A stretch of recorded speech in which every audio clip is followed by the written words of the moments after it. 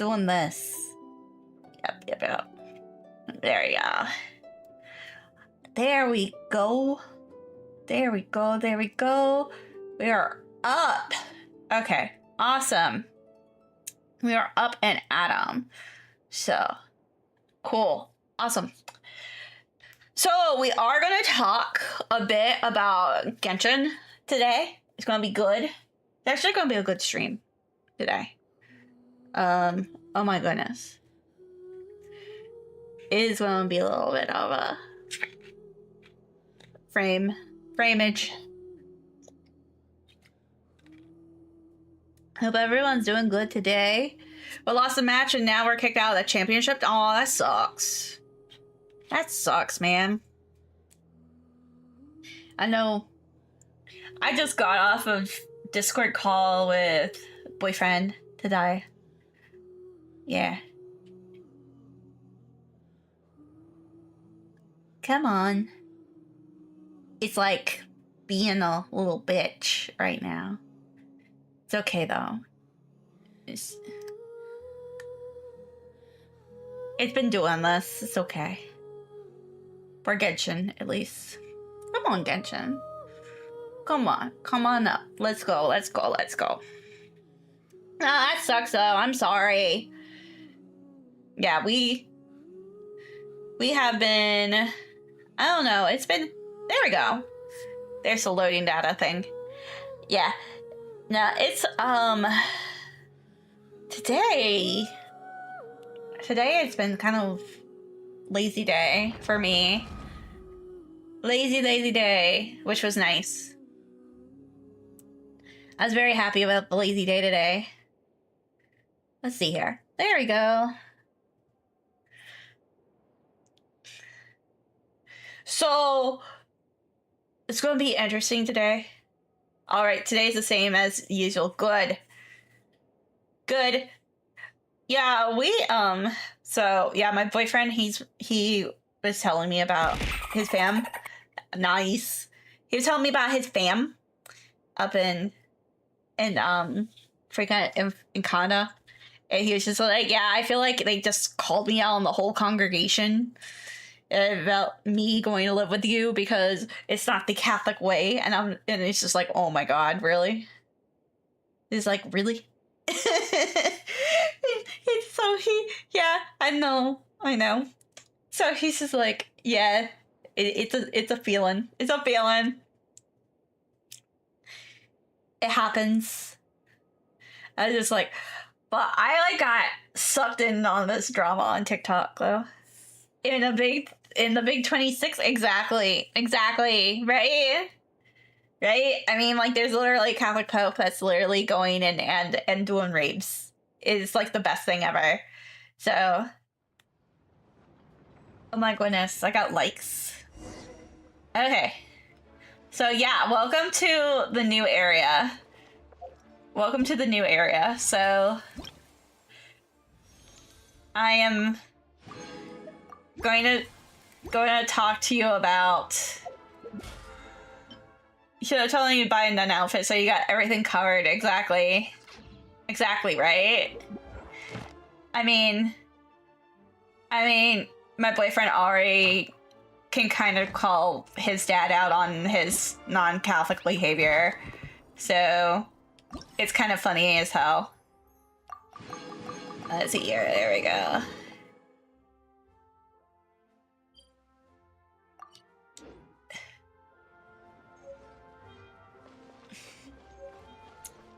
So, welcome to Soviet Russia, or not Soviet Russia yet. It is pre-Soviet Russia. This literally is pre-Soviet Russia, guys. I don't know what to tell you. Like this is literally Moscow.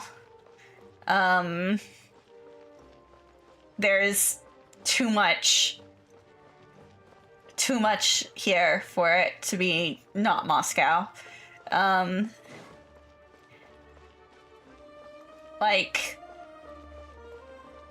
let me go over here and just be like, look at this shit.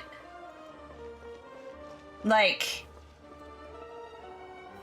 Say you basically watch The Conjuring, so you're basically Catholic? Yeah, basically. It's the USSR. It's USSR. It's pre-USSR. Pre-USSR. So this is like Romanov family, Russia. But yeah, it's very similar. It's very similar. Yeah, Industrial Revolution. Industrial Revolution, Russia. I know, right? Here we go. We have a nice Can little I get you anything? furry walrus guy. We also have a guy named Stroganoff, and I'm like, let me like talk to you about how that's the funniest name. Literally the funniest name that I've seen in this thing. Yeah, like I just sat there and I was just like, is that?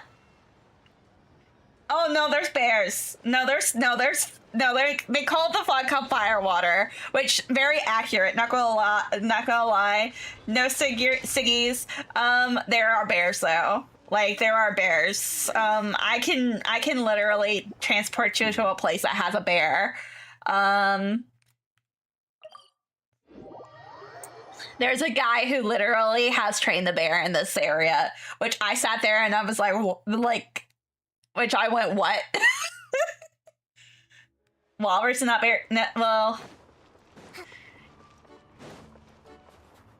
let's go over here to this area, to our fish market area.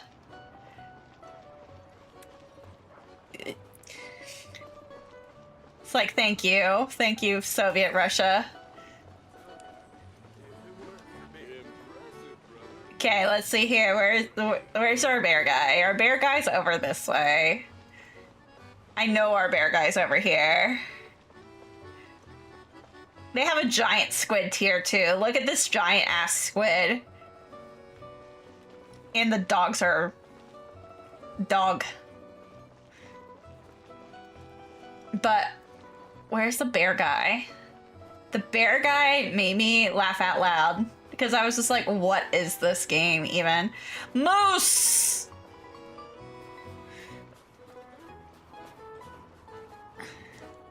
I just know that there were bears over here, which I was just like, oh yeah, this is Tartaglia's house, by the way. I found that out. Yeah, this is Tartaglia's house. Tartar's house. Tarloni's house. Oh my god, there's a kitty cat. They have a kitty cat? Are they wearing tank top and shorts because it's really cold? I mean, let's see here. No, I'm looking for bear guy. Bear guy's over here. Oh my gosh, hydrate. Go back to puppy. One of them actually has a puppy. Like now. Here's the bear. Here's the bear, guys. The trained bear. Here's the trained bear. Careful now. Excuse me. What's going on here? Oh my god. Trained bear. Let's go. Let's go, guys.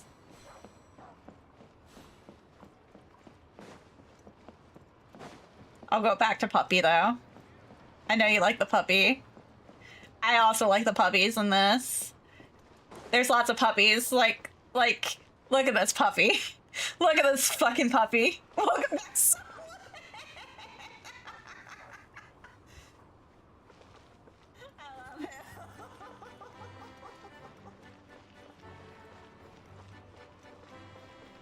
Yeah. So I sit here and I'm just like, literally one of the first things that you go through is an energy crisis. It's just like, what is going on here? Can you pet the puppies? There are certain puppies you can pet. You can't pet the puppies in here, but you can pet the puppies. I have like a teapot which is like your area for like so many different like things that you can go and do. Like you can go like decorate, and I have puppies that you can pet in there. There's a bear too. There's a bear guy. I didn't know that there was a bear guy there. Oh my gosh. There we go. You can also pet the kitties. There's like a whole entire like side quest about petting the kitties, which I was like, what is this? Let's move out. You can't pet all the puppies? No. No, unfortunately not. Because I'd just be petting puppies all day long. I'd be petting... So, new characters.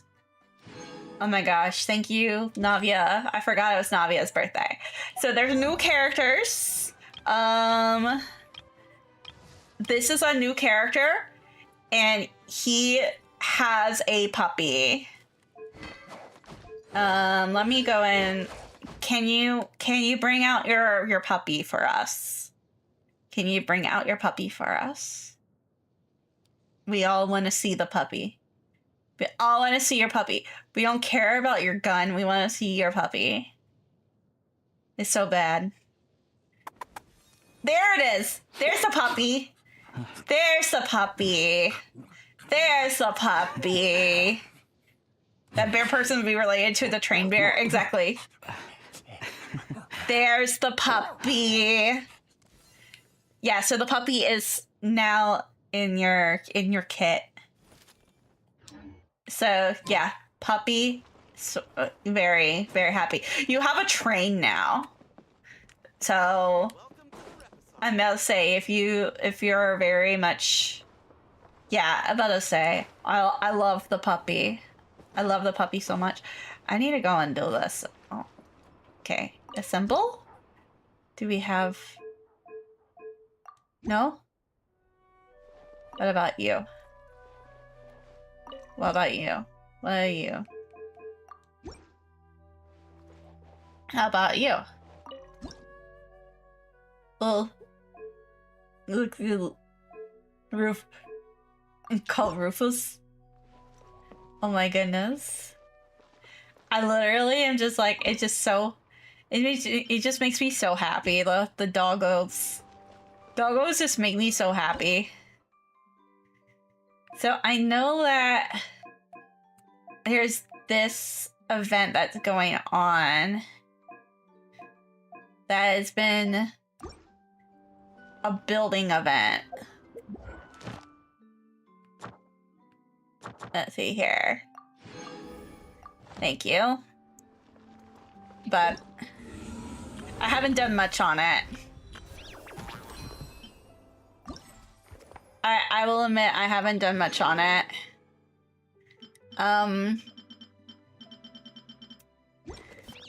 You probably will notice that. I'm just like, come on. Where's my train though? Oh. Yeah, I'm about to say, where's my train? There's my train. Yeah, I was about to be like, where the fuck is my train? Add Astra. Yeah.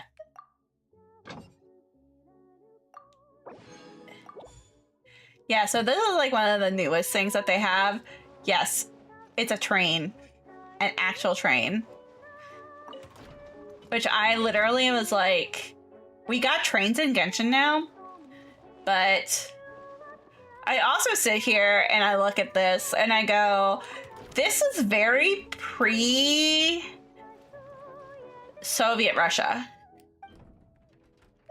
This is very pre-Soviet Russia. That is very pre-Soviet Russia. There's a lot of pre-Soviet Russia stuff in here. So it's kind of like interesting to go and see all of this.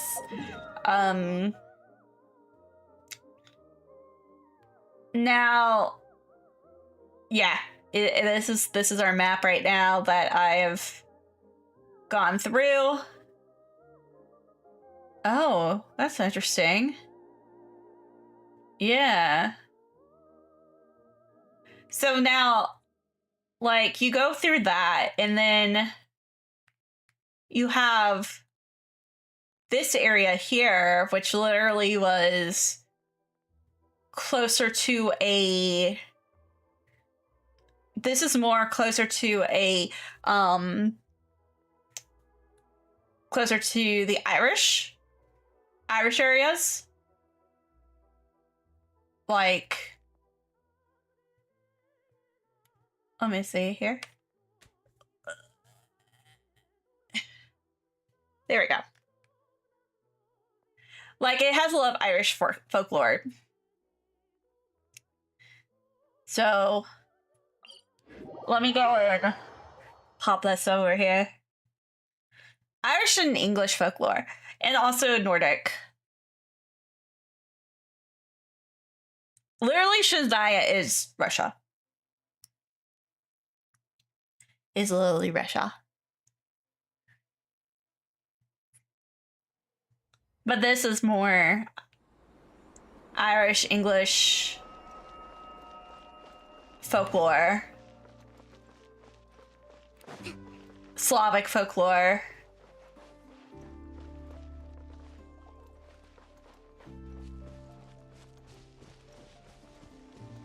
Like, this literally looks like it came out of Frozen. So this literally looks like Norwegian and stuff.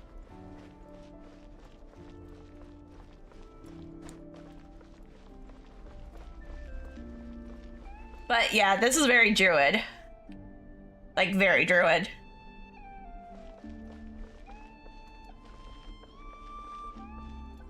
Like, just so Druid that it hurts.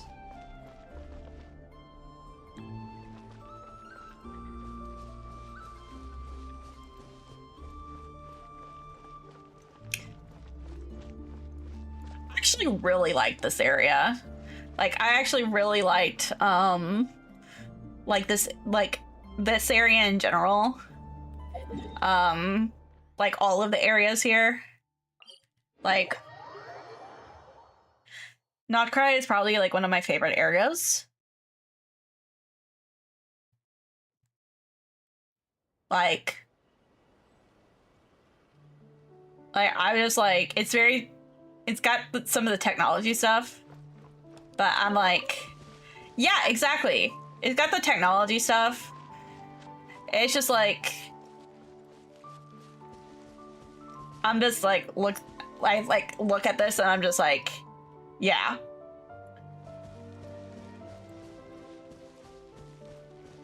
We got the...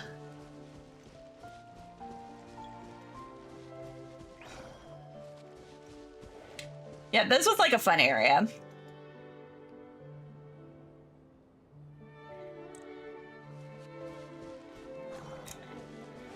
And then you have like some of these like industrial towns. You have like the industrial town too.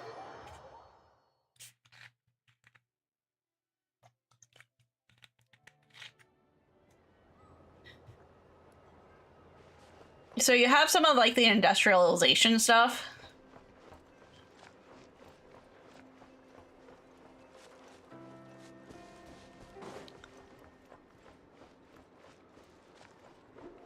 Like, it's fun. It's fun. Like, I really liked this area, to be honest.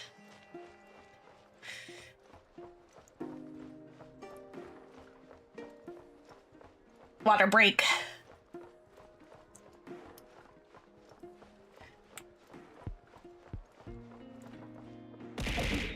Oh my goodness. Now... Yeah, you can see 100% on that area. Now, this was the area that happened before, which was... Hello, hello. Been a long minute since we did a water break. Yeah, a little bit. Now, this area is really cool. So, Natlan is like a combo of South America, Africa, and Australia.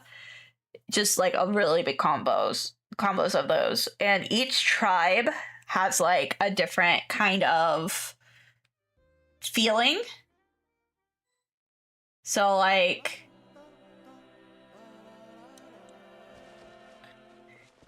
this is very Africa.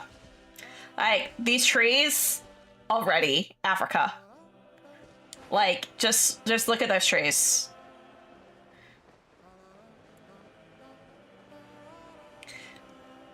Is it like we got capybaras over here?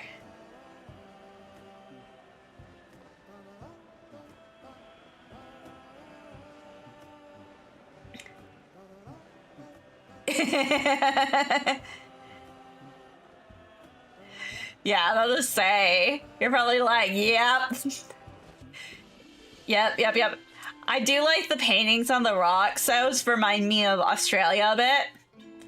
But yeah, the flora and the fauna, definitely Africa. Then when you get over to places like over here, this is very Oceania. Fiji, the Australian coast, that area. Let me get over closer here. They literally have shark dinos. They have they literally are they are literally quote unquote dragons, but they are literally dinos. So yeah, it's literally a fucking shark. I don't know how on the nose you want me to be with this. That's very Australian. Paint. Well, that reminds me of some of the painted rock stuff that I've seen, like from the Outback. Pictures of the Outback. But like, there's definitely some African culture stuff there too. There's lots of African culture here, honestly. There's lots of African culture here. Yeah, like literally this is an ocean. Like literally this is Fiji or Australia or anything like that.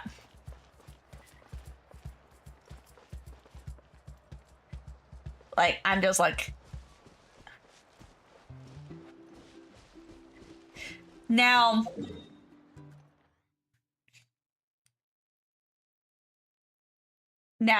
this area, I can tell you, there's a lot of people who are like, okay, this is the one that we were... Oh, I didn't know I was going to get myself in a cutscene. Oh my god! There's not the baby!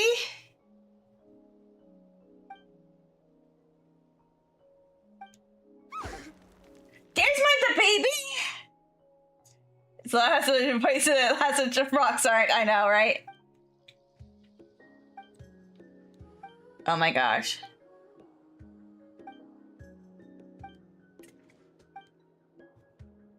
Okay.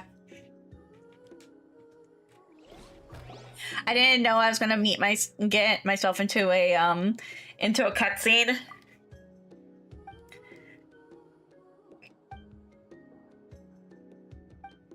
That is literally, I named him the baby. He is my favorite.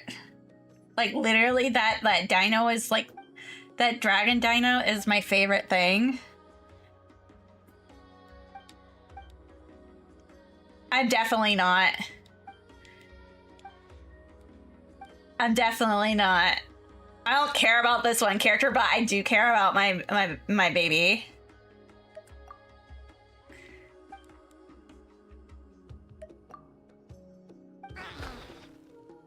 Look at him! He's so adorable!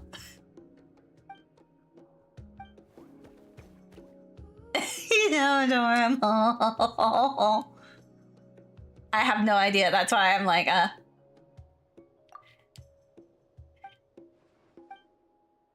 I didn't mean to stumble upon a world quest or a quest, but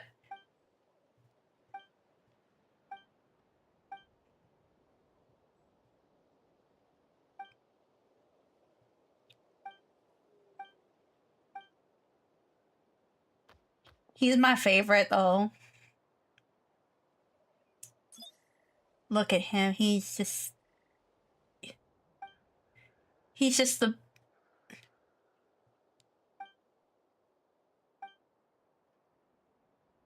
oh.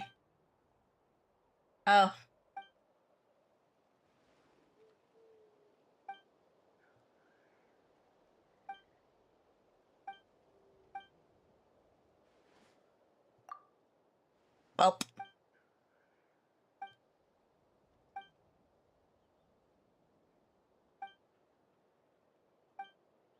Oh, he apparently has an ex-wife. Well.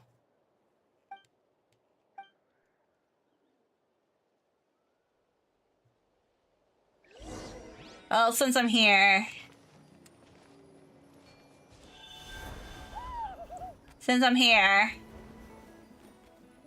I love him too.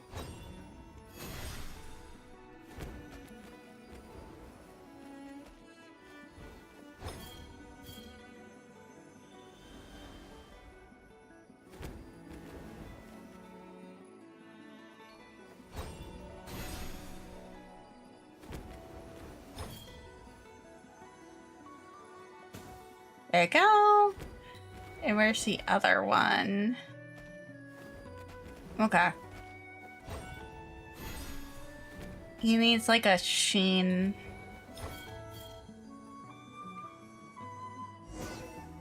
There you go.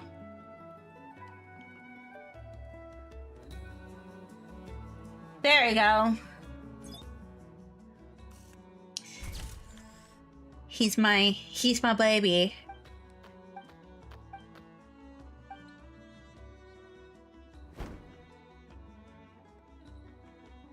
There we go.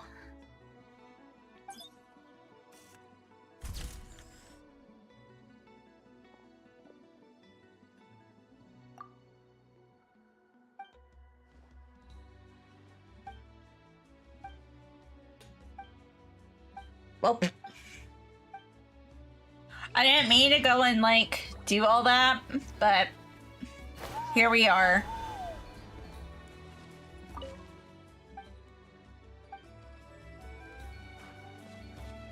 So this area actually is, to me, very Inca. And that is because like some of the cultural stuff that they do with it. But the shaman stuff could also be very African as well.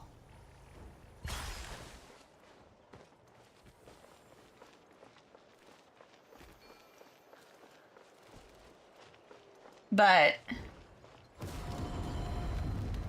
like they do a lot of stuff with like weaving and beads and stuff like that. I love the little bat though. Look at the tiny little bat. He's adorable. Tiny little bats.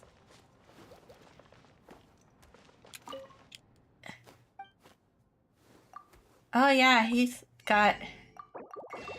Oh, I didn't know that he actually had shit. Okay. Thank you.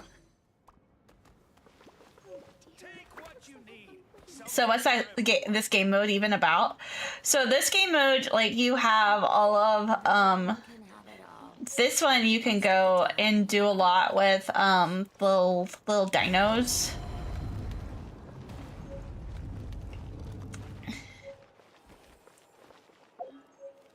This one's the dino one. So like you get to go and be the dinos. And they're adorable. Like all the dinos are adorable. Like, yeah. Like you have the BB, which the BB was literally one of the ones like I was just like, yes. It's like I love the baby. Yeah, all the dinos. So this was technically a dino, or technically a dragon, but it's a little bat dude, a little bat guy, which I love him. There's no turning back. I love him. Like, look at him. He's adorable. He's adorable. And then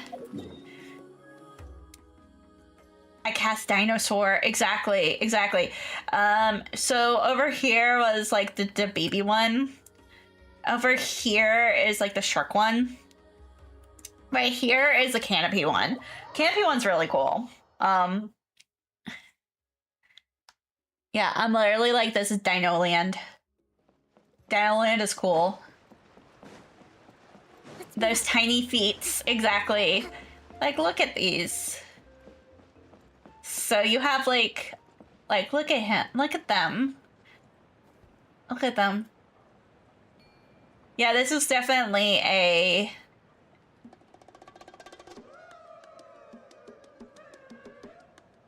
This one's definitely more South American.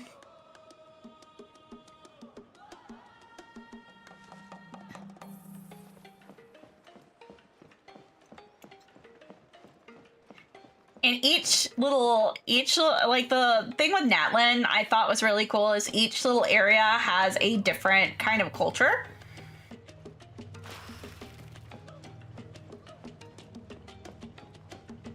Each of the dinos do different things.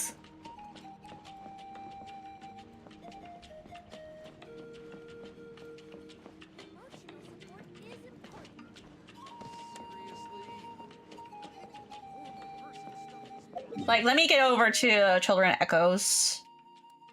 Because I think that you would like this area.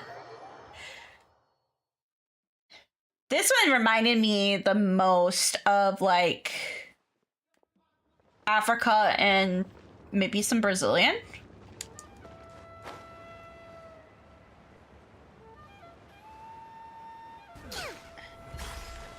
But, like, look at them. Look at them. Look at them. They're just adorable. But they have like a... Like they actually have like a dance stage. Which I'm trying to get to. Yeah. Let's move out. Like they do.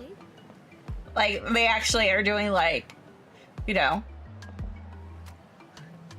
Like all the different culture stuff.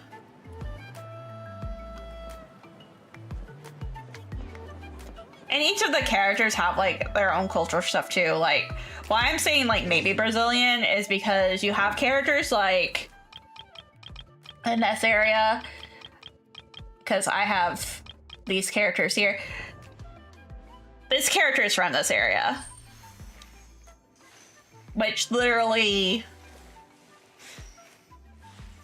I'm just like, yeah. And then also this character is from this area too.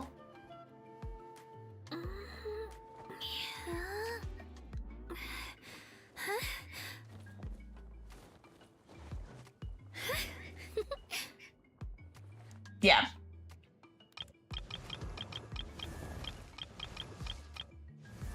Oh my god, exactly. In that, it's the mommy, exactly. Exactly. So you have like some really interesting characters from different areas. Back to this area.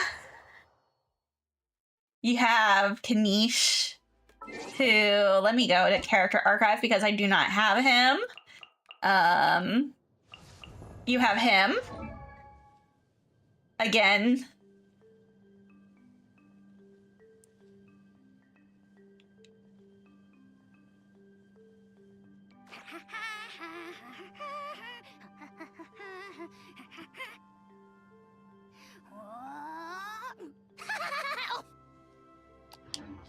And then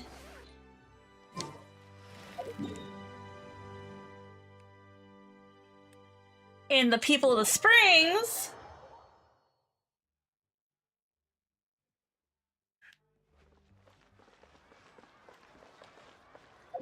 you have, as I go and I'm like doing the little tours of people, which I also do not have Mualani. You have Mualani.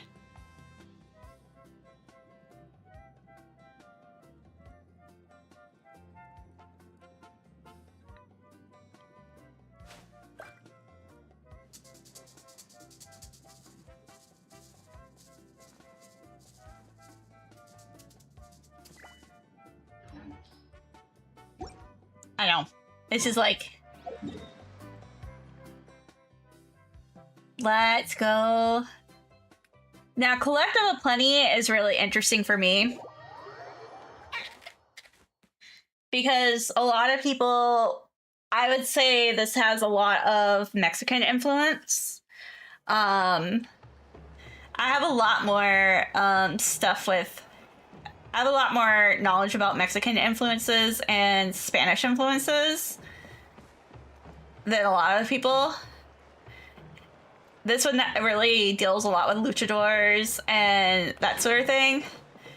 But even like the little cities outside of here and the stalls, it's very Mexican influence. It's actually more central Mexico than anything, because, and also with the characters too, it's very central Mexico. It's very Aztec. Like this would, I would say this is more Aztec in design. And that is definitely a thing. Towards like the Honduras, Guatemala, that sort of area that they have volcanoes, that sort of stuff. Oh, you're good, you're good, you're good, you're good. But one of the interesting things is that you have this area right over here. This is literally right here, which is literally Yucatan Peninsula. This is literally Yucatan Peninsula. I spent some time as a kid in Mexico. Especially over the Yucatan. This little area right over here reminds me of Playa del Carmen. And Playa del Carmen is, you know, it's one of those areas. The reminiscing of this art right at the bottom in the art that is normally on the walls. Totally a shout out to Mexican street art, especially Diego Rivera and Frida Kahlo. It's very much a thing with that. I am like 100% sure of that. As an art history person, it's just like, oh yeah, that's a thing that you're just like, oh yeah, this is a thing that I literally was just like, oh, this is literally a Mexican city that I literally tripped, fell, and slid on my ass through a restaurant in. I just was like, oh, there we go. That's my story. One of the really interesting things, though, is I know Central Mexico, they do some like the Spanish bullfighting and stuff like that. I know Colombia does it too, so I'm thinking this also could be like a shout out to Colombia. Especially like because of the bullfighting. because there is one of the things that you could do with these little Teposaurs, they'll do like bullfighting moves. Like they'll do like the charge, the bullfighting charge, which is interesting. I would say that's very Spanish. And Back in Black, yeah. I feel it. I feel it.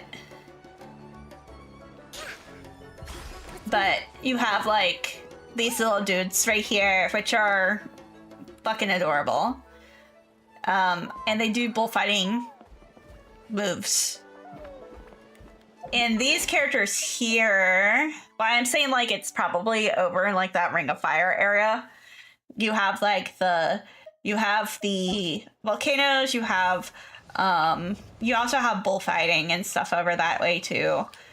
But yeah, here's also the luchador stuff really is a thing that they deal with. Especially with Marissa.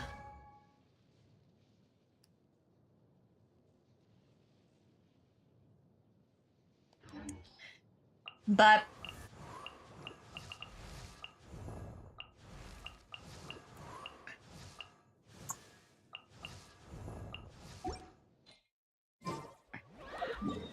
so yeah, you have your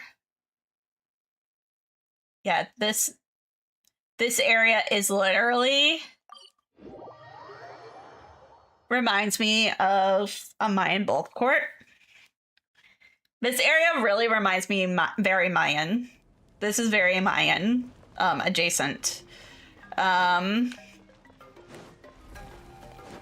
Like this literally reminds me of what could be, yeah, it's literally an arena, but it literally reminds me of a Mayan ball court. Just ball court culture in general. That's just from me doing a lot of research on ball courts. Mayan ball court. So this is very this is definitely very South American. This part is. It's an arena, but it's definitely Mayan ball court adjacent.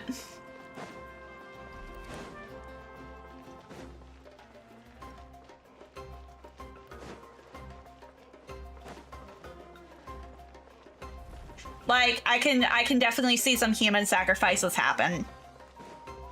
Like I can definitely see human sacrifices happen here.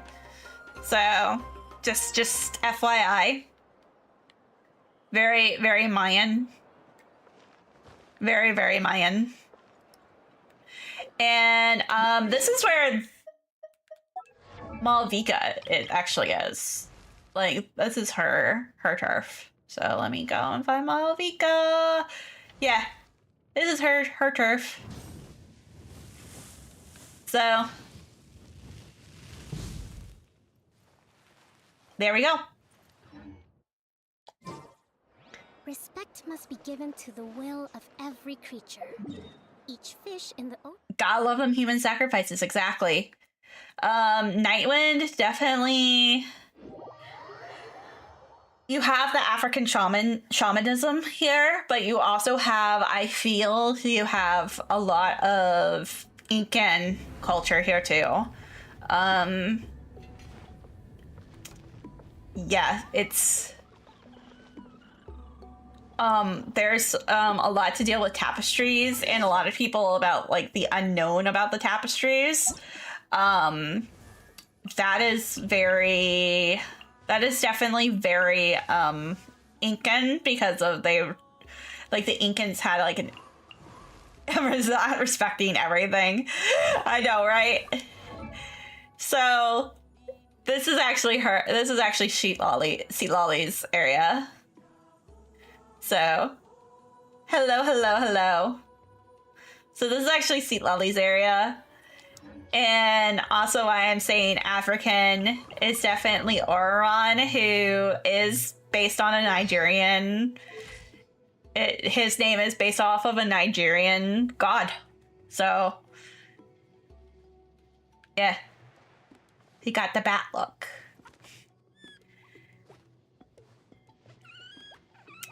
So.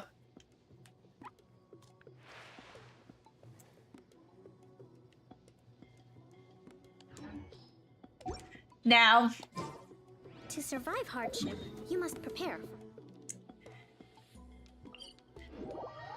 I'm new to Genshin Impact. I played it for 5 hours. But... but you got any tips for me? Just keep playing. Just keep playing. I've been playing for like forever and ever and ever. Definitely don't get blue wishes. Just go for the pinks. Okay, this area. This area definitely reminds me the most of Australia. Australia and New Zealand. You have this look of the Outlander, the Outback. You have these little dinos here, which are very aggressive. They literally look like emus. They literally look like emus, guys. I got one. Oh no. I literally keep a healer on my team at all times, guys, too. I'm really bad at the game. But over here is also my very ostrich.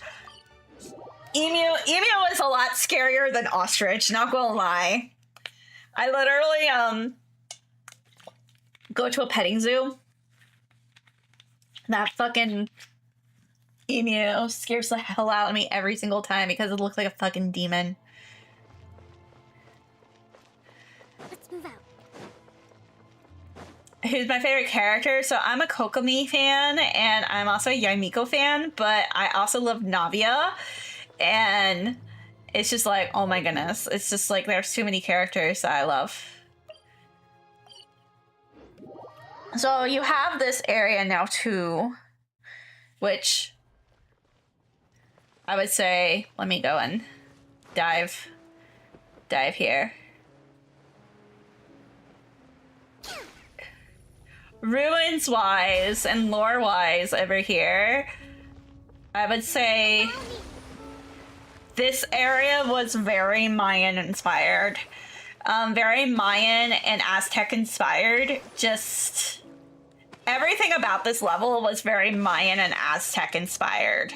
I like even the whole thing of Capitano dying was a huge thing. I just sat there and I was just like, yeah, this is definitely a area that I am gonna say that it's probably the closest to that. It's the ruins are kind of like not that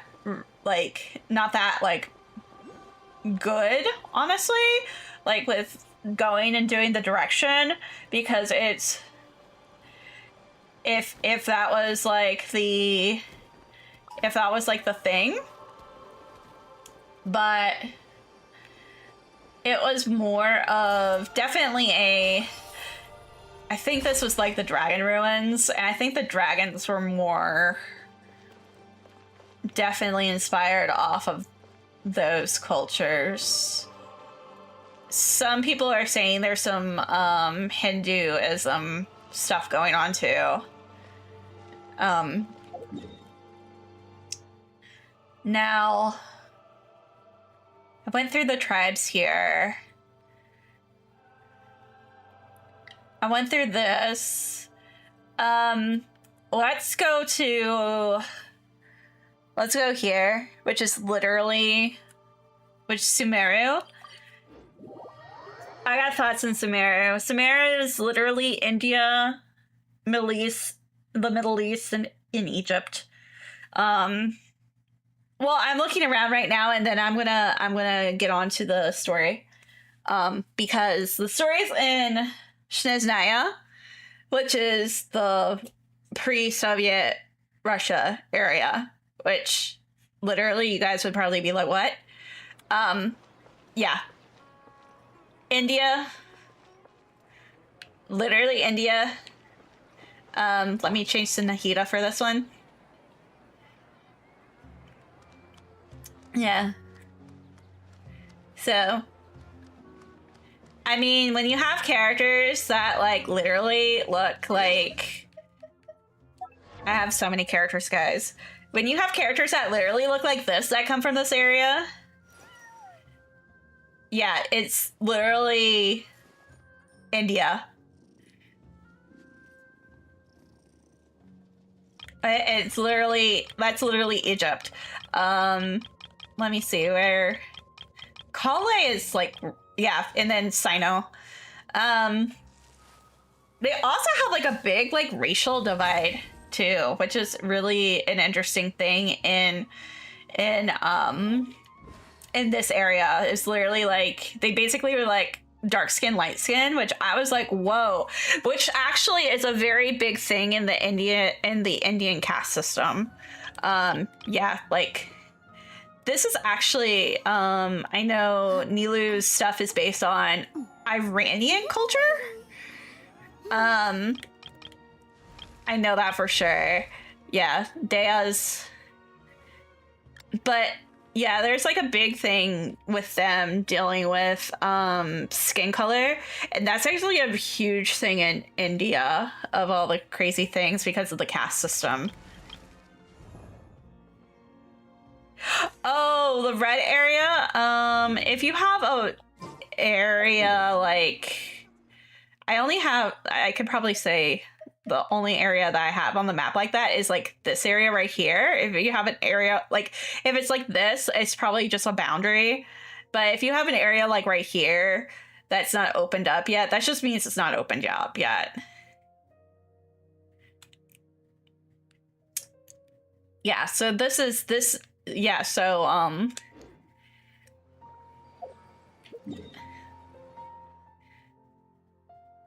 so I will literally go and show you how this looks like.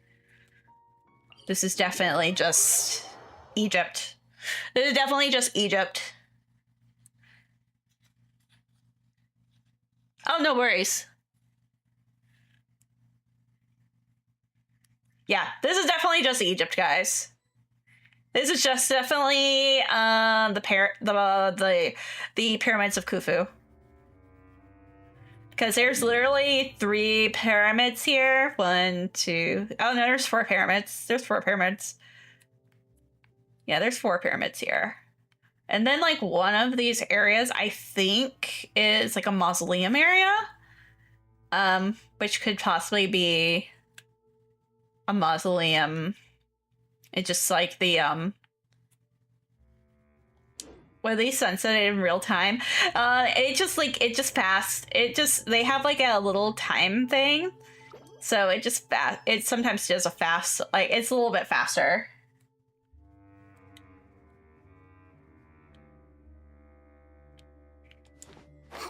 So this is Khufu. This is literally the Khufu one.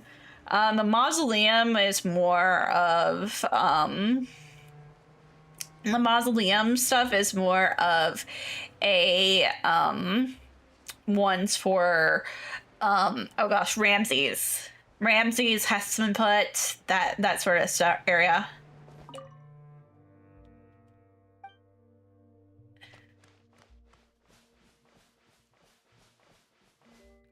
But yeah, this is definitely, and so yeah, this area gets very vertical. Very vertical. Yeah, over here, like I could show you like this area. It's just very, very, for me, it's like I literally am just like, it's a mausoleum. Yeah, it's just a mausoleum, guys. Like, I just look at this and I go, Temple of Ramses II. It's just, it like, I've never been to Egypt, but I've seen too many pictures. I've done too much research on Hatshepsut and her temples. Yeah, it's just it's so accurate. And then over here, it was still again, very India. Very India, very Middle East. I know, like, there's a lot of different stories that are in this area, which I'm like, this is actually like my boyfriend's favorite area, to be honest. Is Sumeru.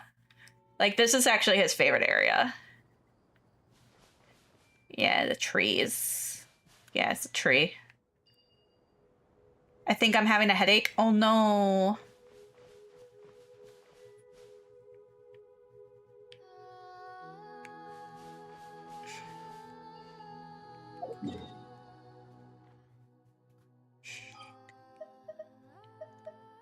Now, Inazuma. Let me tell you about Inazuma.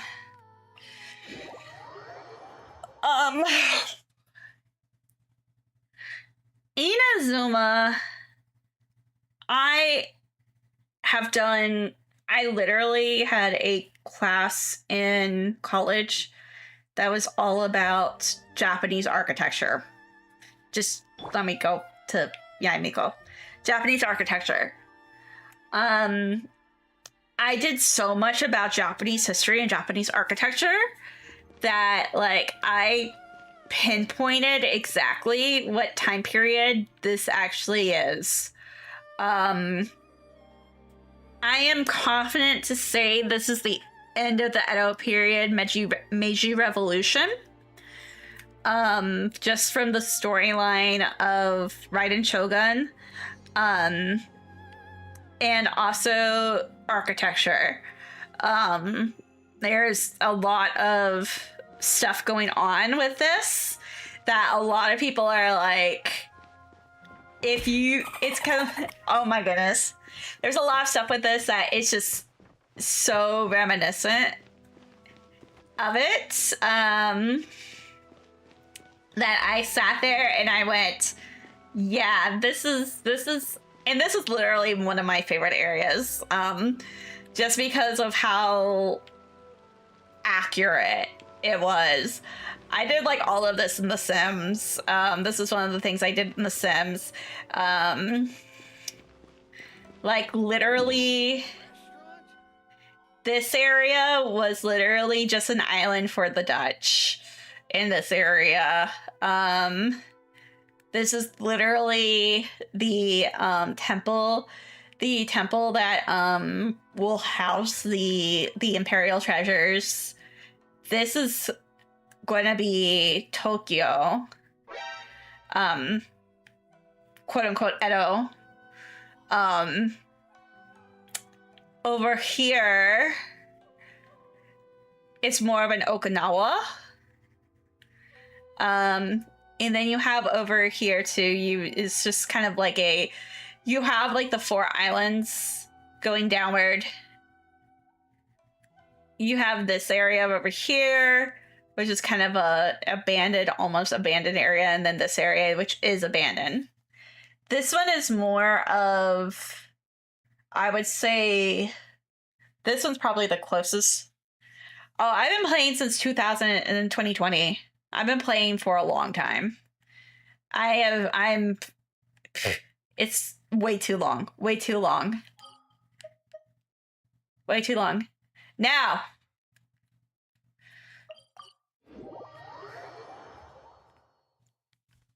Way too long, guys. Way too long. Fontaine. Fontaine is the French Revolution. is the French Revolution. It's the Industrial Revolution with the French Revolution.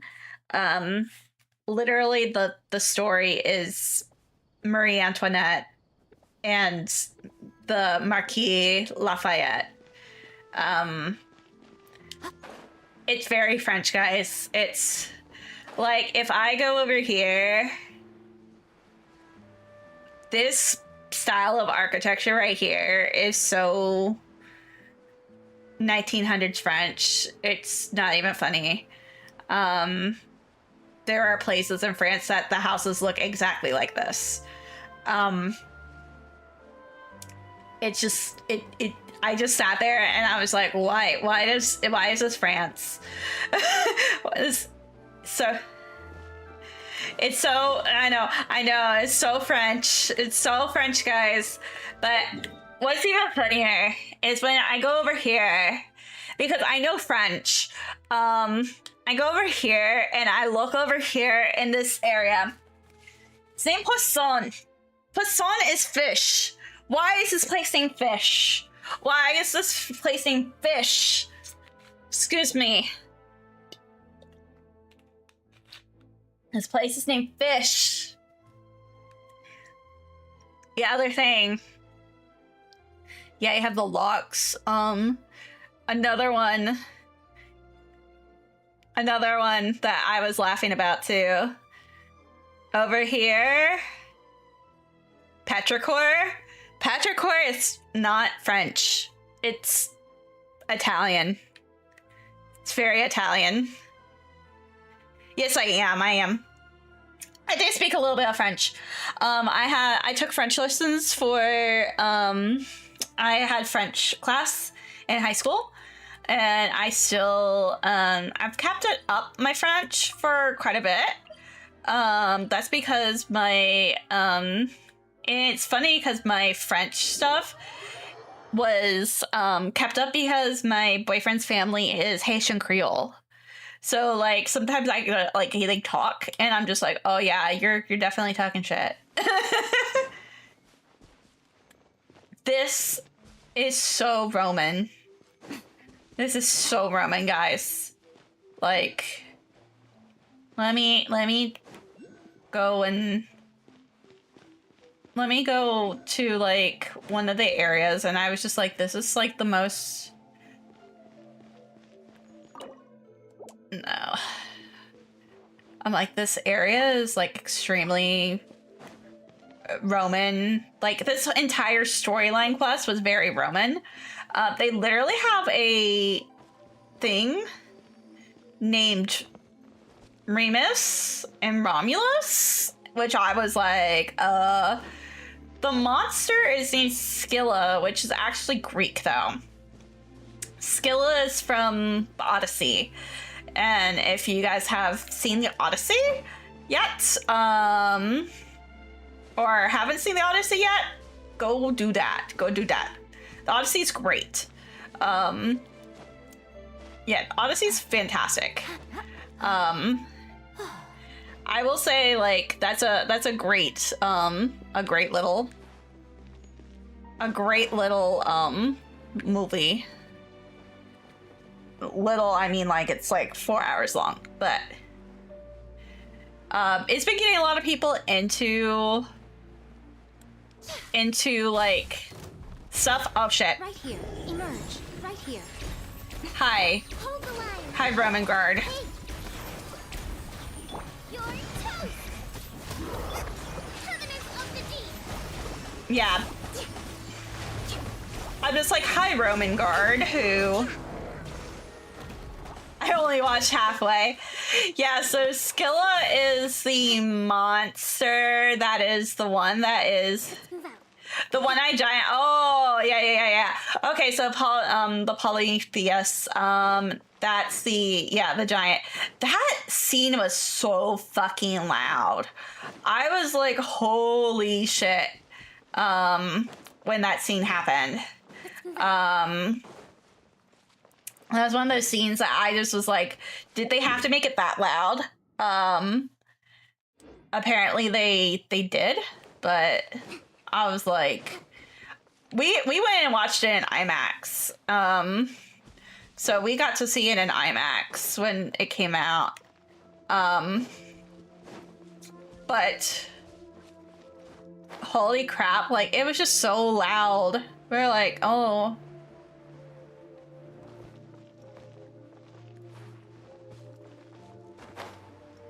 We're like, what is this? But yeah, this area is like super Roman. I'm trying to get to an actual, like, I want to go onto the outside because is that the, oh yeah, Remuria. Yeah, Remuria. Yeah, it's, yeah, Remuria, Remus. Yeah, it's kind of a, I just sat there. I was like, what is this? Yeah. Yeah, there's Skilla. Which is our monster.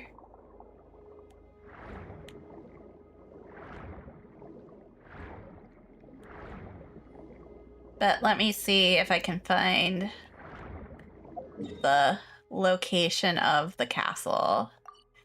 Yeah, the Capitolius. They're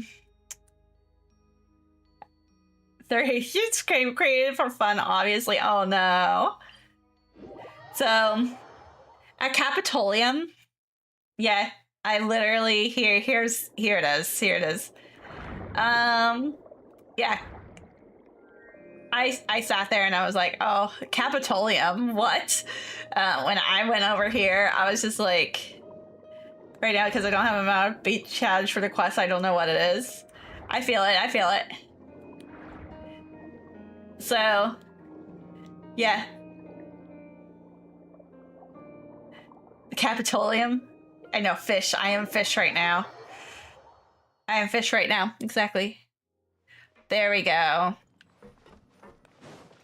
This is very... I sat here and I was like, this is very, very, I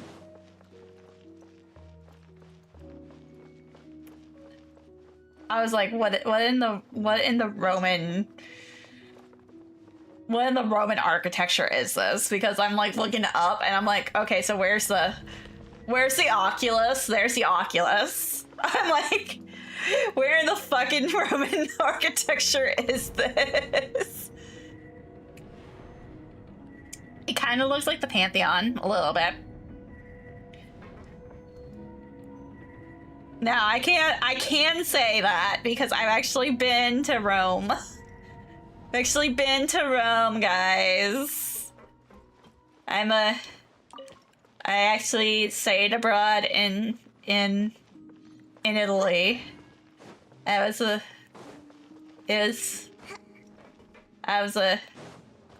It kind of looks, and this kind of looks like an opera theater, not gonna lie. Let's move out. But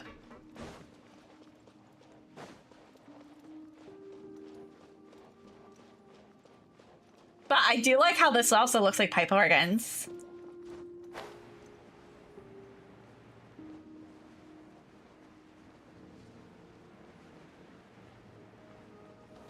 Like sometimes you...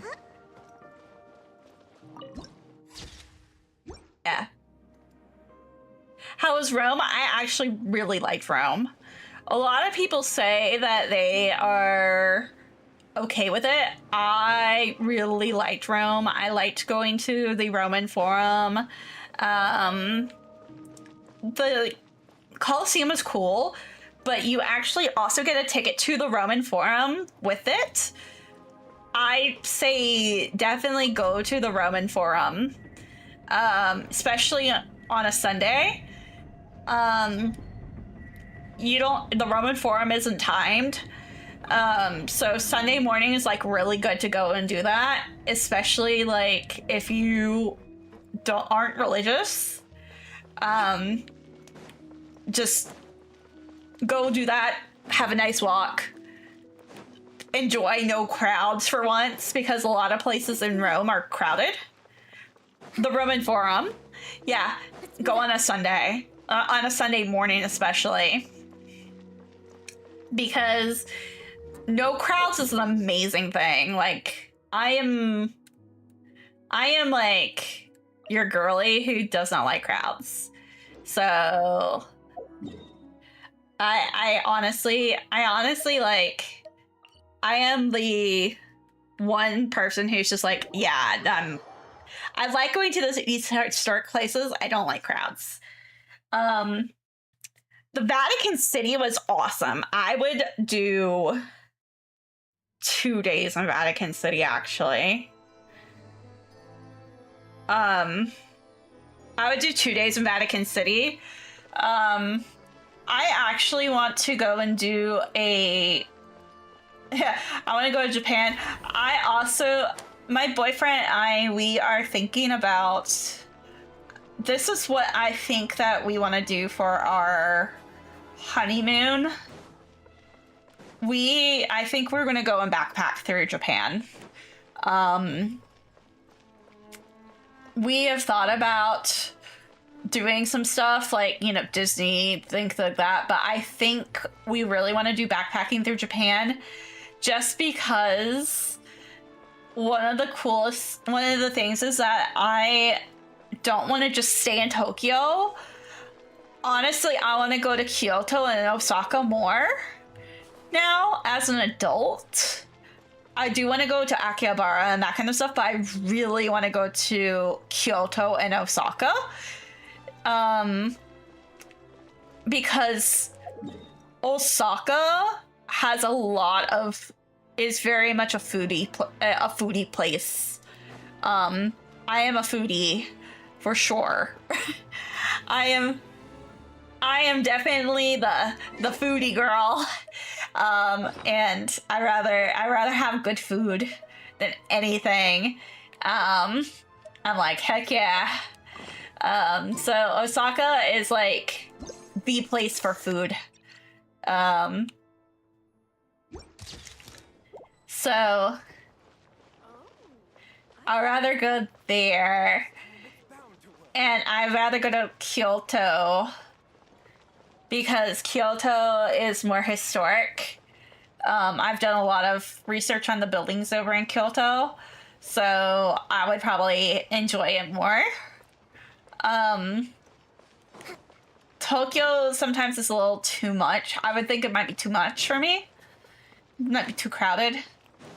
But again, I like the historic places. I really want to go. I also want to go to Hokkaido. I want to go have good crab. I want to go have good crab. And I also want to go to, there's actually a really cool museum that I've done research about. It is actually about it's actually really cool because this museum literally has taken artworks and has printed them onto like famous artworks, and they've literally printed them onto ceramic in order to preserve artwork and like from all over the world. And I think like that's like one of the coolest things. Okay, there we go. Here we go. I know everybody wanted me to play a game, like play through some story. So we're gonna start the story. There we go. I knew it that we're gonna go and have me come in here. There we go. Yeah, so it's like really cool. So you have like things like the Last Supper and stuff like that that are actually like better preserved than most other things. Yeah, so this is the new area. You're gonna probably be spoiled if you're like 5 hours in, but this is the new area.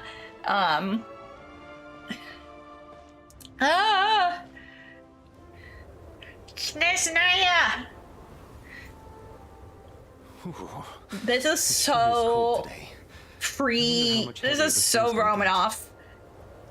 Russia. Here to see Odette? I just need to see your tickets for the preview. Here you go, Odette. Perfect. Swan Lake. Thank you. I'll hold on to your tickets. Come on in. It's freezing outside. If you don't know, yeah, Odette is literally the main character of Swan Lake. And so she has two swans, Odette Odile. And that's actually part of her ability. She actually has two swans, like two people on the field at once. So that might give you guys some insight there. I think I'll leave the Lelek question until after the show's over. Then I'll go find Odette. And literally, the Fatui is the KGB. Child said he was originally going to come with Tonya. So I'm guessing Tonya's already here somewhere. Is there anyone here who looks like a Tonya? Let's see. It's a small audience.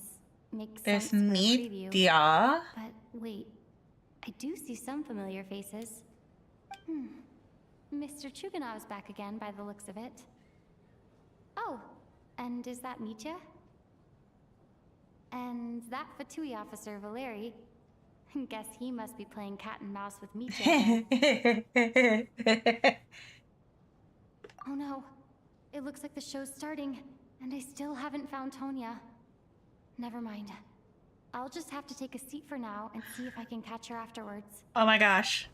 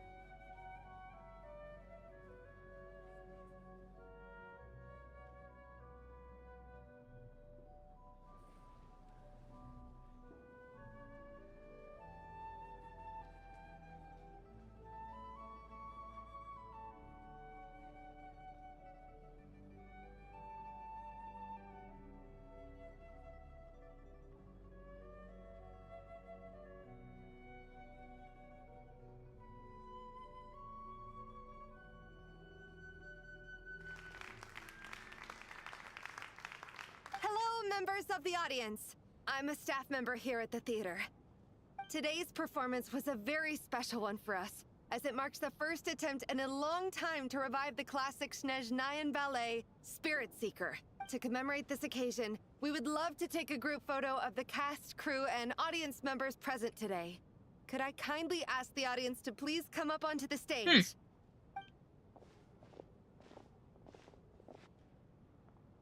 All right, everyone, huddle in a little more. Now, look at the camera. 1, 2, 3.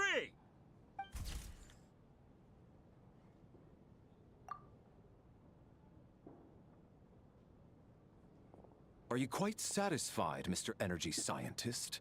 I rather hope you don't have any other escape plans to add to my workload today. Damn. What are you talking about, Sarge? This was simply my way of inviting you to watch Miss Odette's new show with me. Doll. Wasn't the performance spectacular? In the future, I heartily encourage you to take a leaf out of my book. Find some soul-nourishing pastimes to enrich your time outside of work. It was indeed a fine performance, but I must correct you on one point. This is not time outside of work. These are working hours. Damn. Working hours and non-working hours are just a social construct. Damn. Human technology can never advance if we're too rigid in our thinking, Sarge. Damn. May we leave now? Already? I mean, I was kinda hoping to soak up the atmosphere for a little longer, but... No? Okay, guess I'm pushing my luck. Didn't seem like too much to ask, but fair enough. Off we go then, Sarge. Back to the land of working hours. Lead the way. I know, right? That has to be her. She's the only person in the audience around Tonia's age. Excuse me? Are you Tonia? Huh? Your brother's busy today, so I took his ticket. Don't worry about him. He's fine. Oh, okay. Sorry for the trouble. What's wrong? Are you sick? No, I'm fine. It's nothing. Maybe she caught a cold on the way here because of the weather?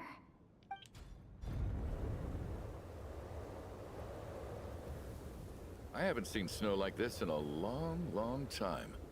It's most unusual. I know. It's completely white out there. You can barely see a thing. I've never seen such heavy snow in my life. Let's wait it out for now. You'd be lucky not to freeze to death in this weather, let alone find your way. Well, look at that. Maybe we shouldn't be in such a rush to get back after all. What do you think? Let's wait and see. Why do you need to take it so seriously? Fate has given us this wonderful chance to take a break. We owe it to ourselves to make the most of it. Come to think of it, there's a small inn not far from here that always keeps plenty of extra blankets on hand for guests. I know the route well. Shall I head over and borrow a few blankets? That way, anyone in a hurry can wrap up warm for the journey back. Just remember to return them next time you're over this way. Damn. Sir, there's really no need to go to all that trouble. Hey, it's no trouble at all. Wait here, I'll be right back. What a kind gentleman. Very good. My wife and daughter are waiting for me at home, so I shall be heading back as soon as I get my blanket. So... are you expecting us to go back to the Armory Palace wrapped in blankets too? Don't worry about that. I made arrangements in advance. Should I not return to the Armory Palace within 3.5 hours after Operation Showtime begins, an armed squad will be sent to collect us. They will escort us back. You are one of our key military personnel, so any weather-related risks must be eliminated. I sleepy now? I feel you. Showtime? So, wait. Every single time you drag me back to work when I sneak out, it's a whole official operation? I gotta say, you really turned this into quite a moral dilemma for me. Damn. It's snowing pretty hard out there. I think you should stay here for now. You seem a little under the weather. Sure. My brother might come pick me up in a bit anyway. Time to get to work. I should head backstage and find Odette. I need to look her in the eye and ask her about Lelek. Excuse me, are you looking for someone? Ah, a fan, I'm guessing? Today is just a dress rehearsal, so Miss Odette won't be meeting. Sorry, but that area is currently off limits to everyone except the cast and crew. Huh. Bad timing, I guess. Well, I might as well stick around. I doubt Odette will be leaving before the snow lets up in any case. What happened to the gentleman who went to fetch the blankets? How has he still not returned? I was thinking the same thing. It's still snowing very hard. Do you think something might have happened to him? Whatever the reason for his delay, I must say I hate nothing more than people who make empty promises and fail to deliver. Damn, this guy. Wow, what an asshole. Employees like that on occasion, but that's different. Well, you're an asshole. You seem anxious, Mr. Valeri. It's been nearly 4 hours since I left the armory. The army should have arrived to extract us by now. They know how much I despise tardiness and disrupted plans. There's simply no reason that they shouldn't have shown up by now. Surely a snowstorm like this one counts as such. Few things in this world can stop the Snezhnayan army, Mr. Mitya. And a snowstorm is certainly not one of them. Why don't you go out and take a look? They might be right outside, waiting for your orders before they dare come in. An absurd hypothesis. I have no intention of leaving your side for even a moment until I have escorted you back to the Armory Palace. This doesn't look like an ordinary snowstorm to me. That guy who left earlier. It looked like he just vanished into thin air. Either that, or my eyes were playing tricks on me. A man-eating snowstorm? Come on. Night hasn't even fallen yet. Spare us the ghost stories. Traveler, didn't know you were coming today. How come you didn't say anything? Oh, primo gems are actually your draws. Oh, right. I assumed you were looking for me and Vodinitsa. Odette's still backstage. Whoa, that's quite a snowstorm out there. I've been working backstage this whole time, so I didn't even notice. No wonder the audience hasn't left yet. Huh. Is weather like this rare even in Snezhnaya? Yeah, snow like this. I'm sure I've seen it out in the wild before, but never in the city. Actually, I take that back. I don't think I've seen snow this bad even in the So wild. they'll tell you like what the primo gems are used for, like for draws and stuff. If even Alosha thinks snow like this isn't normal, could it have anything to do with that monster people have been talking about? We can't stay cooped up here forever. Someone needs to go out and take a look. No need. I have plenty of experience with snowstorms. Besides, I work here while you're an audience member. I should be the one to do it. Everyone by the door. Careful not to let the snow soak into your shoes. In a snowstorm, you gotta look after your toes above all else. Heading out, my man? Be careful. I've been told the snowstorm eats people alive. Thanks for the advice. I am planning to be careful. I just want to take a quick look at the situation out there.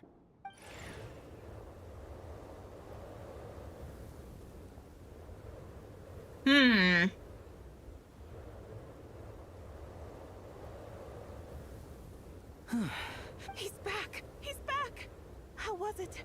What's going on out there? Did you see any soldiers patrolling the area? Something about this storm isn't right. There's no one out there. I didn't see a single soul. And something in the air gives me the creeps. This isn't your average snowstorm. I suspect it might be related to recent events in our nation. I strongly advise everyone to stay here until the snow dies down. Are you serious? Interesting. So all of us are trapped here now. Yep. That sounds a little far-fetched to me. You want to go outside and see? I, for one, am not risking my neck in that weather. I don't blame her. This just turned from a minor delay into a major hassle. We can only hope that our friend who went to fetch the blankets just ditched us and went home. Is it really that bad? But my daughter, I won't be able to read her a bedtime story tonight. Huh? What are you all still doing here? Whoa! It's snowing hard. Yep. So now we're stuck here? Oh, this is terrible. Luckily, it was just a dress rehearsal today, so there aren't too many people here. On the bright side, the theater's always well stocked with supplies. If the snow still doesn't let up as we get into the evening, you can spend the night here, everyone. At least, I assume that's all right? Odette? Fine by me. This seems like a sensible backup plan under the circumstances. My thanks to the theater for being so accommodating. What are you staring outside and praying for, my man? You anxious to get home too? Oh, your majesty the Tsaritsa, I beg you, please do not let tonight's snowstorm stop. What? This is a golden opportunity to spend the night under the same roof as the two Oh my stars God! in all of Snezhnaya. It's a once-in-a-lifetime experience. I think I've changed my mind. Damn. Sir, if you so much as look at us funny, you'll be seeing stars in a whole other way. Behave yourself, or you'll be begging for that blizzard. It's getting colder. I love her. We need I to love her keep the so indoor much. temperature up. Close the door and lock it tight. Let's head somewhere warmer.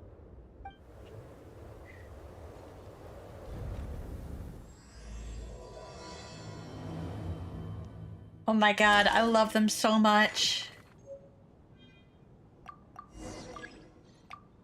Oh, interesting. Okay. Got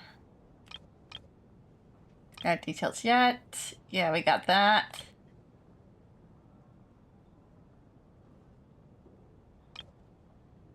Yep.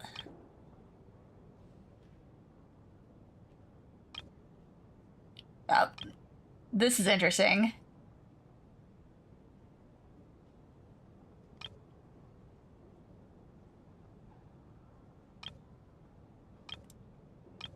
Okay, okay.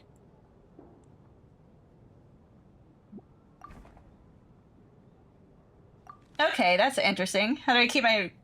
While I'm in the mountains, like the freezing effect or something? Oh, that is the sheer cold effect in Dragon Spine.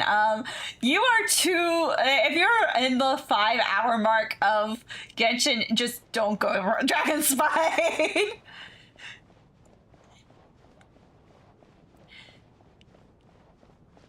Either that or have a fire character on you at all times.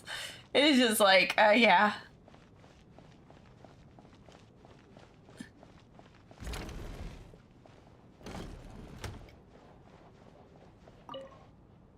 And then there's the aristocrats. Easiest of all to deal with. You don't need to use any force whatsoever. Dragon Spine is a different monster. You plan to tie them up with. Do you know why? I don't. Do tell. Because nothing horrifies them more than the thought of a cheap, coarse rope leaving creases on their precious million Mora coat. They'll do whatever you ask to avoid that fate. Unexpected, but funny nonetheless. Tell me another one. Oh, look at that. I got myself a new listener. Hey there. Let me introduce myself. The name's Shram, and I'm a mercenary.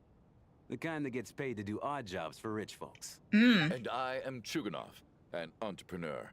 If my name is unfamiliar to you, you will no doubt have heard of my factory, the renowned Iskra manufacturing plant.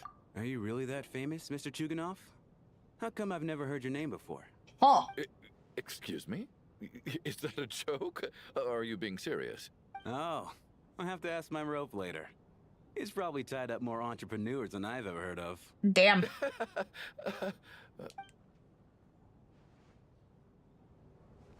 Okay, so... How are you feeling, Tonya? I'm fine. Sorry to worry you. I'm used to it by this point. I take medicine for it.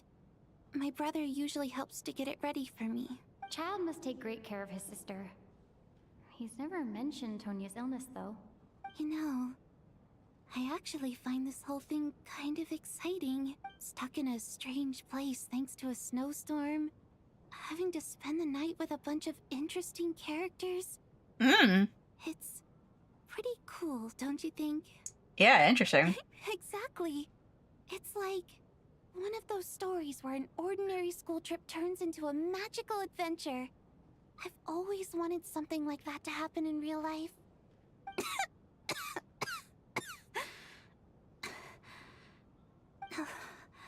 I'm fine, really. Just got a little overexcited. Look after yourself. Otherwise, your brother will come after me.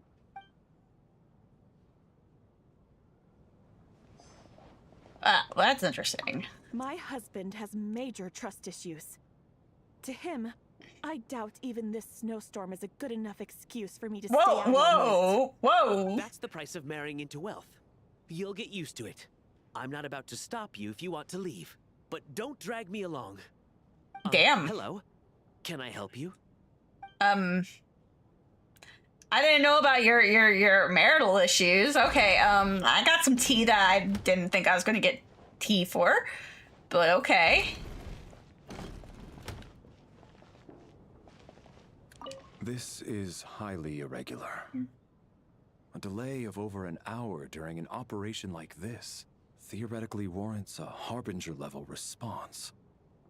I wonder what the issue is. The storm, or something else. Sarge, the day you learn to let go and just enjoy moments like this is the day you'll finally understand the meaning of life. Why, hello, ma'am. I believe you were the one sitting at a nearby table back at Podvorye restaurant. Any friend of the theater's star performers is a friend of mine. It's a pleasure to meet you.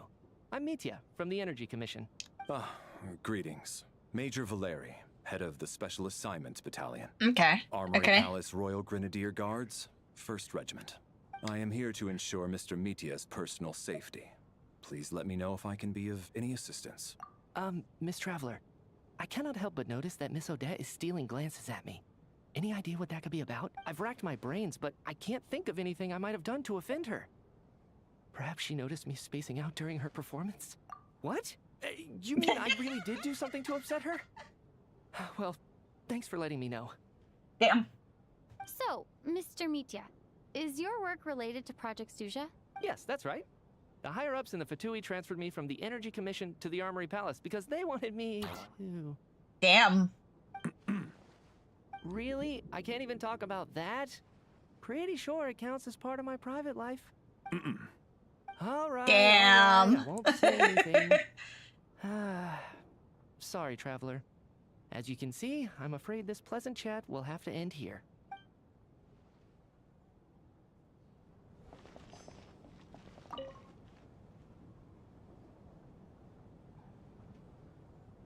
I don't think it's ever been this lively backstage before. I didn't know you were coming today. Hey, have you seen Chuganov? I heard he was coming today. Have you spoken to him at all? I'm with Yeah. you. This could be just the chance we need. Yeah, I gotta figure out a way to coax some more intel out of him. I want to know why he suddenly changed his stance on Project Stuja. What exactly happened before the most recent Vetcha vote? For the Rokad, or just out of personal interest? Shh! There are other people around. Don't say the R word.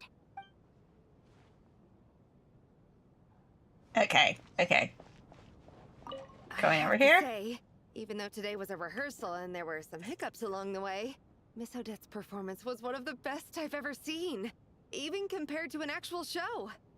I couldn't agree more, especially considering the weight of the subject matter. Mm-hmm. It takes a truly seasoned professional to do justice to a theme like love and regret. Do you think we were coming on too strong? What about you? What did you think of today's performance? Oh my, that's very flattering of you. Thank you. I'll make sure to save a ticket for you when the show's performance ready. Aww. This doesn't seem like the time or place to bring up the subject of Lelek. I need a chance to speak with her in private. So unfair. Talk about double standards. And Damn. now it looks like I've been spotted. You know Mitya too? No, I don't. I just have a feeling that he might be dangerous. Oh. That's kind of interesting that she says that. How's it looking, Alosha? No change from this afternoon. Heavy snow with no sign of slowing down. May I have your attention, please? The storm is unlike we at the theater owe everyone here a duty of care. Therefore, we strongly suggest that you in a few short moments, we'll give you a tour of the theater's various quarters. You can choose to sleep in the VIP room, the office, or backstage. Or on the stage if you'd prefer. We won't mind. I'll pass on sleeping on the stage. What if the snow is stopped by tomorrow morning? The early birds in the audience might think we're part of some experimental new show. A drama about sleeping? That could be fun. Maybe we could come up with a title for the production.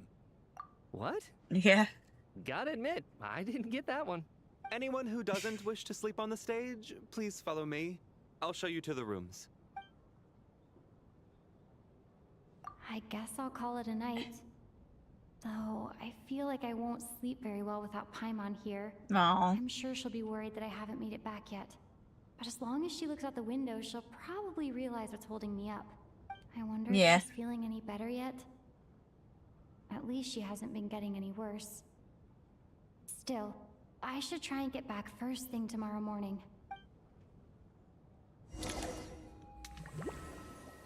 Yep. Okay. That's interesting, the water. Ah, finally. Welcome back to the world of the living, lazy bones. I was about to wake you. The black mist is almost on us.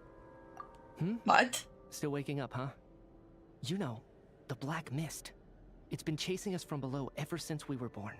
You're just dozy. There's no way you've forgotten. Come on, let's keep heading up. Onwards and upwards is the only way to survive. Don't listen to a word those black mist cultists say. Here we go again. The endless march towards survival. Huh. What's going on? That black mist down there is creeping me out. And it's rising. Guess I... The Black Mist cultists believe that being swallowed by the Black Mist leads to everlasting peace. But if you ask me, they're just lying to themselves. We're the only heretics left. The only ones who refuse to give in. We have to keep going. That's interesting. But how do you actually know that they're wrong? Dangerous question there, Torgov. The moment your faith wavers, you start a chain reaction that ends in the collapse of your will. Put the question out there. Stay strong and believe that the Black Mist means certain death. Okay. But it's not my mind that's the problem. My body's about to give up on... I can't do this anymore. I've had enough of being forever on the run. What's the point of it all? All this will pass eventually, I promise. Keep fighting. It will be worth it. You accuse the Black Mist cultists of being liars. But you're lying too. There is no end to this path. It keeps going up forever. There was never any hope to begin with. The cult of the Black Mist has poisoned your mind, Sobolova. Are you thinking of giving up as well? I am. I think I'll take my chances with the Black Mist over this perpetual torture. As much as I detest the Black Mist cultists, this is interesting. I'm just too weary. Then I bid you both farewell. Let me put my personal opinions aside for a moment and say, I hope that you both find peace within the Black Mist. Fate always appears so impossibly complicated. But at moments like this, its raw simplicity is laid bare. Yeah. Their fate was sealed from the instant they entertained doubt. From then on, the outcome was both inevitable and irreversible. Let's go. Interesting. Torgov and Sobolova are gone. I never thought the day would come when even they would be swallowed by the Black Mist. It's just you and me now. Yes, it looks like it's satisfied. For now. This happens from time to time. But it won't be long before the Black Mist starts chasing survivors once again. No one knows how to stop its advance for good. Well, we should make the most of the precious moments of rest that those two bought for us. Huh? Are you really that sleepy, traveler? Super weird, huh? Help! Somebody, come quick! What is it, Chuganov? What's wrong? Huh? Is it morning already? What's all the commotion? Sounds like it's coming from next door. I should check and see what's going on.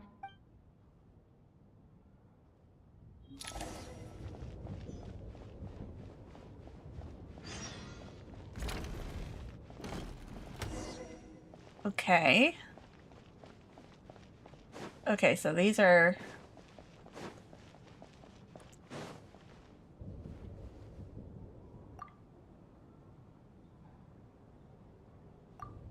Don't look, Miss Tonya. Stay here. Okay. What happened to them? Oh, snap.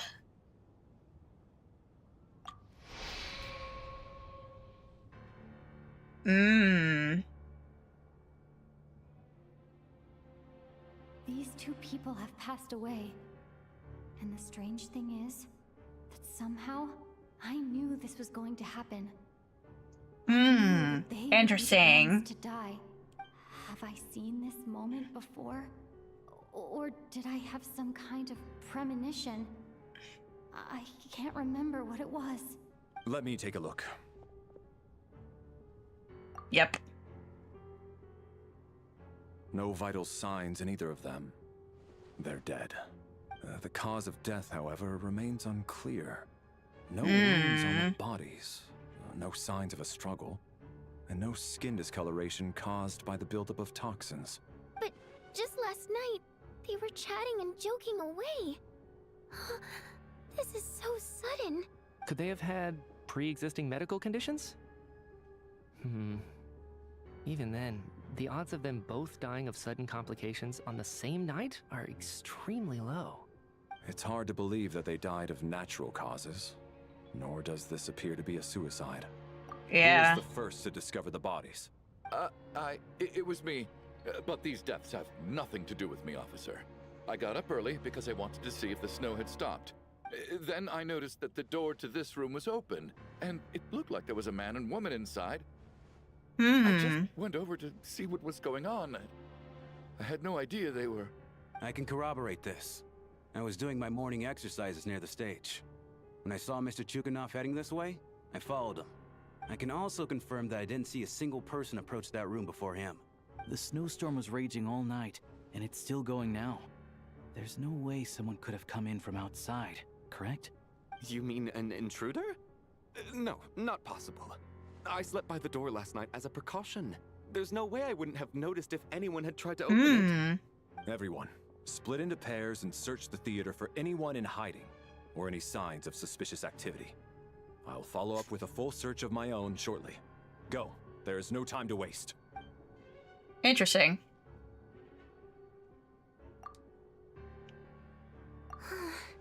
Nothing on your end either? Backstage is clear. No signs of suspicious activity. We checked the basement. Also clear. I don't think there's anywhere here that a living person could hide.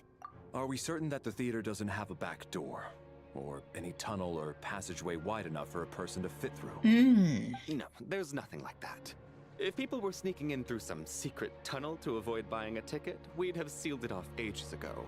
I also checked the windows. All of them are locked from the inside, and there's no sign of anyone entering or leaving. It sounds like we can safely rule out the intruder theory. If anyone came in during the night in this weather, there'd be no way for them to avoid leaving footprints or water stains. This can only mean one thing. It's like one of those murder mysteries you see in novels and plays, isn't it?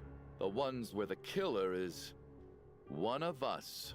We can't quite jump to that conclusion just yet. Could he be right? It's hard to imagine something like that happening in real life. Set in a theater during a snowstorm, a murder takes place. Yeah, about to say. Is among us. It's such a classic trope, but it seems unbelievable. Looking at who the killer targeted and the clean entry and exit, it all adds up. I know what this is. It's obvious now that I think about it. What is? What have you figured out? Both victims were wealthy, well-known local merchants. And the door was deliberately left open so I would discover the bodies and witness the crime scene first thing in the morning. Such ruthless methods. This was your doing, wasn't it, Lelik? Lelik? You mean Lelik is among us? And he's the killer? What? Lelik. I know this code name. Member of the Rokot, anti-Project Stuja. Always works alone. I've read the case files at the Armory Palace. Walk me through your reasoning, Mr. Chuganov. What do you know? Yeah, about to say, give us a tea.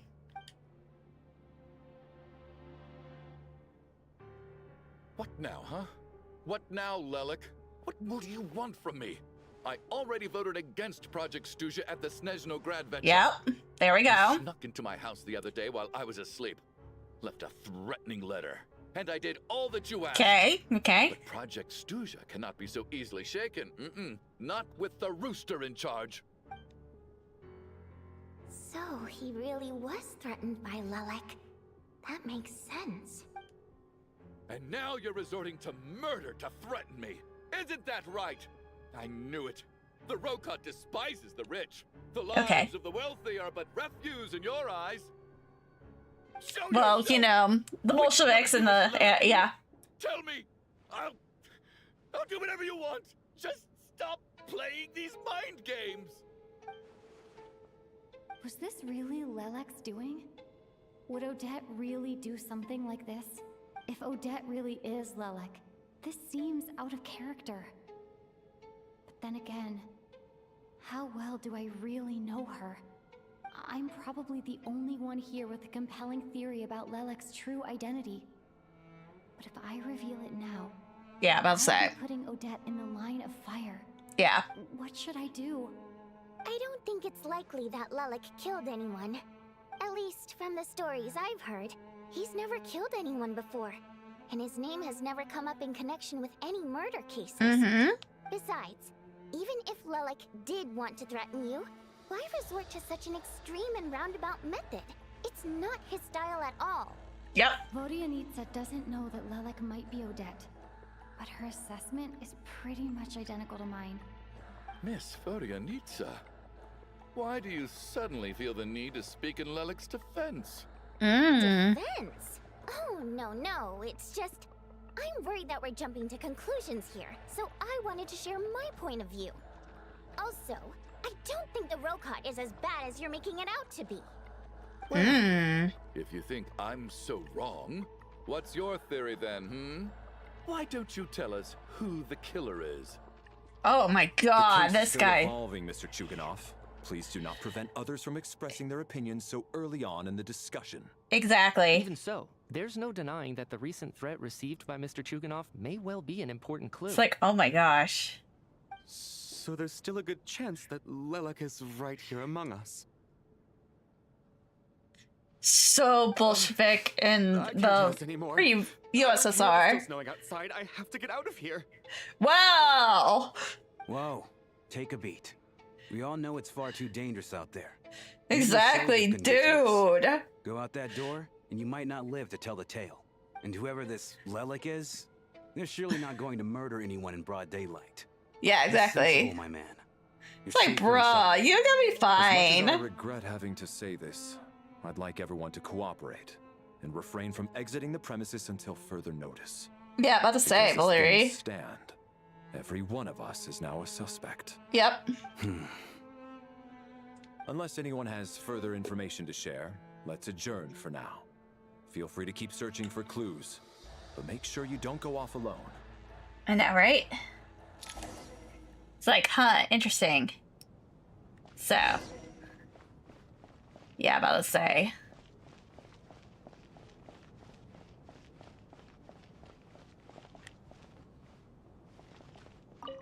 Yeah. I still find it hard to believe there's a murderer among us. Just last night, I imagined we were like classmates out on a hiking trip. There's no guarantee that you can trust your classmates, especially not when you're locked up together. True, Odette. Oh my gosh. Why did they do this? Was it for money? Even then, they could have just kidnapped the people. They didn't have to die. Wow. Yeah. Good to go through here? Are you here? Are you here? Yeah, you're here. Yeah. You're right. That was my bad. It was a knee-jerk reaction. I know, right? Think it through. Luckily, no one suspected my identity. They totally suspected everything. Oh, phew. It's just you. I thought someone was eavesdropping. I mean... Since Vodianitsa and I were on the same page earlier, I think I should share my thoughts with the Rokot members first.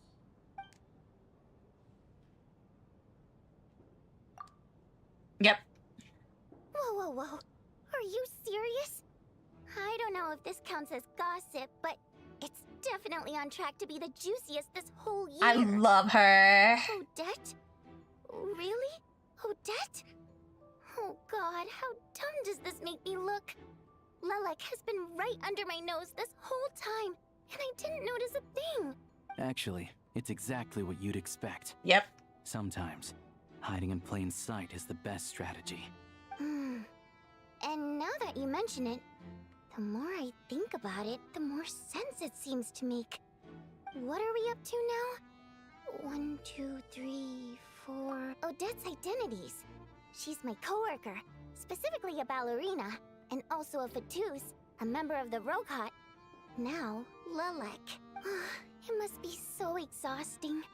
I just want to give her a hug. Interesting. I guess since I've always known her as a member of the Fatui, it never even crossed my mind that she could be involved with the Rokot, let alone be Lelek. I don't understand. If she's with the Fatui, what reason could she have for being so opposed to Project Stusha? Probably best if you ask her that in person. Exactly. Well, since you waited until now to bring this up instead of announcing it to everyone earlier, does that mean we're all on the same page here? Yeah, she doesn't seem like it. Lelek may not follow orders from the Rokot leadership, but as far as I'm concerned, she's never crossed the line. If anything, her actions benefit the poor. We need to confront her face to face. Do you think she'd really admit to being Lelik? I don't know. We'll have to see how it goes. For now, we'll work on the assumption that she didn't kill anyone, and see how much she's willing to tell us. Yep. Let's go. I love these dorks. Alone. Let's go. Hey, Odette. What is it, you guys? Shh. Keep your voice down. We need to talk. So, you're Lelik, aren't you? Alright, fine. You don't have to say anything or explain yourself. Just hear me out first. Yep. None of us believes you kill innocent people. Whoever murdered those 2 people last night, it wasn't you. The Traveler was the first to figure out your identity, but she kept quiet during the discussion just now. Yep. Still, it's clear where the group consensus is heading. Everyone believes Lelik is the culprit. If your identity is exposed, you'll be in a really bad spot. We're Exactly. your colleagues, and we know what kind of person you are. I don't want anything bad to happen to you. Yep. So, can you clue us in? Tell us everything. The more we know, the more easily we'll be able to cover for you. All right. Yes, I'm Lelik. And no, I'm not the murderer. And thanks, but Yes. I don't need you to cover for me. Actually, I'm planning to reveal my identity. Huh? You're gonna reveal that you're Lelik? Here? That's right. I'll admit I was surprised at first when Chuganov guessed that I was here. It was just a lucky guess, but it caught me off guard. Damn. After taking some time to assess the situation and confirm where everyone stands, I don't believe I have anything to worry about. Are you sure you don't need a second opinion? Given the circumstances... Mr. Valeri! What?! Oh! Girly pop!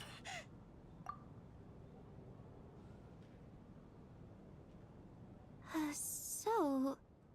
Odette is Lelik? I don't know what. Yeah, we all knew that. But you've got a lot of nerve. It's just one identity. So what if it's exposed? I can disappear and adopt a new identity. True girly pop. I made my peace with this when I chose to become Lelik. But more importantly, I promise I am not the murderer. Which means that someone else is. So, if anyone still insists that I did this, you'd best produce the evidence now. Girly pop! Otherwise, I suggest that you bite your tongue. Damn. Because if you really believe I killed 2 people without making a sound or leaving a trace, pointing fingers at me would surely only make you my next target. Damn! Is this really the truth, Miss Odette? That's confidence, all right. I believe you. Girly pop! A real no-nonsense attitude. I can see why Marionette said that she's on track to inherit the title of the Fair Lady. Are you seriously buying this? Hey, officer! She just admitted to being Lelik. Aren't you going to do something about this? I do have one question, Miss Odette. Why have you chosen this moment to come forward and reveal your identity? If I didn't say anything, everyone would be focusing all their efforts on finding Lelik. And that is exactly what the real culprit wants. I don't want to be the scapegoat who lets the murderer get away with this crime. Despite all the accusations, she made the smart choice. A remarkable display of rational thinking under pressure. Yep. Clearly, Odette's talent extends far beyond the art of dance.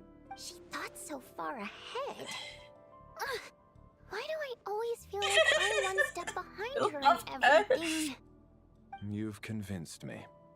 Dealing with the murder case remains I the love top priority her. right now.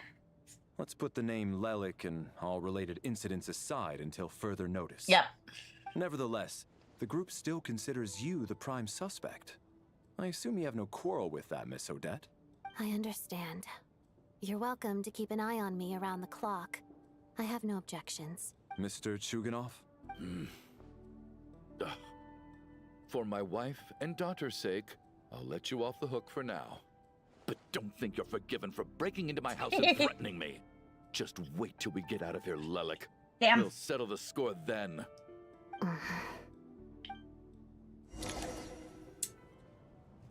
Just like, bruh.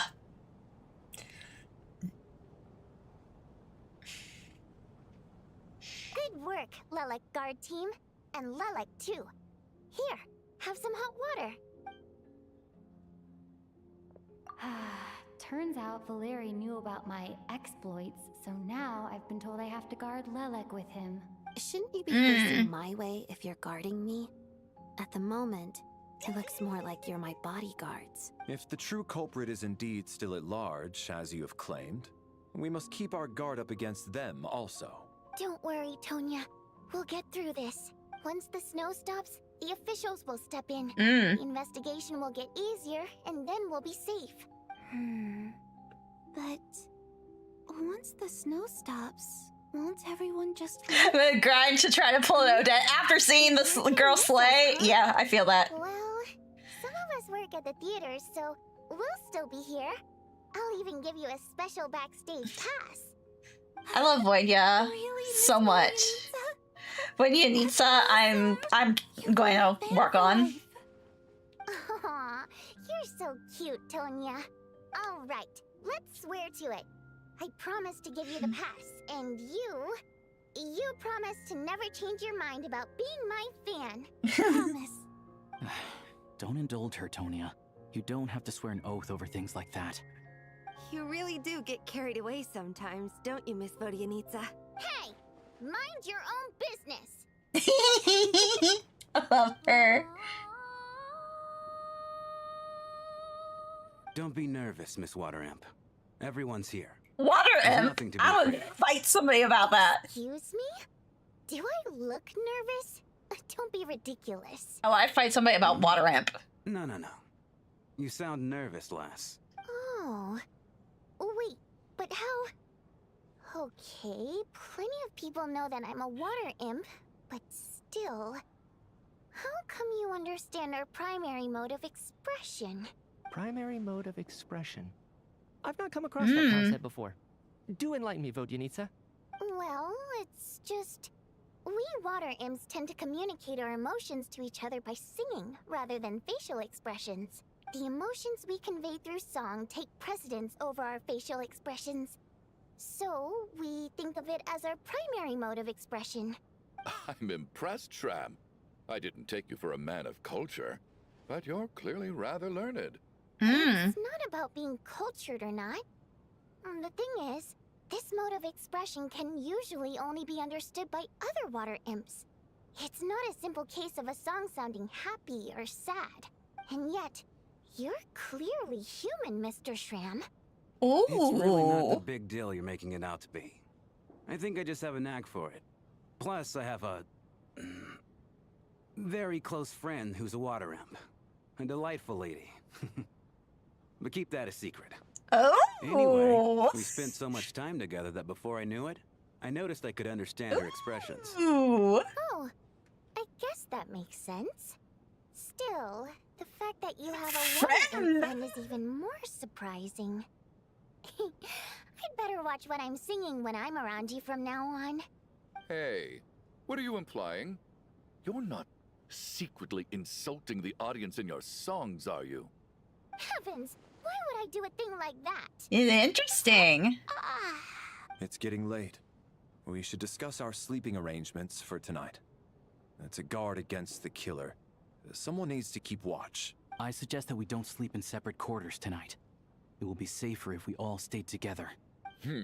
As long as someone keeps an eye on Lelek, I'm quite sure we won't have any trouble. Are you saying that you wish to bet your life on Miss Odette being the killer? Nonsense. Of course not. Then I propose the following arrangement for tonight. The Traveler, Odette, and I will form the Night Watch. An excellent idea. This allows us to handle the Night Watch while also keeping an eye on Lelek. Meanwhile, the rule of taking shifts in pairs resolves the other issue. Namely that we can't necessarily trust the Traveler or Valeri either. I expect that plan took you quite some time to come up with, didn't it? Actually, our field combat manual outlines a similar approach. Although the scenario there involves guarding prisoners overnight during field operations.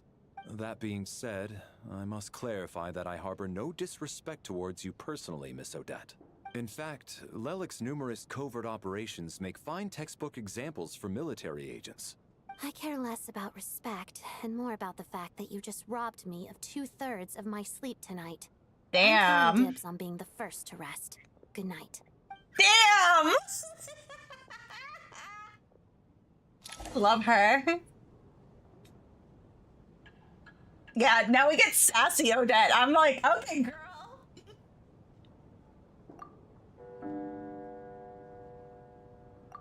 It's almost time. We should wake Odette. How are you faring? Oh, not going to argue with that. I'll take a quick nap. If you start to feel sleepy, wake me up anytime.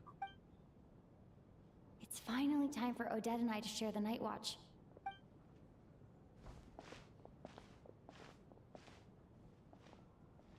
Oh my goodness. I came here to get information from her in the first place. Maybe I should think about what questions I want to ask before she wakes up. How long are you gonna keep staring at me? I couldn't sleep. My mind's been running haywire. Plus, there's something I've been meaning to talk to you about. I had a hunch that you wanted a conversation too. Let's take this chance to clear the air, shall we?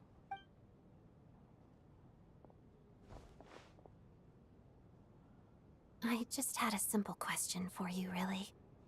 It's, Rosaline. In her final moments, did she have any last words or anything? I see. Well, that was all. I know.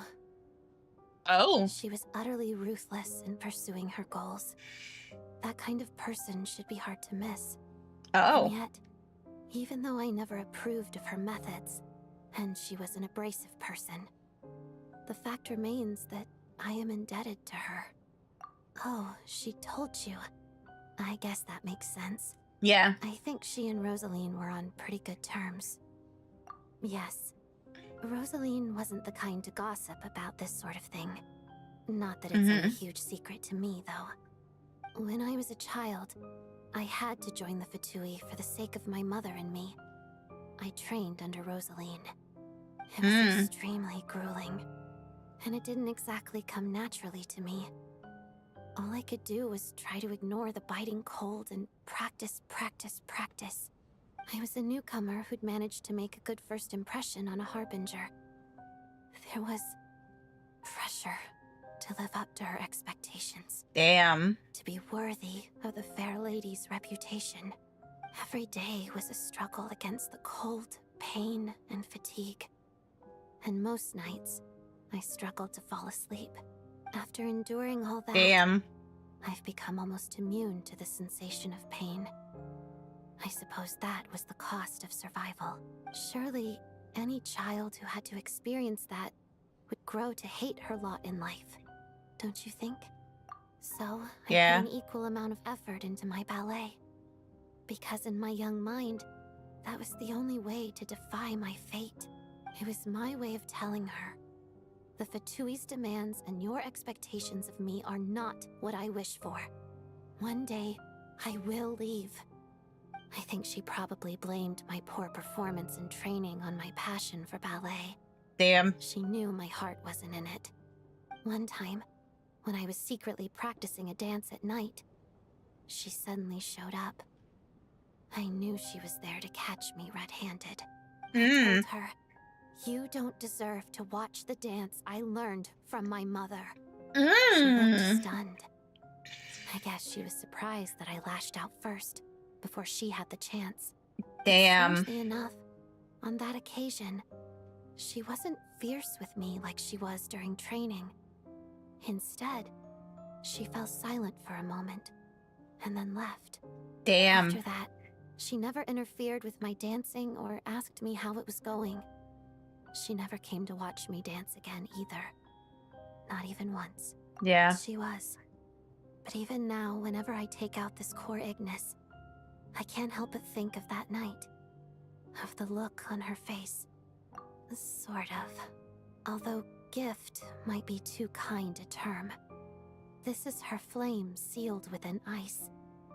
A symbol of her favor, yes, but also her way of keeping an eye on people. She knew the location of every piece of Core Ignis. If any recipient started acting suspiciously, she'd be on to them immediately. Trust her to make even a mark of approval feel suffocating. Interesting. So, when news of Rosaline's death reached Snezhnaya, many people immediately crushed their Core Ignis. It gave them a profound sense of relief, like they'd broken free from her shackles. Interesting. But I kept mine. With my sensitivity to pain being as dull as it is, the warmth from this Core Ignis is one of the few things I can still feel clearly. I still wonder, did she really come to stop me that night? I wasn't sure, but I was scared, so I said some really awful things. I guess she didn't leave anything behind. Not that I expected her to. It's fine. It's just a bit of a shame that we couldn't settle our differences before the end. She did. Are you sure she was talking about this event? Huh. No, she didn't. I didn't even find out that she'd gone to Mondstadt until a while after she'd left. Oh, wow. Wait. In that case... Okay, I will. Thanks for letting me know. There's something I'm trying to figure out. I'm beginning to suspect that Paimon's mystery illness is being caused by the energy research behind Project Stuja. That's what I'm thinking too. Paimon's very important to me, so I have to get to the bottom of this. I figured that since you're Lelek, you might know something about all this. The ultimate goal of this energy experiment is to create a weapon for the final battle. The weapon's construction was completed in Nodcry. Now, all that remains is to arm it with a sufficiently powerful energy.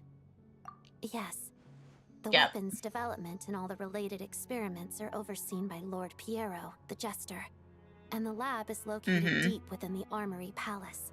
I'm not sure why this experiment would be making Paimon feel unwell, though. The best way to get to the bottom of it would be to go there in person. Once we get See, Shippin, I don't know what's going. Am I in China? Yeah. And I'm hardly the organization's proudest member, as you know. You answered my question about Rosaline. I want to do you a favor in return. It's that simple. Huh? What's wrong? Are you not feeling well? You two seem to be hitting it off. I thought you were sleeping. Of course I was. In the military, one learns to fall asleep quickly. I feel even less. in the most inhospitable environments. It's vital to staying alert and energized. Why? Is something wrong? Even if he was awake, he can't have overheard us, right? Well, thank you both for keeping watch. Traveler, I'll take over for now. It's your turn to get some sleep. Yep. Sure. Yes, there is a China. Yeah, Liyue is basically China. This is our second night here, but at least I found out a little more about Paimon's condition. I hope she's been sleeping well the past couple of days. Huh. Why do I feel like I'm being watched? Seriously? Is this payback for when I stared at her earlier? But I thought she was asleep. Never mind. I'd better try and get some sleep myself.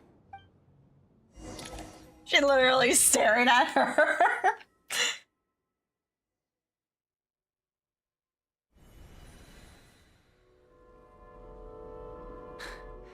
Hey, what are you spacing out for?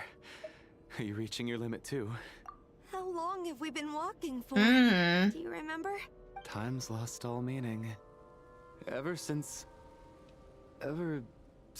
we noticed that thing above our heads. Aww. What was it called again? A star key? Or key star? Anyway, the person who named it was swallowed by the black mist. Whatever it's called, ever since we noticed it, we've been walking up and up, hoping that as long as we reach it, we can find a way out of this place. But it seems like no matter how far we walk, we're never getting any closer. Well, we've come this far. You never know. Maybe we're almost there? Come on, enough moping. Let's go. The black mist is catching up. Interesting.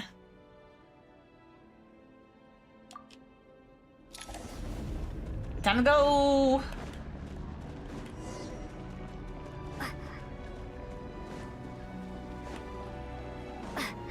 Oh. Monsters!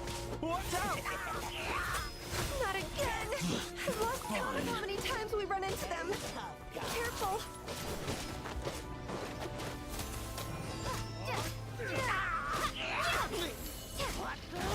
There we go.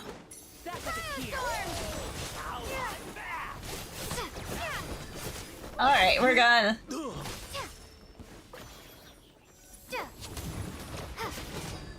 There we go. Come on. Come on, we got it.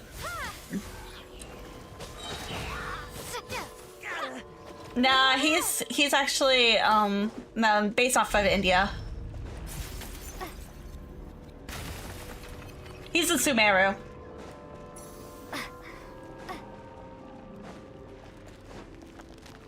Here they come again! Get ready! You wanna fight? Let's go!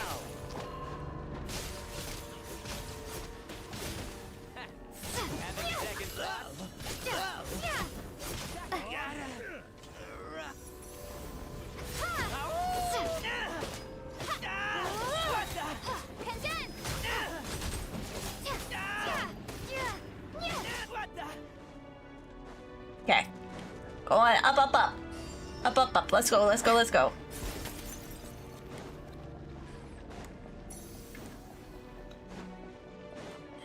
Monsters ahead of us.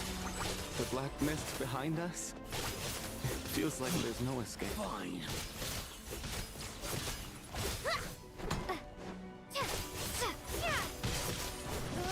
Shut up. Run faster. Fighting frog! There you go. Are you hurt, Coolish? No. I'm fine. It's just... Oh gosh. Suddenly I don't want to walk any further. I get you. In fact, I reached my limit a long time ago. Sometimes it feels like there's hope where there shouldn't be. Yeah. The hope that the star gives us is the only thing keeping us going. But I'm not sure it's real at all. It may just be a collective illusion. Otherwise, why would it always be out of reach? We know you mean well, but you're only saying that to try and encourage us to keep going, aren't you? Thank you, friend. But enough is enough. Wow, Please this don't is give me any damn. more false hope. Hope is poison in this place. You're going to continue, aren't you? I admire that. I've given up, but I wish you the best. May there come a day that you catch up to the star and leave this godforsaken place.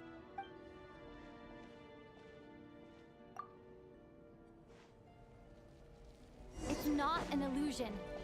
We really are getting closer to the star. Oh. Congratulations. You're the first person to make it here. Yeah, I was about to say. I'm the star's envoy. The black mist has stopped rising. Mm-hmm.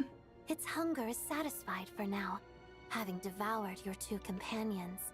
This is a good opportunity. I'll let you get some rest before we continue. What do you mean, leave? The star represents the starting point. It's the waypoint for the beginning. Congratulations on reaching the starting point. Once you are ready, we will head out and walk upwards. Interesting. Huh? What's wrong? Hey, don't give up before the journey's even begun. Huh.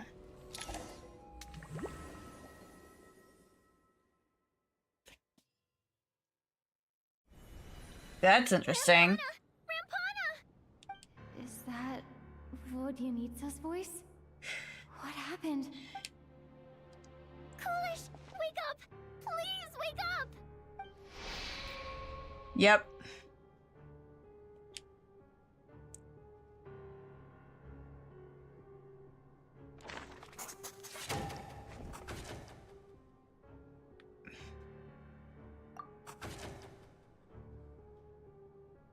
The situation is identical to that of the 2 casualties yesterday. We cannot ascertain the cause of death. At least there are some elements that we can rule out this time. They slept on the stage with everyone else. So I suppose the surrounding environment can't be a relevant variable. Rampana. Coolish. Yeah, Some of about us to keeping say. watch last night? 3 of us, in fact. How could you not notice something was wrong? I'm as confused as you are. Certainly nothing unusual happened on my watch. Likewise, and from what I've observed so far, both Miss Odette and the Traveler can be trusted. Exactly. I didn't get a wink of sleep last night. I couldn't help but think I was the target. So I just laid there with my eyes closed. I heard the Traveler and Lelik chatting, but otherwise I don't recall hearing any commotion during the night. Me too. I didn't want to wake everyone up, so I was concentrating hard, trying not to cough. Then, what could possibly be causing this? Once was bad enough. I can't believe it happened again. I worked closely with Rampana and Coolish for so long. I never imagined that one day they'd... And on the stage of all places... Yeah, about to say. Vodyanitsa. 4 victims in just 2 days. Exactly. And we still don't have a single lead. I need to get to the bottom of this as soon as possible. And above all, keep Tonya safe. I'd never be able to look Child in the eye again. Exactly. Fucking Child would like still snowing. Have a fucking conniption. Yes, I just checked. Still no sign of anyone outside either. So we only have ourselves to rely on. If you ask me, this killer can clearly strike. It's in Bulgaria. It's a thing we get water. Oh, cool! Awesome. Lelik must be an expert in poisoning. It probably is the same in can't be detected on the corpse. Bulgarian and Russian are very, very similar. Listen, I was already thinking to myself last night, was Lelik's reason for revealing her identity the real story? Well, now I have my answer. It most certainly was not. She's been playing us for fools. You get off on this, don't you? Revealing your identity, only to carry on with your killing spree? What the fuck, dude? That's a hideous thought. One that only a hideous mind like yours could dream Yeah, up. dude. How dare you? That's enough. Yesterday, you named Lelik as a suspect because the victims were both wealthy merchants. Lelik might have had a motive then. Yeah, but today's victims were just ordinary people. Yep. Not to mention that they were colleagues of Odette and mine. Exactly. What would she have to murder them? Exactly. Just to scare you? Who knows? Maybe you don't know her as well as you think. I implore you all to ask yourselves, how many people are there really in this world that have what it takes to kill another person? Not many, I'd wager. Lelik is well known to be a ruthless operator, and now she has revealed her identity. How could it be any more obvious? It's like, but what? Everything you've said so far is still just conjecture. Yep. Which doesn't constitute a concrete lead. You need to back up your claims with some evidence. Exactly. How can you defend her, officer? What did she say to you while you were on night watch? Maybe I shouldn't be so surprised. You military types are always colluding with criminals. Oh my goodness. All so you can get your grubby paws on our hard-earned fortunes. Then tell us to fall in line. The Fatui, the Druzhna... Wow. Wow. Don't you dare. to stop other people from expressing their opinions yesterday. 4 people have already died. Only yesterday I was chatting with Mr. Coolish. Then we woke up in the morning and he's turning against one another. Yeah, is that's the a last thing we should be doing right now. Little girl. Even if Mr. Chuganov is a puffed-up, pig-headed windbag who doesn't have a clue what he's talking about. Damn! He's still one of the victims here, isn't he? Quite. I had no intention of resorting to violence. But you're right, Miss Tonya. I ought not prevent him from speaking his mind. In any case, I believe Mr. Chuganov has calmed down a little now. We may resume our discussion. I don't think there's any need for that.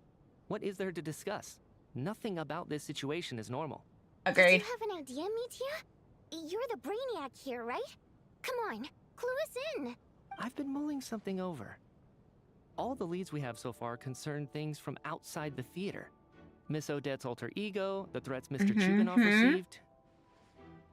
But then there's the 2 double murder crime scenes themselves, which have given us absolutely nothing to go on whatsoever. That's highly unusual. Even with the most careful killers, there's always some evidence left behind. So what are you suggesting? I think this could be a supernatural event. It isn't characteristic of Agreed. human homicide at all. Correct me if I'm wrong, but aren't you supposed to be a scientist? That doesn't sound like a conclusion someone like you is supposed to make. I got into scientific research because of my insatiable curiosity. But if the present situation defies all known scientific explanations, I don't mind shifting my curiosity toward the paranormal instead.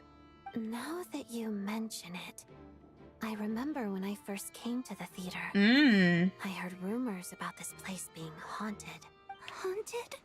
Yeah, I think I heard the same thing. But I mean, they're only rumors, right? We've worked here for years. Surely we would have noticed any spooky goings-on by now. Well, this has taken an unexpected turn. A haunted theater? Yeah, about to say. If Paimon were here, she'd probably be hiding behind me in fear right now. Why don't we take this opportunity to look for clues again with a more open mind? Maybe a different perspective will help us see something different. Very well. Whether it's criminals or ghosts we're looking for, the same rules apply. Everyone needs to tread carefully. I'll move the bodies into the same room for now. Interesting. Yep. Yeah.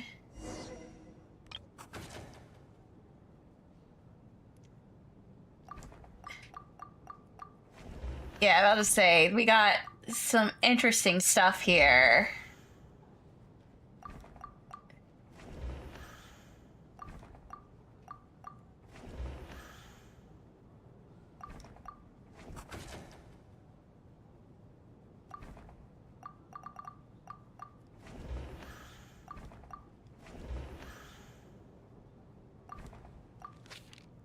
There we go.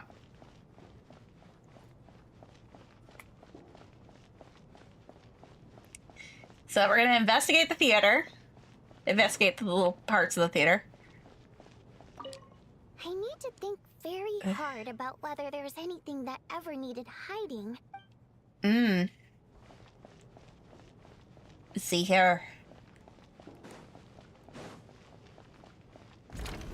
Anything that needed hiding?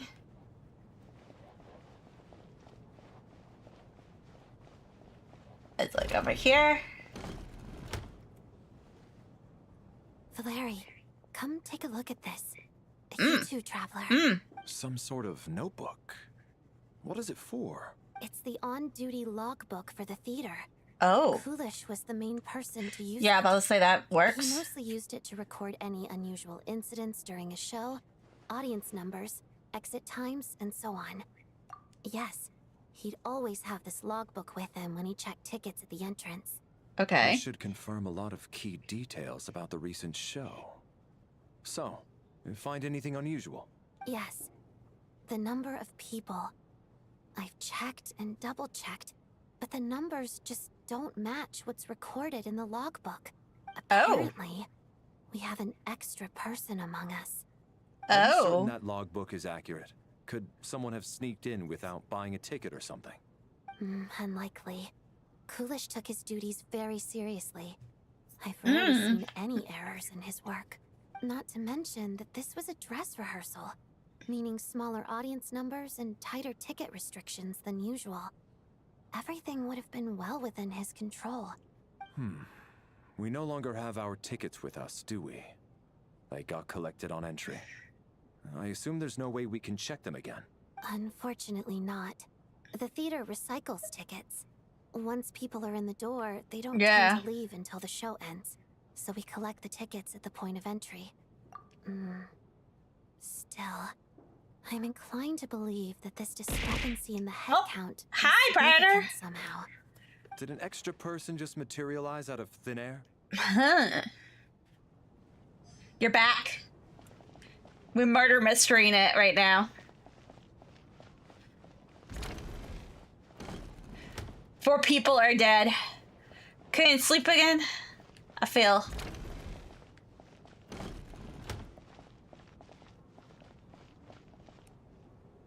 Tonya?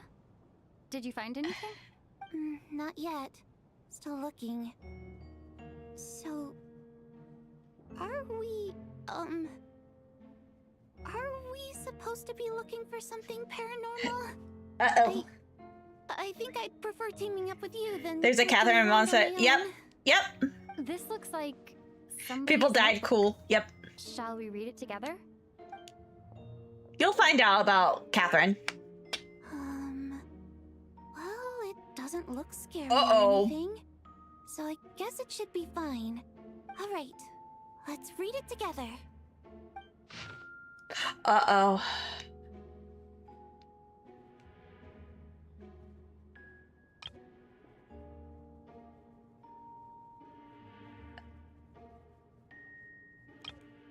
Oh my goodness. It's a diary. This has to be The diary! Surely. Reading, I'm deciding to check if you're still on. Oh, nice. Thank you. I feel like I just read someone's secret diary by accident. It sounds like she's writing this for her parents, right? I don't understand. Why put this stuff in a notebook instead of mailing it in a letter? Because her water imp parents belonged to the aristocracy, who were driven out of Snezhnaya by the Tsaritsa long ago. And now they live somewhere new, where the postman can't get to. It's fine. My fault for not storing it properly. I can't leave things lying around and expect them to get ignored when everyone's scouring the place for clues. All right, give me my notebook back. I'll take over the investigation in this room.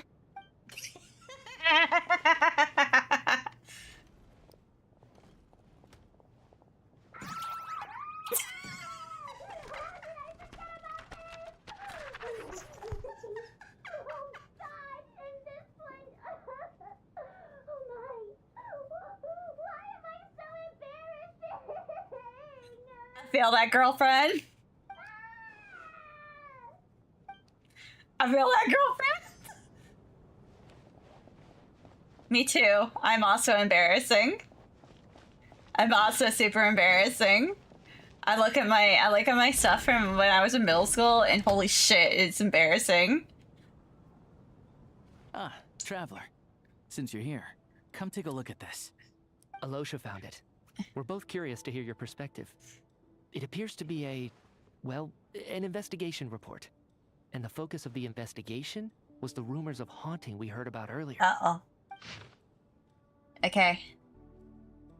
Creation of ancient gods. Okay. Okay, we got the ley line stuff. Okay.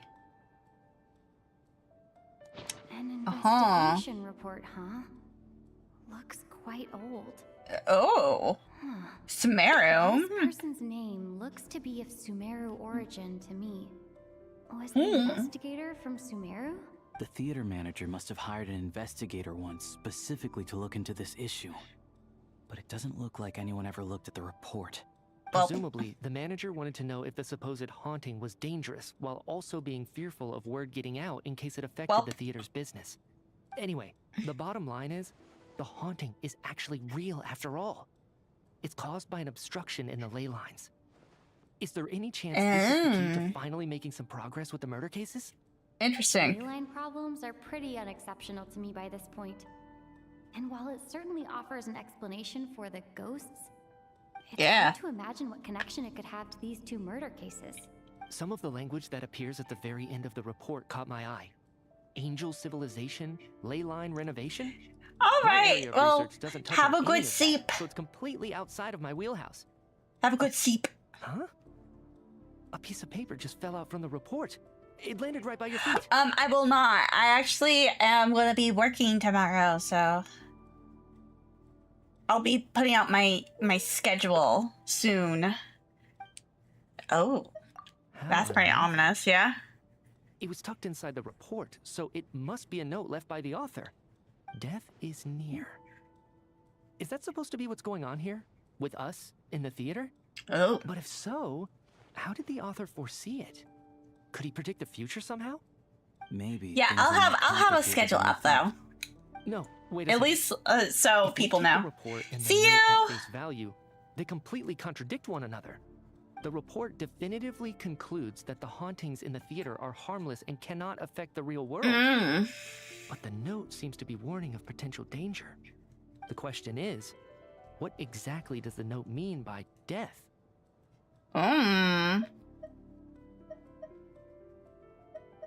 Yeah, about to say, huh? The various ways we could interpret this keyword lead in completely different directions. Let's pause our analysis here for now. Yeah, this is weird.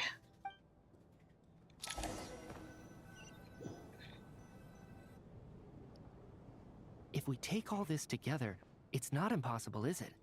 If anything, it's the natural conclusion. Oh, I beg to differ. This sounds to me like a product of a researcher's vivid imagination. And perhaps it's because I'm still viewing this through the lens of a typical murder investigation. But still, I'm struggling to be persuaded by your theory. But we at least got Does it stuff. really sound that far-fetched? All right, well, let's treat that as speculation for now. I do Which agree is with what amazing. you've said, so let's go with your idea for now. Good. Okay, now that we finally have some meaningful leads, I think it's time to reconvene. Let's get the others.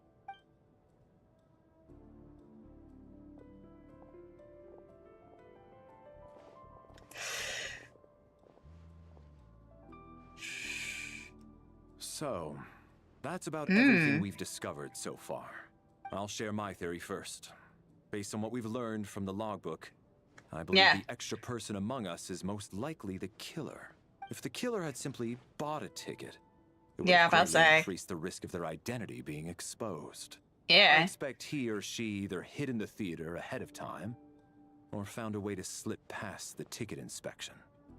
They then blended in with the group and waited for an opportunity to strike. What about the note found in the investigation report? Any thoughts on how that fits in? The killer may have simply planted it there as some sort of sick joke. I've seen my fair share of psychopathic killers. They love playing cryptic mind games. So, it has nothing to do with the haunting of the theater after all. This theory makes sense to me. If we have an audience member unaccounted for, chances are they didn't come here to watch the show. Could it really be that simple? So, in other words, all we have to do is find out who got in here without a ticket, and all our problems will be solved? Then let me make one thing clear. All the theater staff should be well aware that I came here for the rehearsal legitimately, yes? There's no way I'm the one who didn't have a ticket. It's true. I hear you used every trick in the book to get a hold of that ticket, too. Yep. Everything short of throwing a temper tantrum Damn. and rolling around on the floor at the entrance. Damn. I most certainly did not degrade myself in such a way. Damn. Probably a stupid question, but I might as well ask. Did anyone here get in without having their ticket checked? Guess it was naive of me to expect them to just admit to it. Especially after the unprompted Lelic reveal. Once was already a miracle. Twice would be unfathomable.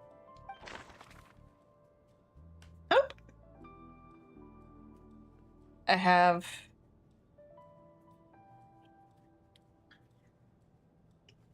Okay. So... the person without the ticket. So it's not me, it's not... He was invited by him. He had that.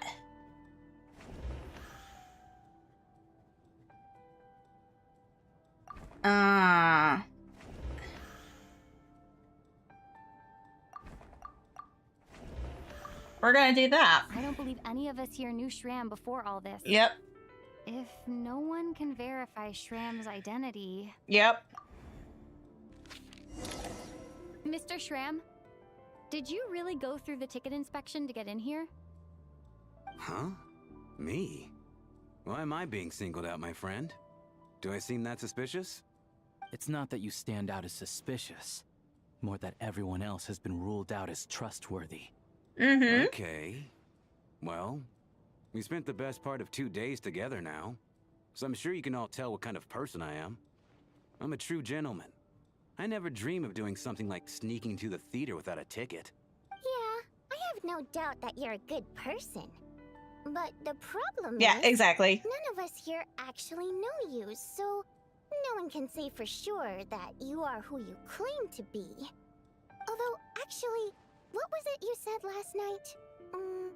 Yeah, you're friends with that water imp, which is why you understand our primary mode of expression. Last time I checked, there were barely any of us remaining in Snezhnaya, since most of the water imps left. Could you tell me a little bit more about your friend? There's a good chance I actually know her. And I suppose it's also kind of a way for everyone else to get to know you a little better. We want to know about your water imp girlfriend. Good grief. Are you blushing? Pull yourself together, man. Stop giggling. We want to know about your boy. water imp girlfriend. Hey, revolting is a little strong. Yes! Alright, fine. I'll admit it. That water imp friend of mine, the truth is, we're dating. I know. I was just the bodyguard hired by our family. But the stars must have aligned, because sparks began to fly between me and their daughter. Never in my wildest dreams did I think I'd get so lucky. We don't need details. Just get to the point. Okay. I'm just a little hesitant to reveal her name, that's all. You know how it is. These are delicate times, even with me to protect her. If word gets out that she's dating a human, both the Fate and human factions will give her a hard time. That sucks. I feel that. Really? Wait, no. That can't be. Huh? Shram, what the devil are you talking about? Why is everyone looking at me like that? Surely you can understand where I'm coming from. Delicate times? Factions? Yes. You know, the Civil War. Last time I checked, the Fae and the humans were still at each other's throats. If I'm not mistaken, the last significant civil war in Snezhnaya history was over 400 years ago. Whoa. When Her Majesty the Tsaritsa had just taken the throne and was consolidating her reign. What do you mean 400 years ago? What's going on here? Is Shram from the past? All right, Mr. Mitya, you win this round. As far-fetched as it is, it appears that your theory may be correct. I'm just as amazed as you are. I didn't even believe it myself, to be honest. Is someone going to explain what's going on here? From the look on your face, you figured it out too, haven't you, Traveler? The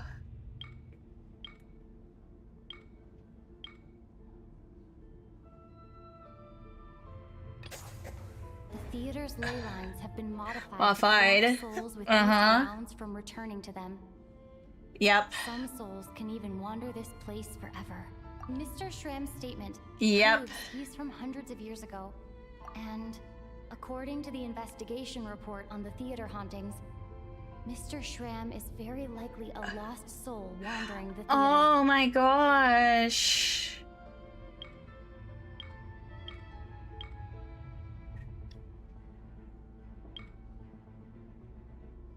He's from the past, For yeah. some unknown reason, the soul that has been wandering the theater due to the ley line issues has joined our group and blended in. Yeah. That must be the immediate reason why the ticket count doesn't match the number of people present. Oh shit, that's interesting. Death refers to someone who died a long time The ago. contents of the investigation report have been verified. There are indeed ley line issues and wandering souls in the theater. Yeah. Likely He's from the past. Mr. Death is near. Huh. That is There's a interesting. dead person in our midst. That's the truth, isn't it?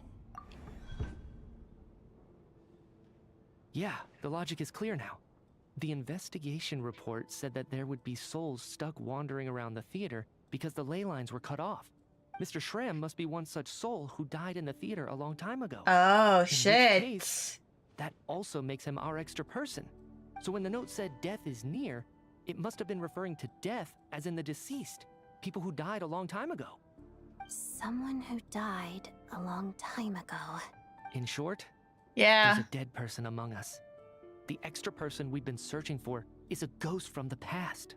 Yep. You mean I'm a ghost? No. Don't make jokes like that, my man. There must be some mistake. Oh, poor dude. But even if I was dead, I know for a fact I didn't kill anyone these past 2 nights. Yeah. Even if all that's true, the report also said the souls inside the theater can't affect reality, right? Yep. They're harmless. Yep, so that clears him up. Then what if the problem isn't the souls at all, but the ley lines themselves? The ley lines have a powerful ability to attract and devour souls. Let's say that the ley lines are like a black hole, constantly seeking to engulf souls. But the souls that don't want to return are trying to avoid being sucked in. Huh. Why does this analogy sound so familiar? Black Mist? What happens when the black hole can't achieve its goal? I'm only speculating here, but what if it ended up swallowing innocent souls by mistake? Or intentionally taking other souls to compensate? That could explain why we weren't able to determine a cause of death. If you're right, and their souls were devoured by the ley lines, it does make some sense. It does seem to explain a lot of the things we couldn't make sense of. Does that mean it's true? Except there's no concrete evidence. Mitya is relying on a lot of logical leaps. Still, it seems like the best explanation we have exactly. under the circumstances. All right, so how could Shram not know that he's dead? Seems a little unlikely that he hasn't noticed anything unusual even after several days interacting with us. On the contrary, it's perfectly normal for a soul to wander the theater for centuries without questioning their existence or reason for being there. It's simply what's natural for them. Poor dude. This poor dude. You know what, Mr. Brainiac? I think you might actually be right after all. I'm trying to remember and... even though my head feels like it's going to explode,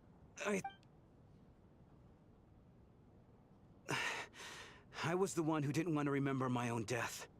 So I forced myself to forget. Well, I'm sure those are painful memories. My lady and I snuck out to go on a date one day.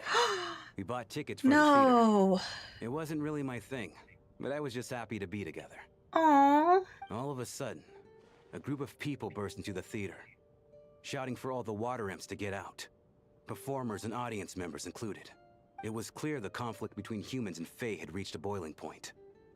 This time, the extremists were even coming after the water imps who had nothing to do with the war. I thought I could pull one over on them. So I took off my jacket, draped it over my lady, and tried to sneak out amid the chaos. But I got caught. They started shouting, calling me a traitor to humanity. Damn. But I was going to do whatever it took to buy our chance to escape. No matter how many people stood in my way. I had to. Both as their bodyguard. And out of love. Damn. It's all right, friend. You can stop there if you want. You don't need to dig all that up again. It's just... even now, I'm still struggling to accept the truth. How could I be dead. I'm sorry, everyone. If I'd known I was a dead man walking, I wouldn't have dragged you down with me. If I'm the cause of all this death, then punish me however you see fit. But, Mr. Shrim...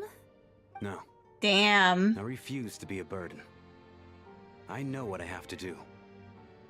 You said I've been wandering the theater for centuries, right? I guess it's high time I got a breath of fresh air. Out there, I mean. I'll leave this place and take all this death with me. Go out on my own terms. Damn, what a Mr. Shram, bro. I'm sure we can figure out a different course of action. What a My bro. good sir. We both know I'm not supposed to be here. I should have accepted my death long ago. One way or another, this has to end. Unless you're saying this goes against another one of your military principles somehow. No, I'm speaking on a personal level this time. This is... Let it go, man. Oh, wait. One last thing. Miss Wateramp. My lover. Her name was Litia. Litia Ozarova. Do you know what happened to her? Ozarova. Oh, Auntie Ozarova. That's what we all called her.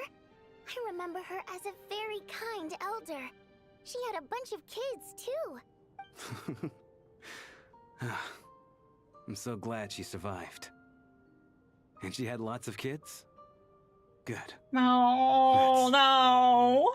Good. I could hardly expect her to stay single just because of what happened to me, right? As long as she went on to be happy, that's all that matters. Besides, I'm dead. My soul's been wandering around here for so long because I was worried about her. But now, I can go without regret. Damn. What a There's bro. no need to see me off, my friends. I've enjoyed our time Pour together one over out these for past few days. him. Holy shit. We'll meet again in the next life. Oh my gosh. Pour one out for this dude.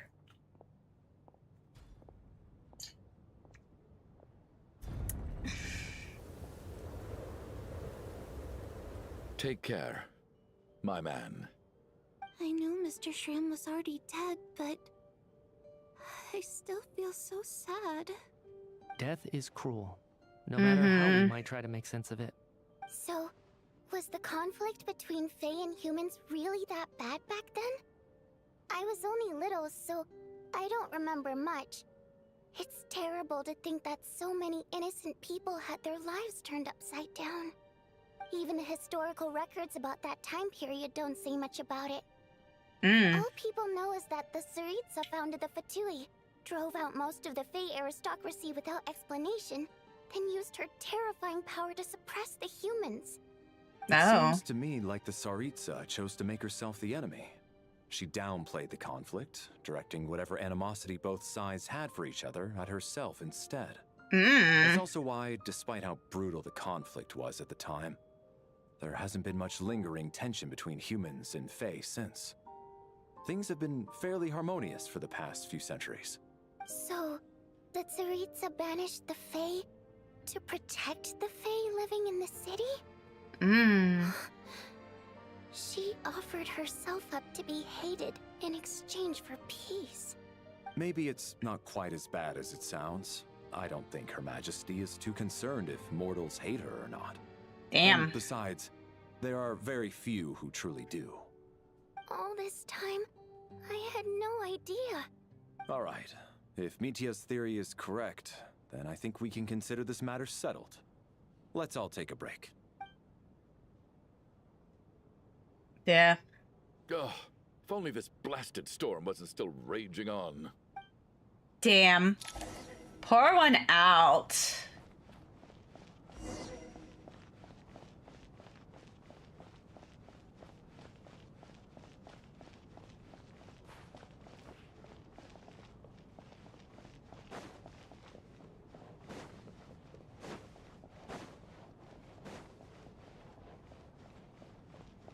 Okay, so I was just like going to the ability to create peace exactly. now we can just rest until the snowstorm stops. I still can't believe Shram turned out to be a ghost who'd been in the theater for hundreds of years. I know. To think he was dead this King, whole time. yeah, Lelouch, exactly. What a strange turn of events. Knock, knock. Knock, knock. Oh my god, you're trying to be unintentionally funny. To knock. Think of it as a signal then. When I'm entering someone else's room and I knock, I'm here as Odette. If I don't knock, it's Lelik. Thanks. So, why did you come to find me? Is there something I can help with? Vodyanitsa said you knew about my secret identity from the start. But Exactly. when everyone was discussing who Lelik could be, you were worried that revealing what you knew would be unfair to me. So you kept it to yourself, right? Yes. I'm extremely grateful for that. It's nothing. It's a cake early pop. You didn't hold what happened with Senora against me, so I should thank you for that as well. Actually, there's something else as well. I found myself in a situation similar to the one you were in when you helped conceal my identity. Oh. So I thought I'd come and ask you for advice. Oh, what's the situation? It's about Mitya. Oh. Before all of this, the last time I saw him, he was dead. What? As I'm sure you know, my goal as Lelik was to stop Project Stuja. Well, when I found out the tech lead for the experiment behind Project Stuja was Mitya, I immediately started planning to track him down and threaten him to back out. I often saw him around the theater, but I soon concluded that making my move there would risk exposing my identity. So I decided to infiltrate the Armory Palace and go directly to his lab. That way, the threat would be much more effective. Yeah. Well, I suppose there was a bit of luck involved. But I am a Fatus, so I already had some familiarity with the building's layout. But when I finally made it to his lab, Mitya seemed to be dead. I checked his breathing and his pulse. He had no vital signs whatsoever. I'm certain of that. Wow. I thought maybe another anti-Project Stuja activist had beaten me to it, and chosen a much more brutal method. So I made myself scarce. Wow. That's why you were so on guard around Mitya that first night here. You're like, what is going on there? Yes. When I saw him sitting in the audience during the performance, I could barely contain the shock. To me, it was a miracle. Somehow, he'd come back from the dead. But then, the murder started happening and things got so complicated that it wasn't really at the front of my mind. That is, until Mitya himself said there must be a dead person among us. Then, I couldn't ignore it any longer. And yet, you thought that bringing it up right away would single Mitya out. Just like when everyone was suspecting Lelik. Exactly. Yeah. I thought there could be something I was missing. Besides, we soon figured out that Mr. Shram was a ghost. And we knew there was only one extra person. So we thought he had to be the one.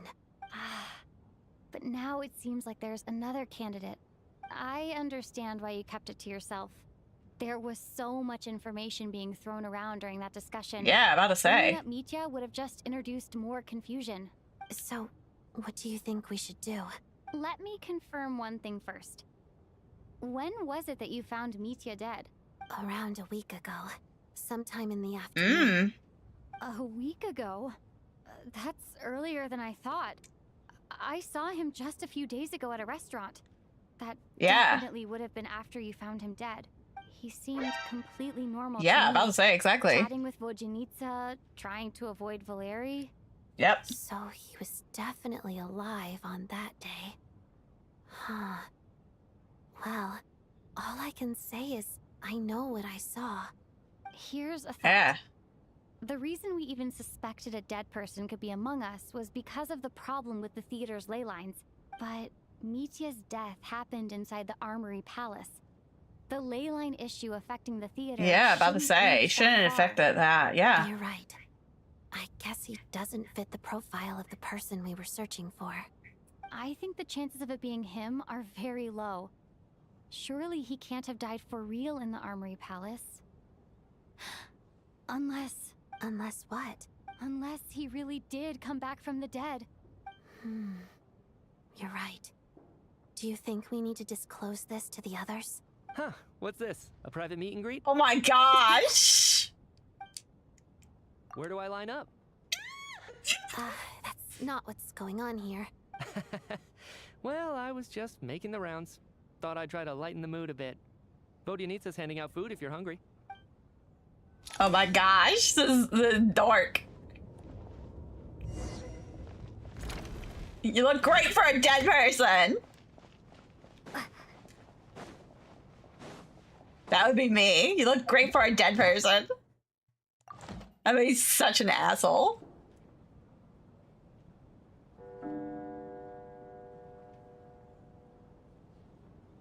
What is going on with this storm?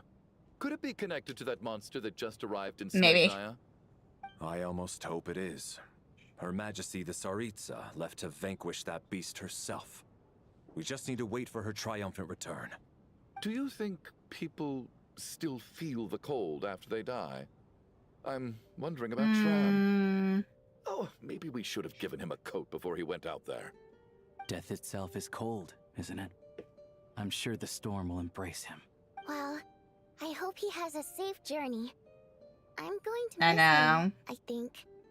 It's not like we can blame him for Rampana and Kulish's deaths. Thinking back on it, we barely made it out alive ourselves.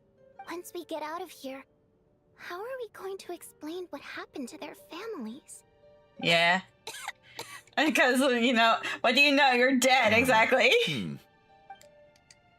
Are you okay? Here, take this. I've never used it. Look who's Mr. Nice Guy all of a sudden. Is it because Tonya stood up for you this morning? At least you know how to return a favor.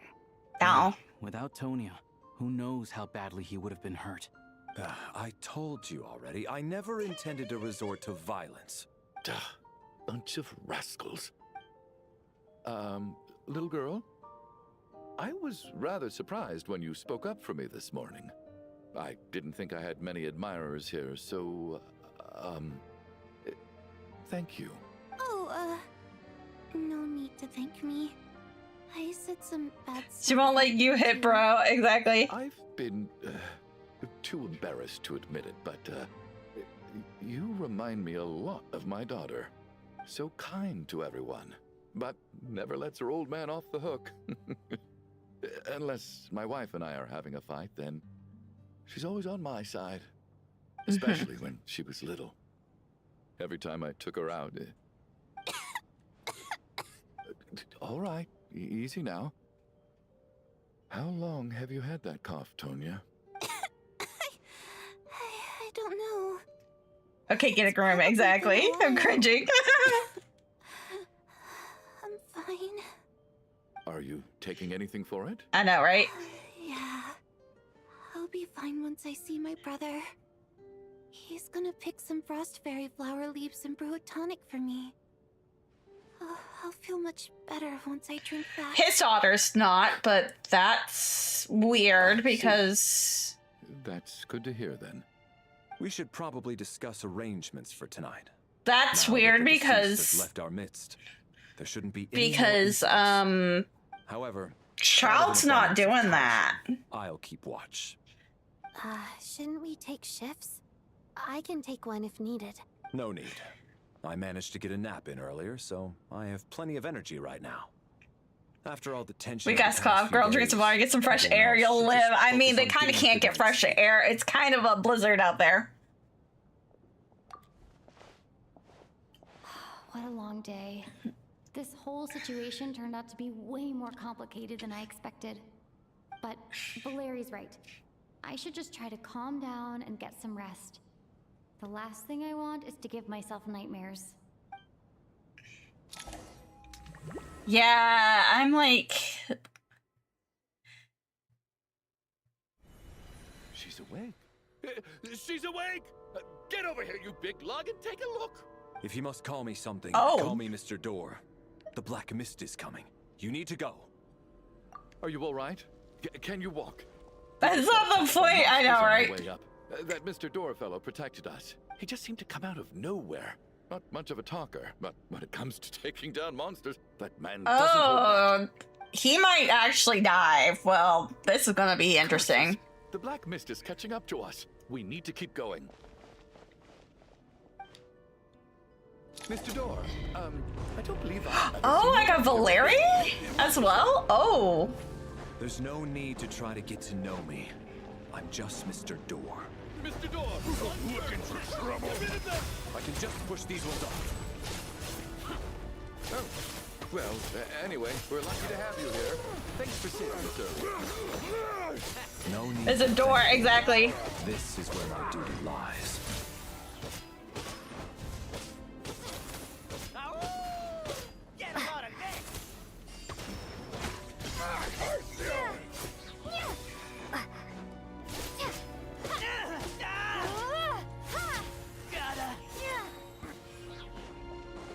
I know, right? It's just like very much the full confidence there.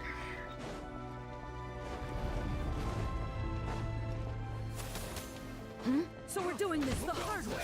And Kate! Yes, you boys. There you go. Remarkable work, Mr. Door. If I had your muscles, I'd do the same. Well, damn. Mr. Door, I can't even.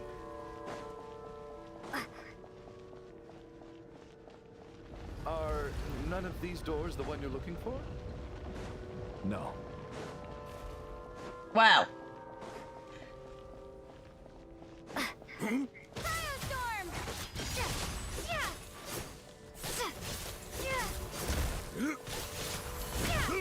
Come no closer. Oh, goodness me. And crystalline. There we go. I'm so exhausted. And the black mist is Oh still my rising. god, this guy's gonna die. Wait, look! There's more monsters down there. Are they coming from within the Come on, dude. Come on, dude. You gotta come and run up. No! They're gaining on us! Quick, keep going, or they'll be in Yeah, our heels. I thought I'd say, yeah, let's go. Let's go. Keep on going. Keep on going, sir. At least you understand. Mr. Door, what are you doing? We need to get out of here. They're coming! Found it. This is my door. What? What? You mean you're going to stay here? I am a door. This is where my duty lies. No! You saved us. We can't leave you behind. You must keep going. What? The door can only keep things out for so long. You must What? make haste. What? But... Oh, you're right. Oh my gosh. Is he gonna die? Are we gonna find Valeri dead?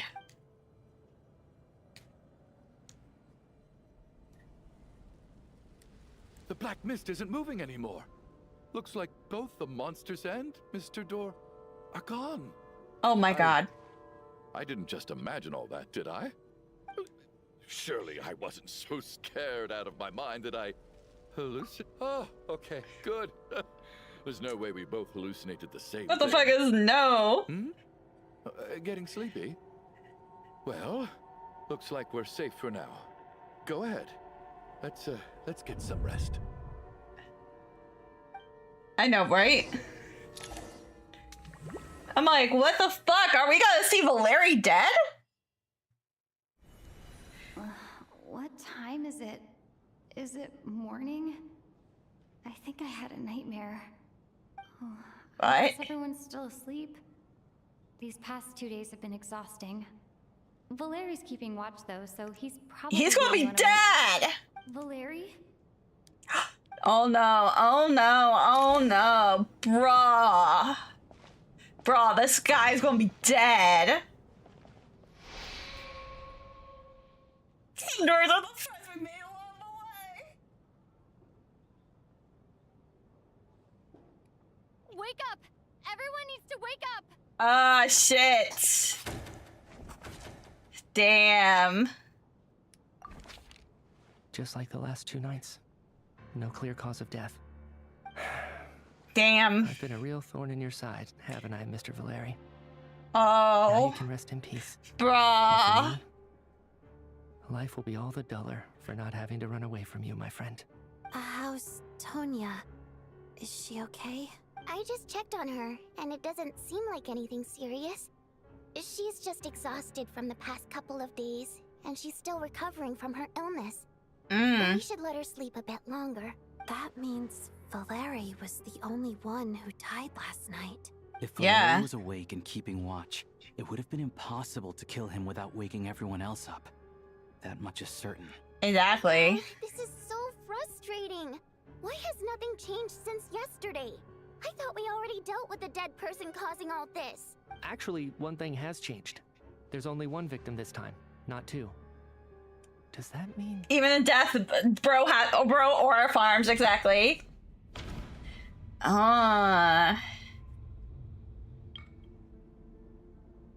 Exactly.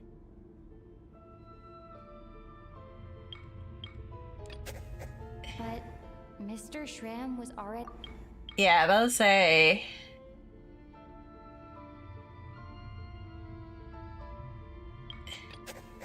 Can a death at night even be defended against? Huh. A deceased around us. Maybe, ooh. Shram left. There was one less victim last night. He hold himself up anyways, he's dead. I mean, like... It's a reasonable conclusion, considering the only variable that changed. Oh. The number of people who die each night is equivalent to the number of dead among us. That's your theory, right? Exactly. We identified Mr. Shram, and the night after he left, the death toll dropped from 2 to 1. By that logic, there must be one... Another one? But there was only one person unaccounted for in the ticket checks, right? The head count should match up now. Having an extra person was definitely a cause for alarm, but being one person short isn't nearly as unusual. Someone could have left in the middle of the show, or made it out before the storm hit. One more dead person among us. If Mitya's theory is right, then what Odette told me seems a lot more relevant. Yep. It's just, at the time, we had no reason to think there was more than one dead person. If only we'd taken it more seriously as a possibility, maybe this could have been avoided. I'm sorry. This is my fault. I had information that could have been helpful, but I held back. I should have brought it up right away. I'm partly to blame as well. I was too quick to dismiss Odette's concerns. See you. What is this about? I see the bye-bye. What have you two been getting up to behind my back? Sounds like there's some big news you've been keeping from the rest of us. Well, we're all ears. Yep. I'm the dead person? Wow. That's certainly news to me. Odette and I talked about it yesterday, but we thought it just wasn't possible, so we left it at that. Yeah, I don't blame you. If I'd been there, I probably would have reached the same conclusion. It just sounds too unbelievable. Let me just try and verify this. I just scoured my memories trying to think back to the afternoon Miss Odette mentioned, but I honestly have no recollection of dying. That's where I'm different than Mr. Shram. Having seen Mr. Mitya a few days ago myself, I also find it hard to believe he could be the other dead person among us. Well, if it isn't Mitya, then who? Do we vote on it? If you don't mind me asking, Traveler, I believe you mentioned that you know Tonya's brother. Had you ever met her before all this? No, never. Wait, are you saying... Now just 1 minute. I know where this is going. You can't just randomly point a finger at anyone you want. You're in the hot seat, and all of a sudden you want to divert our suspicions onto somebody else? Trying to pick a fight, Mr. Chuganov? Whenever you open your mouth, all you do is attack people, and I've had enough of it. Damn! You little brat! Did Mitya ask about Tonya because he suspects her? I suppose I only identified her by age and nothing else. Could that mean... I'm just saying, you're going around casting suspicion on people for no reason. How could Tonya be dead? I can vouch for her if nothing else. Oh. I've seen her before. She's the sister of that Harbinger, isn't she? The one called Child. Oh, really? You're telling the truth? Since being here, I don't think I ever mentioned she was Child's sister specifically. Does Chuganov actually know her? Yeah, If it's a Chuganov question. can vouch for her, then it can't be Tonya either. In which case, it seems unlikely that there's another dead person among us at all. Miss Odette, could you go over that afternoon with me one more time? That's When you found me interesting. dead? Yeah. No problem.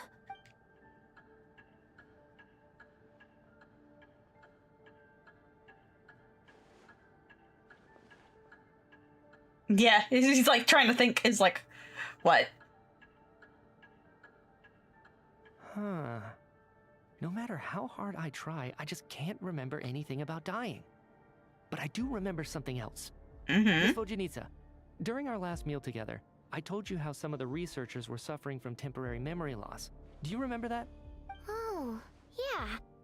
You said it was hindering the progress of your experiments. You thought they were just under too much stress or something. Right. And even though I don't remember dying that day, I'm pretty sure I experienced something like amnesia. Some of my memories from that afternoon are missing. Are you suggesting you're missing the memory of your... Of course. How am I only just realizing this?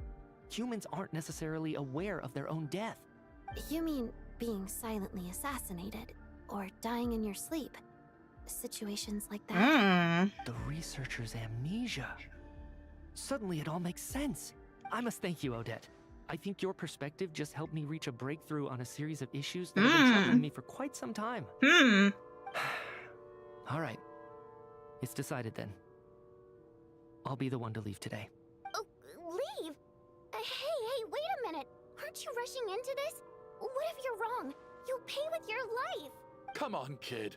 Aren't you gonna fight for your life? This seems like a rash decision. I have other reasons beyond what's been discussed. In fact, thinking back, I remember during Miss Odette's performance, while I was sitting in the audience stalls, a brilliant new idea for my research popped into my mind. But then, my train of thought suddenly cut off. I can't remember it now at all, and I didn't take any notes. I guess that must be another instance of temporary amnesia. No. Hold on. I see where you're going with this. You're suggesting that each instance of temporary amnesia is a death, right? Whoa. There's a glaringly obvious flaw in that idea, no? How can one person die so many times? Interesting. I believe Miss Odette's account. During the period where my memory is blank, I must have been either dead or in a similar state. All it would take is for the same thing to happen in the theater, and I would come under the effect of the ley lines in this vicinity. This increases the likelihood of me being the deceased, does it not? But... There's no evidence to suggest that anyone other than me is a candidate for the deceased. So allow me, as a scientist, to treat this as an experiment. Oh my gosh. Please relax, everyone. I don't think things are as bad as they may seem. If I really am the deceased, then to leave the theater will be a relief for me. If, on the other hand, I'm still alive right now, well, apparently you've all witnessed my resurrection recently anyway. Who's to say I won't return from the dead again this time? It's so funny. It's really funny. I think he's deliberately downplaying the gravity of the situation, though. He probably doesn't want to burden everyone. Yeah. What is a scientist if not someone who gambles on experiment after experiment in an attempt to obtain the truth? With this snowstorm, the ley line phenomenon, ghosts of the dead, and my amnesia, we've been paralyzed by not knowing and powerless to do anything about it. It's a terrible feeling. But if I do get resurrected, you can be sure that I'll come back with the truth of all this. Just you wait. This guy's unintentionally funny, and I kind of love him for it. He's waving by. Oh my god.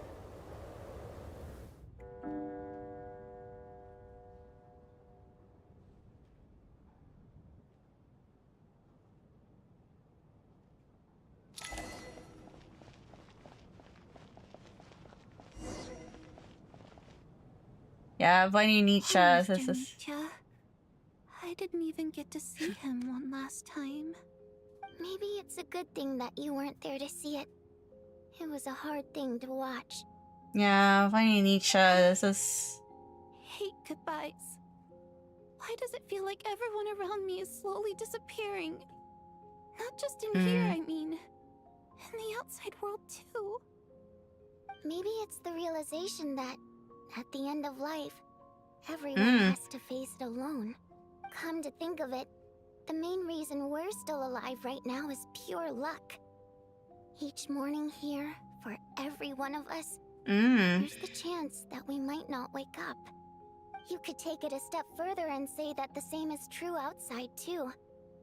Who can never be 100% sure when they drift off to sleep that they'll open their eyes again in the morning? If I make it out of here, I'm going to cherish every moment that I'm awake and live without any regrets. Without regrets? I feel like a strange sense of anxiety has been quietly growing inside me over the last 2 days.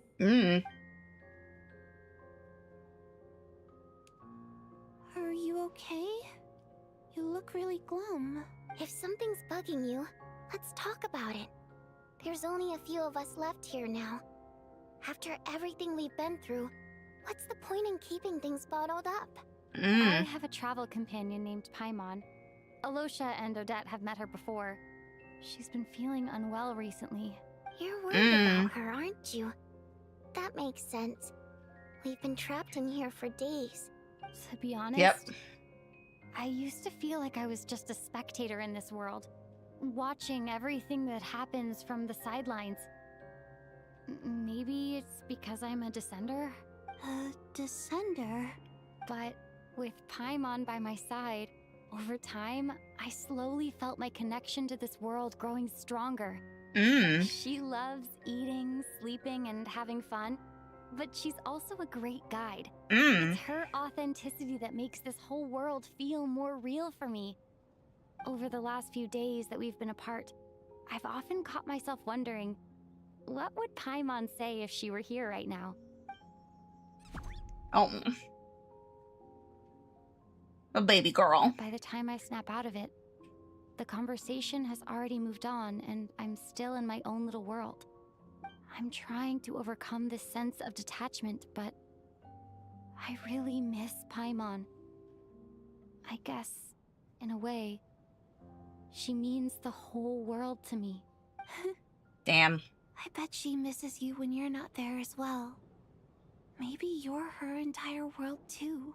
I don't know if this will make you feel any better, but back when the water imps left Snezhnegrad in droves, I also felt like the whole world was suddenly empty. I could be surrounded by people all smiling and having fun, and still feel completely separate from it. So, I totally understand how you feel. Interesting. Later on, I started to think, maybe accepting the fact that our loved ones won't always be with us is something that takes a lifetime. All we can do is cherish their companionship from moment to moment. So, once we get out of here, you better hurry back to our side as fast as you can. You can't let your story end in regret. That's the trope I hate the most. I love it. Thank you. That's exactly what I Me needed to too. hear. Me too, girlfriend. But Vodyanitsa, if you hate goodbyes too, why didn't you leave with your people? That's just the choice I made. I used to regret it, but I don't anymore. Like I said before, singing is a water imp's primary mode of expression. It's how we convey our emotions. Our songs have echoed through this theater for hundreds of years. Each one a story pieced together through moments of joy and sorrow. But does a story exist without someone to read it? To me, the answer is no. So I made the choice to stay. That way, there would still be someone left to sing these songs and listen to their stories. Otherwise, they could have been lost forever. Yep. Could you teach me how to understand your people's songs sometime? I want to be able to truly hear them, like Mr. Shram. Aww. A fan after my own heart. Thank you, Tonya. How about I sing something for you, and you tell me what you hear? Okay, I'll do my best.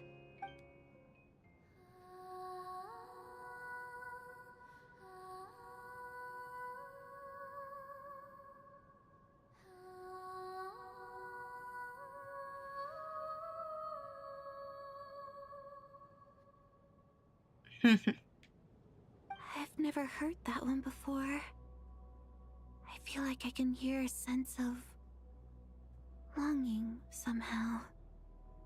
I wonder why that is. Color me impressed, Tonya. You're a keen listener. Mm. Most people can only tell if a song is happy or sad. I didn't think you'd be able to pick up on such specific details. Interesting. So, what's the song about then? Come on, tell me.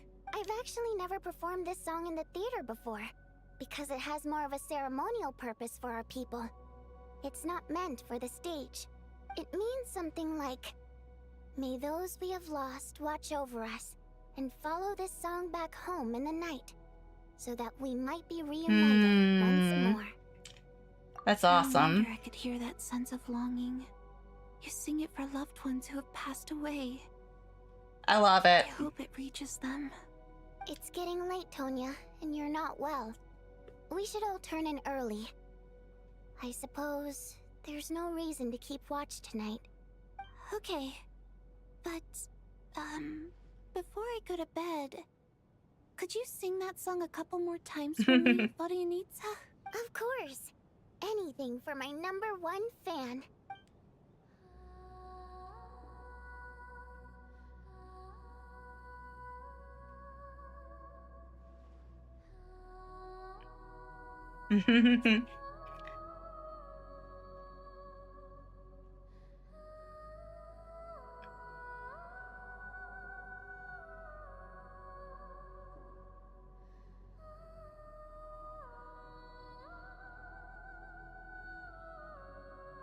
Once I get out of here, I definitely don't plan on ever coming back. I guess that means I'll never get to hear Bonniecdraws sing again. That's a sad thought. Exactly. Before I fall asleep, I should cherish this moment of companionship while it lasts. It's like I think you need to go and rethink that.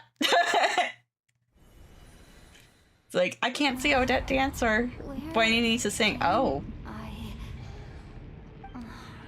It's so dark in here, and I feel What? kind of dizzy. Am I alone? What? What was that noise?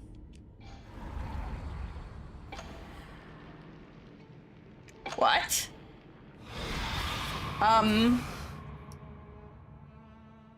Well. Return, O spirits. Fulfill your oath of protection.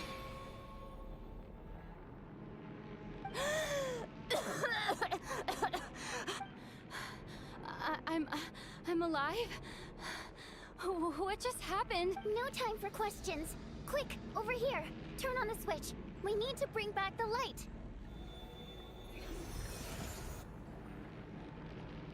Huh. All right, we're safe. The spirit just now is called Night Prayer. The light subdues her, but she'll attack without a second thought in the dark. Sort of. I know it's hard, but you can't let this place go dark, or she'll kill you again. Yep.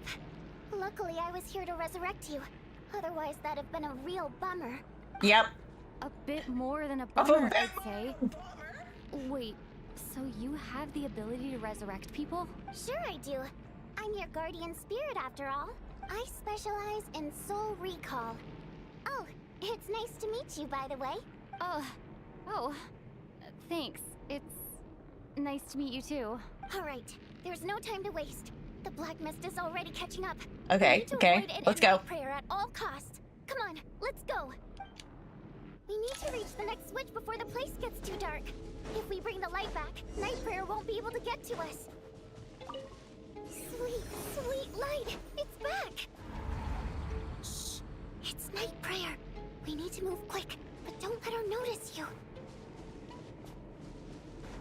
Look out! Oh my god.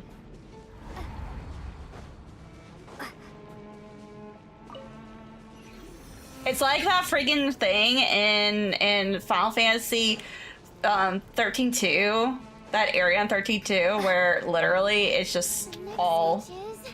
Over there. Which is all like, let's go and light things up, and you have a light area.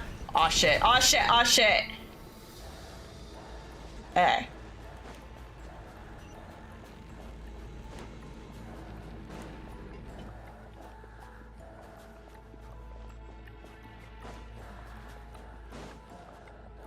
Let's go, let's go.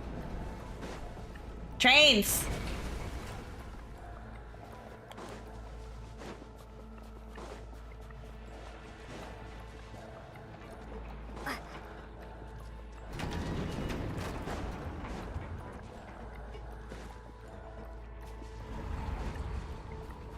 No. Oh god. Night Prayer is here too. This can't be the only path. Let's head up there and take a look. Oh god. I won't let you die like this. Not on my watch.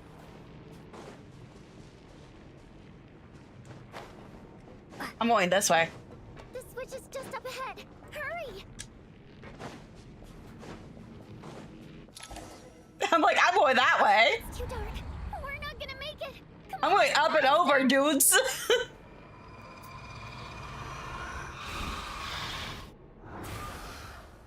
Traveler! I won't let you die like this. Not on my watch. Thank you. Even though it's not permanent, dying is definitely not a pleasant experience. Yep, Great. thank you. You're back. Yeah, thanks to you. Time for you to get out of here. Quick, before the light runs out. What about you? You're not coming with me? I can't. I've already been used up. A guardian spirit's skills are finite. I can only resurrect someone so many times. Oh, Bonniecdraws gonna die? But my essence has been exhausted. Now, Shit. I'll slowly start to fade away. I can go no further. The black mist is where I belong. It's okay. Why didn't you tell me sooner? Because it wouldn't have changed anything. That knowledge would have just burdened you. Damn. The guardian spirit's role is to protect. But... Damn. Now, before it's too late, I already hear Night Prayer approaching. Damn.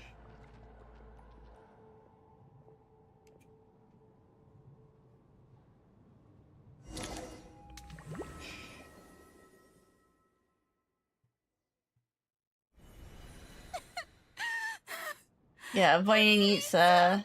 Mm-hmm. How could this happen? Bonniecdraws! Well, I guess there's no need to inspect the body. Yep.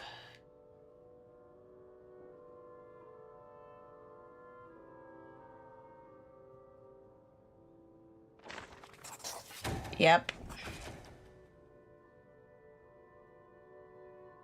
This wasn't supposed to happen. You lied to us, didn't you, Chuganov? What? You've been lying from the start. Take a long, hard look at yourself before you go around accusing other people.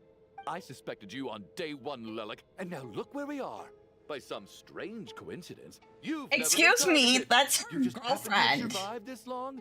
No, you should be the prime suspect. And you, little hunter, ever so content with staying on the sidelines. Yet you were the one who stopped us from leaving from the start. Why are you trying to keep us here? Because you would Now you're die. just lashing out indiscriminately. That's either a sign of anxiety or a guilty conscience. Where was all this passion and bravado before? Yeah. Decided to fight until the bitter end. Is that it? Is that a threat? Fine, bring it on. Oh god. Bruh. You want to kill me? Go ahead. I'd like to see you try. After all the trauma of the past few days, everyone's been pushed to the breaking point. Valeri and Nietzsche aren't here anymore. Yep. Someone else needs to step up and take charge. But first, I need to think this through. Considering everyone left, who's the most likely candidate for the deceased?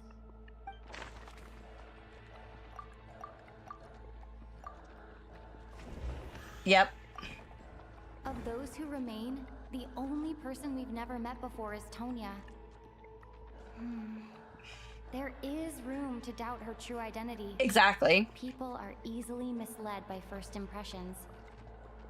Now that I think about it, Child Sister was in fact a label I imposed on her due to my own assumptions. Yes. But Mr. Chuganov vouched for Tonya's identity.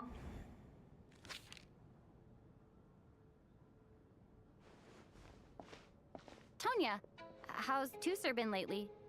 Tusser?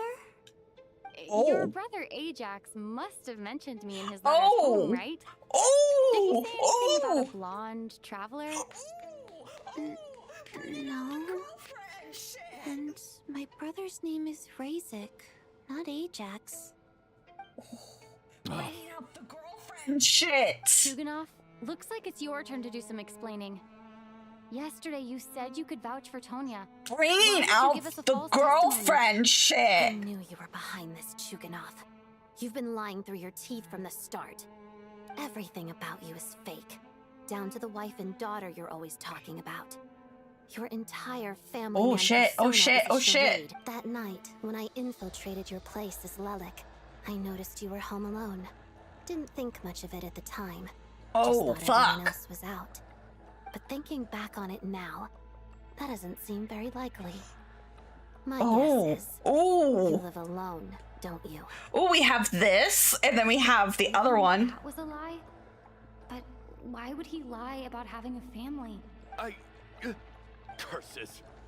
Oh, why is there no end to this blasted snowstorm? If it would just stop! I think I remember now. I know how I ended up here. Yep. It feels like a distant memory. But at the same time, it's just like it was yesterday. The reason I'm always coughing is because I got sick with frostbite. The locals usually call it the snow cough. It's not a very common illness. It's partly genetic and partly caused by the cold climate. But it can be fatal. How have I walked in on as soon as they found out I Murder had it. Mystery Danganronpa? I spent so long lying there in that hospital bed. After a while, I felt myself growing weaker and weaker. Nothing seemed to be working anymore. Neither the treatment that the doctors were giving me, nor the medicine my brother was brewing from frost fairy flower leaves. So one day, I told my brother that I wanted him to take me outside for once. Oh no, Lumine was definitely throwing shade at this little girl.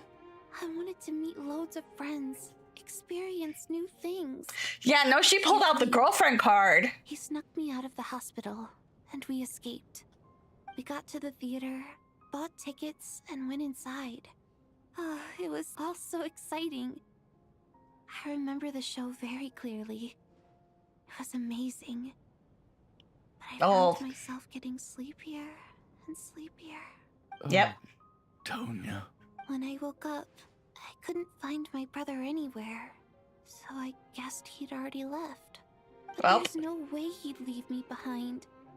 So I decided to stay here and wait for him. At the time, I figured he'd probably gone to brew some more medicine for me. I was planning to chew him out for abandoning me when he got back. Well, shit. Tonya, it sounds like by then you'd already... Yeah. I know. I understand now. Dead, aren't I? Yep. This cough. You're dead. The feeling weak. It's probably just my body's memory. After all of that, it turns out I can't blame my brother after all. I was the one who abandoned him. Nah, you didn't. Sorry, everyone. I realized this much too late. It seems like death skewed my perception. And now I've dragged you all into this mess. Your name probably isn't even Tonya, is it? Didn't that ever strike you as odd over the last few days? Well, when I was little, my brother and I read a storybook. Oh, interesting. The name of one of the characters. Yeah, just I figure I was dead, exactly. In the hospital, our Our family and the hospital security were looking everywhere for us. So when you first approached me and said my brother had sent you, and called me Tonya, I thought he must have chosen a fake name that only the two of us would know. Because he was afraid of getting caught. Interesting. No. It seems like that was just wishful thinking. At least your memory of death isn't painful. That is a small comfort. Yeah. Now it's your turn, Chuganov. Talk to us. I believe no lie is ever told without a reason. You're right. I was lying. I happen to know that the Harbinger child and his sister Tonya managed to get tickets, so I lied to you and pretended I knew them. And yes, I was lying about my family too. The truth of the matter is, I lost them a long time ago. I just refused to accept reality. And now I've spent the second half of my life living a lie. Damn. I'm a joke. Okay, dude. My daughter's name was Iskra. And before you ask, okay, yep. Iskra, as in Iskra Manufacturing Plant. She also died from the snow cough. Well, shit. She was just 6 years old. Damn. If she were still alive today, she'd be around the same age as little Tonya here, after Iskra passed. My wife couldn't bear to face those memories either. Damn. So she chose to start a new life. That hurts. That hurts my heart. When I came home from work and saw the empty room, I felt like I couldn't breathe. Subconsciously, I started to imagine that they were still there. I soon discovered that this was the only thing that made me feel any better. But Snow Cough is so funny. Oh no. Nothing more than a pathetic means of escapism, I know. But at least it's not a crime. So explain your false testimony then. The night before last, when I was chatting with Tonya, she mentioned that her brother would brew medicine for her from fairy flower leaves. Combined with her various symptoms, I suddenly understood everything. Yep. Including the fact that she was deceased. The snow cough used to be an incurable illness. I would pick frost fairy flower leaves to brew medicine for Iskra too. It took hours and hours on the stove. But the year after my daughter passed away, the jester of the Fatui announced that a cure for frost blight, also known as the snow cough, had finally been developed. Damn. It turned out that all previous treatments were completely ineffective. No better than random concoctions. That was the final straw for me. I just couldn't take it anymore. Just one more year. Fucking damn. One more year, and everything would have been okay. Damn. So, more than anyone, I know full well that in this day and age, no one in their right mind would still be using frost flower leaves to brew medicine for the snow cough. Poor Miss Tonya, therefore, had to have been from an era when snow cough was still a terminal illness. Yep. So, you projected your daughter onto her? Yep. Even though you knew she was one of the dead?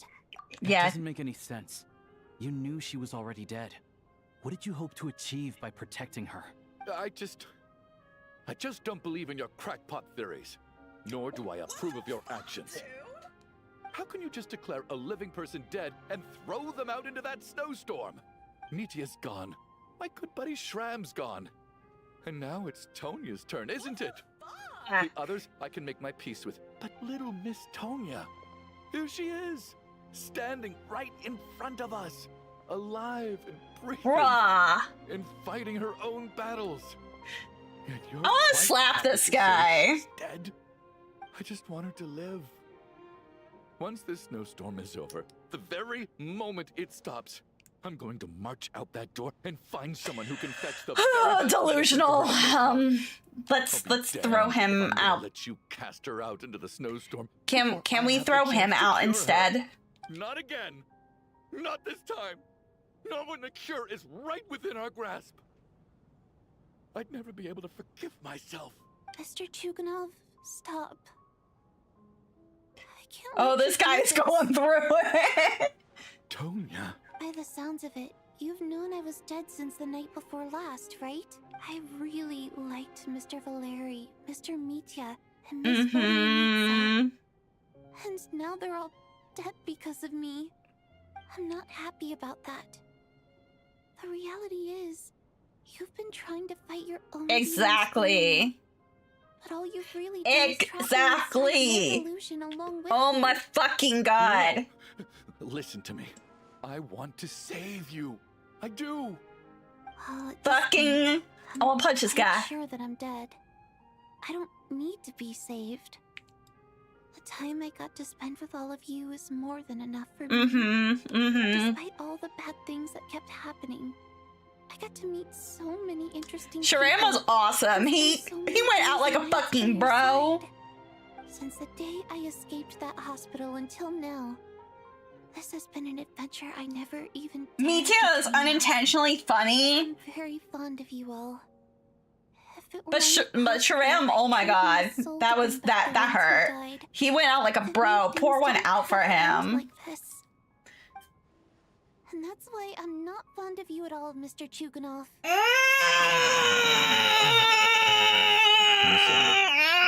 It's them that you owe an apology to, sir. I almost spit my water out. Oh my god. I almost spit my water out on that one. I suppose this is it. It's fucking Danganronpa, I tell you. Like this latest chapter, Danganronpa. You're leaving already? It's still early. Don't you want to stay a little longer?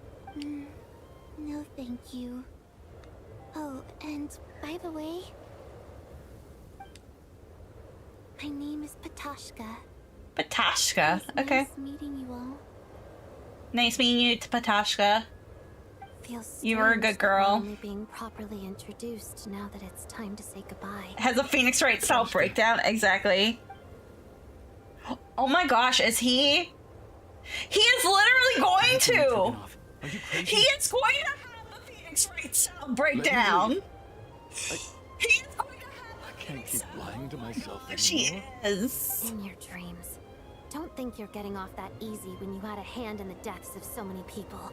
Oh. The Fatui have honed quite an array of enhanced interrogation techniques since they were founded. Once we're out of here, Lelik will personally give you a taste of every last Odette. I love Odette. Oh my gosh, I love Odette.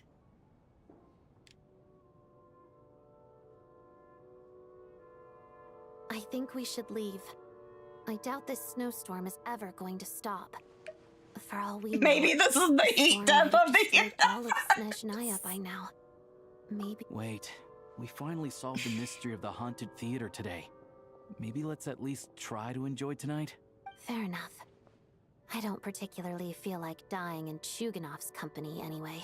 And yet you won't let me die first. Hey, Chuganov, on a serious note, if we do make it out of here, you should close down that factory of yours. A lot of people are freezing thanks to you. Is this really the time to be discussing my factory? Yes, definitely. All right, fine. I'll shut it down. It is actually a battle. It's actually a dance theater, so it is very much like that. Oh my gosh. Or was that a knock at the door? There it is again. But I don't understand. Should we open the door? Is this it? Is this nightmare finally over? If the last few days are anything to go by, I probably shouldn't be getting my hopes up. Whatever lies beyond that door at this moment, it could be something even more terrifying than everything we've been through so far.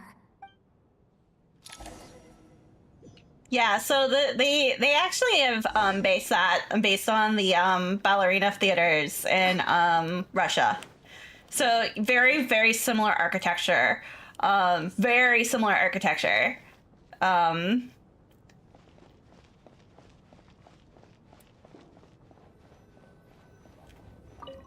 Okay, let's go.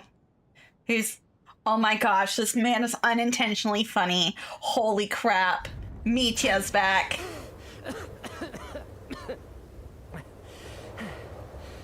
Hey everyone, I'm back. Unintentionally funny. Holy shit. Feeling any better? Much better, thanks. Whew, it is so good to have you guys here. I was a little worried that the theater would be empty by the time I got back. Let me see. Tonya and Vodyanitsa are missing, which means Vodyanitsa died last night. And then you discovered that Tonya was the other dead person. Am I right? Not Tonya. Pitashka. Yep. First, tell us how you made it back here. Given the conditions outside, no one should be able to return alive. Is this guy L? I know, You're right? The thing that got me back safely was a song. I heard someone singing.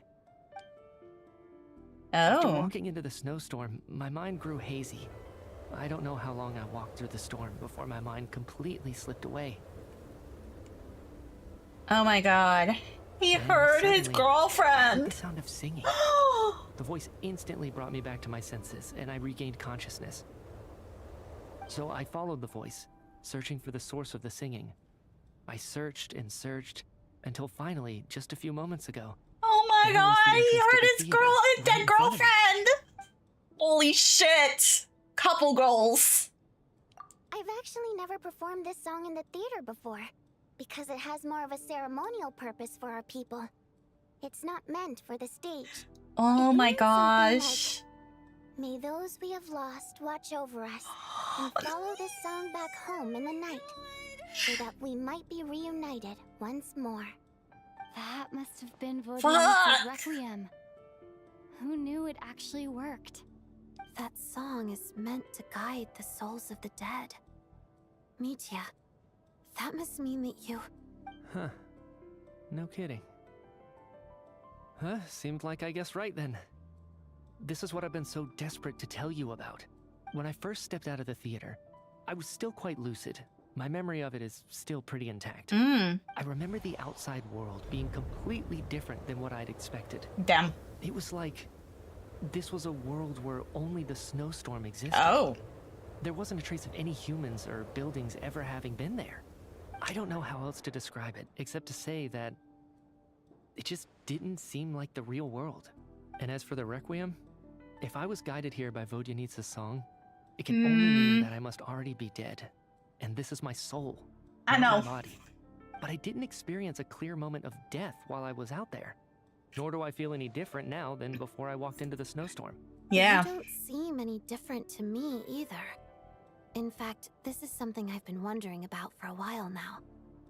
If souls aren't physical, shouldn't they lack tangible form? Yeah, that's a Both good, like, Shram good and question. Pitashka were clearly deceased, and yet their souls didn't look or feel like ghosts at all. They were visible, tangible, no different than you or me. I mean, Mitya pretty much died because he had a thought. Is that really what Mitya is suggesting?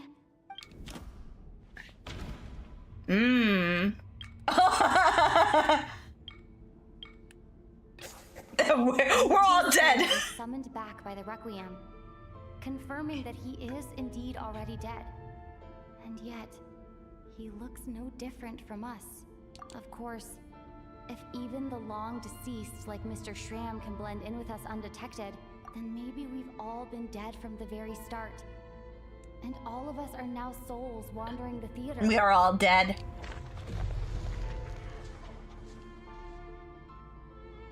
Interesting.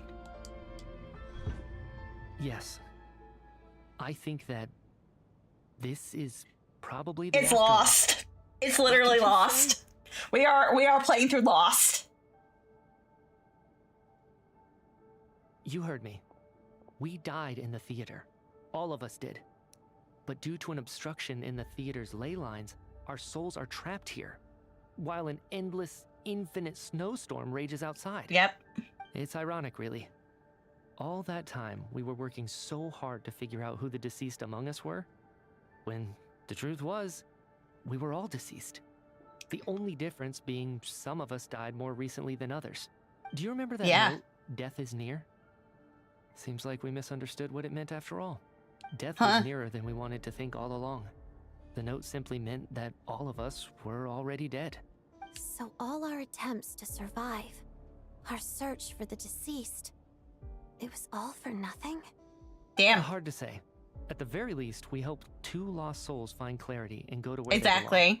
The presence of those 2 is probably what caused our souls to be drawn in by the ley lines. In which case, the deaths we've awoken to over the past few days were just souls returning to the ley lines for good. If what you're saying is true, doesn't that make us the lost souls now? Huh, no wonder. This afternoon, when I was moving Vodyanitsa's body, I noticed that the other bodies in the room hadn't decayed one bit after all these days. Weird. That's further proof that those aren't physical bodies at all. Yeah. But merely our shells here in the afterlife. Super weird. Am I really dead? This doesn't feel real to me at all. Ooh. No, that's impossible. This cannot be how it all ends. I still find it hard to believe that all of us are dead. How exactly did we die in the real world? None of us have any memories of dying, right? Not even knowing how we died is preposterous. Good grief. Mm. Surely there has to be some reason. Exactly. It's hard to rest in peace when you don't even know how you died. It gave me lots to think about as I strode out into the snowstorm. Lots. I racked my brains trying to remember the cause of my death, the exact moment I died, the root of all of this, right up until my consciousness faded. Wait. Hold on. Right before I lost consciousness, I think I saw something. I can't remember. And I think I lost my notebook and pen. Oh. Mitya, your hand. Is that blood on your fingers? Oh. You're right. There's blood on the fingertips of my right hand. Looks like it's already dried. Wait. When did that happen? What? What? I guess this was what I saw. I must have desperately drawn it in my own blood right before losing consciousness. Whoa! What's wrong? Do you recognize the symbol? It's Renova, the ruler of death. Huh? Alosha, do you still remember that Snezhnayan folktale you told me about? It was about the Grim Reaper. When someone's about to die, he appears as an incarnation of someone familiar to guide their soul into the afterlife.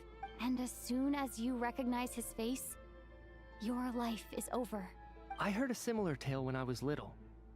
You think the Grim Reaper in this story refers to the ruler of death you mentioned? That's right. In which case, death is near could also mean that the Grim Reaper is here, disguised in a familiar form. Death, the deceased, and the Grim Reaper? So it's a triple entendre. When I first saw this note, I thought it contradicted the investigation report. But now it seems like that was the whole intention. So the Grim Reaper deliberately misled us.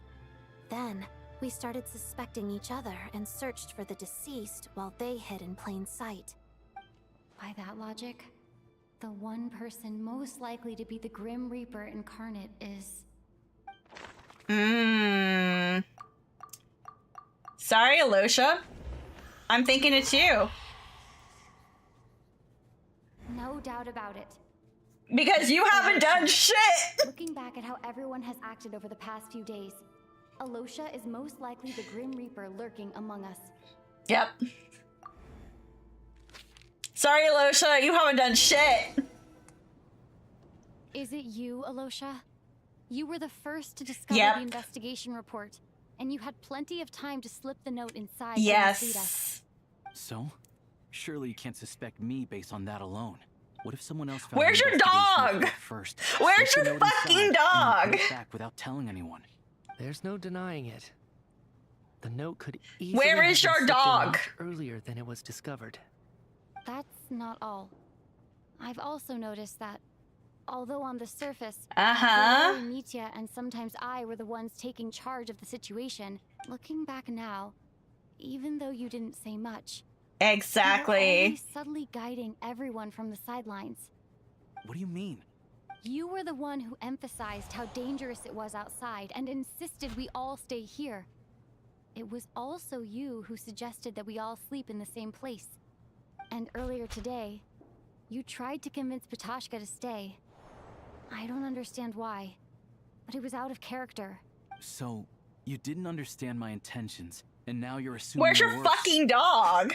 I would also be asking about that. He still won't admit it? Fine.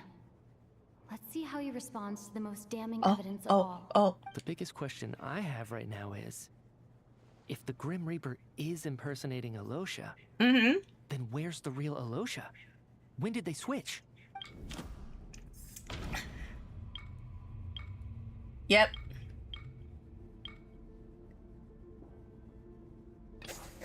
That's right. This was the moment. Right at the start, before any victims had even emerged, Alosha was switched with the Ruler of Death while everyone's guard was still down.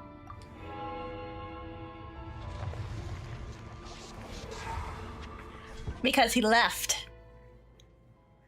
When all this began, right after the performance ended and the snowstorm began to pick up, no one suspected anything unusual. We just assumed we were snowed in. It wasn't until we discovered the bodies the morning after that we realized something out of the ordinary was going on. Yep. But it's clear now that the oddities actually started earlier than that. When Dimov walked into the snowstorm and never came back. Exactly. Right. So Mr. Dimov was the first victim, not Sobolova and Torgov. And if we pinpoint that moment as the beginning of this incident, then one thing becomes clear. Alosha, you are the only person who walked into the snowstorm and came back without the help of Vojanitsa's Requiem. Exactly. More precisely, Alosha never came back at all. The one who came back was the Grim Reaper. Not bad. Well, since you've backed me into a corner... Oh my gosh. I suppose there's no point in keeping up the act anymore. Oh my gosh. Alosha? You're the Grim Reaper? I am no such tired cliché. Mortals should address me as the ruler of death. Oh my gosh. Before being wiped out for good, you identified the two deceased, and even sensed my presence. A commendable achievement. Far beyond what I expected. I heard you can ferry souls. Those deaths each night. Were they your doing? Your initial conclusion was correct. Due to the existence of the two deceased, the ley lines yearned to reclaim those long-lost souls. Every night they devoured an equal number of souls to fill the void. This required no intervention from me.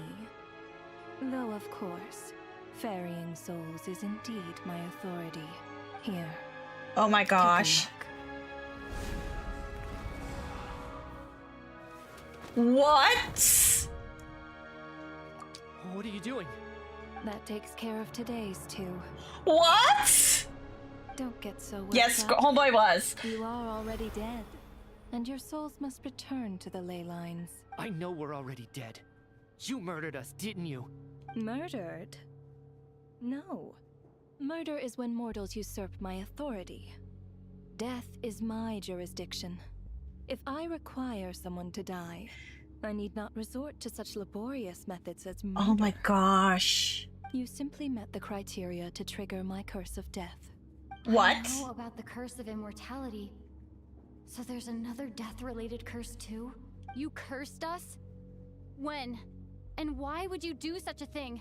So often, humans pray to me, begging to know when their death will come, and what form it will take. But few people ask why. If you must have an answer, know that death comes simply because one's time has come. So you're not gonna tell us the truth? Hold your tongue.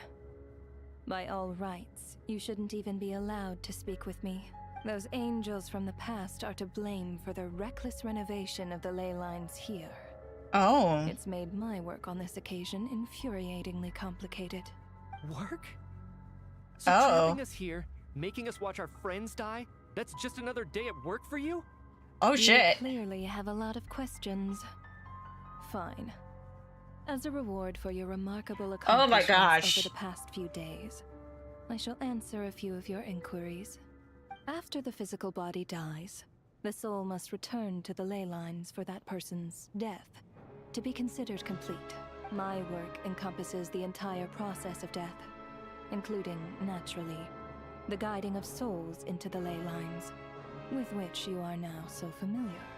You must also be rather familiar with Natlan's Night Kingdom, I presume? Yes. It was I who supported the creation of the Night Kingdom. Okay, yeah. It provided a convenient means of guiding the souls of Natlan. Here, too, the ley lines connected to the theater underwent some modifications. The angels hoped to make them capable of accommodating the souls of some special creations. But this actually hindered their ability to accept ordinary souls to some degree. This effect manifested itself after you died from the curse in the theater, leaving you stranded in the afterlife, unable to achieve a complete death. But if souls who die from the curse of death fail to return to the ley lines within a short window of time, they will miss their chance for good. Then, they will remain forever suspended between life and death, no longer subject to the authorities of either. Oh, fuck. So if you don't resolve this matter soon, and see all our souls return to the ley lines before long, we'll escape your control. Mitya is sharp. This must be what Renova was worried might happen, and the reason she got involved to begin with. But if you have the authority to guide souls, why didn't you just show yourself and get it over with? Why hide among us in the form of Alosha? You seek to understand the mind of a god. Oh shit. Very well. I'll tell you. This is a theater, and I decided I wanted to watch a show about death. That's why I encouraged you to take the events to the stage. Homegirl. I found myself getting quite immersed. Oh my fucking god, girly. The entertainment you provided makes up for all the trouble you've caused me by being so defiant in the face of death. There. Girly pop! Are you happy with my answer? Can't say I am. Really? But it fits the stereotypes you humans have about gods. Just moments ago, you were complaining about how infuriatingly complicated your work here has been. Work is work, I get it. There are times when it's a huge pain, but you just have to get it done, right? That's a rather unique perspective for a human. You are in fact correct. There is a pain point in this case. Due to the obstruction in the theater's ley lines, there is a hard limit on the number of souls they can receive each day, making it impossible for me to ferry all your souls at once. Revealing my identity too soon would inevitably have led to futile resistance, and there was a risk that any souls who chose to run would disappear. Then there was the issue of the 2 lost souls you called the deceased. The way you resolved that quandary was all part of my design. That's what I don't understand. If all of us were souls of the dead, what made their presence among us special? For centuries, they have refused to return to the ley lines, exploiting the issues created by the angel civilization to resist being drawn. Yeah, they basically were ghosts, yeah. Centuries of obsession accumulated during this process. You may think of this obsession as the resentment of the dead, and in this quantity, it was a bomb that could have detonated at any moment. It reached the point where I could not afford to leave it unchecked. But the only way to fix it was to help them acknowledge their own deaths, make peace with their regrets, and willingly walk into the snowstorm. Only then, with my guidance, could they finally return to the ley lines. Otherwise, you would not like to know what the consequences would have been. I vaguely remember seeing Patashka, but in the most terrifying form. Was that in a dream? Is that what would have become of her if she hadn't returned to the ley lines? I see your dreams brought you many revelations. Oh my goodness. So you see, death in fact grants wisdom to mortals. Souls connect to I am all locked in, things the guys. world and see the chain of cause and effect between them. It's nothing unusual. Anyway, giving psychological counseling to lost souls is not my Yeah, I mean, you literally pitted us against each other. It was something I could not resolve directly using my authority, so I decided it was easier Oh my to fucking leave god, the girl. diffusal to you. Meanwhile, of course, Their presence caused the souls of other members of your party to return to the ley lines each night. From where I stand, that was killing two birds with Girly one stone. pop. As both issues slowly resolved one another without me having to lift a finger, all I had to do was stay close by and keep the situation under control. Then use my authority to wrap things up at the end. And, of course, while I was at it, I thoroughly enjoyed watching this Oh my drama, god. dealing with death from a mortal perspective, play out on the stage. Oh my god. Sounds like you had it all figured out, Grim Reaper. Yep, I just did exactly. the math. You said there's a hard limit to the number of souls the ley lines here can receive each day. It's 2, isn't it? That much is obvious, even to a fool. It's time to review this whole affair. If the ley lines can only take in 2 people per day, I need to go over the deaths from these past few days again. Yep.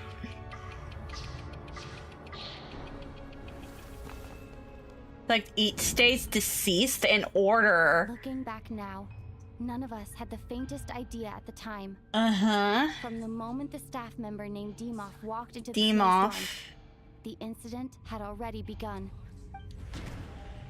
Day 1. Alosha. Yeah, we have... Yeah, it's Alosha. Yep. Alosha was the second to walk into the snowstorm after Demoff to investigate. During this process, the ruler of death assumed his identity, making him one of the victims. And then, day 2. During our first night in the theater, everyone was caught up in the novelty of it all. No one could have expected there would be victims the very next morning. Despite all the confusion, and with the help of hindsight, we finally began to realize that something was amiss with the snowstorm. Mm-hmm. Second one are these 2? Yep. The ley lines devoured Torgov and Sobolova on the first night. At the time, we thought this might be a murder case connected to Lelek.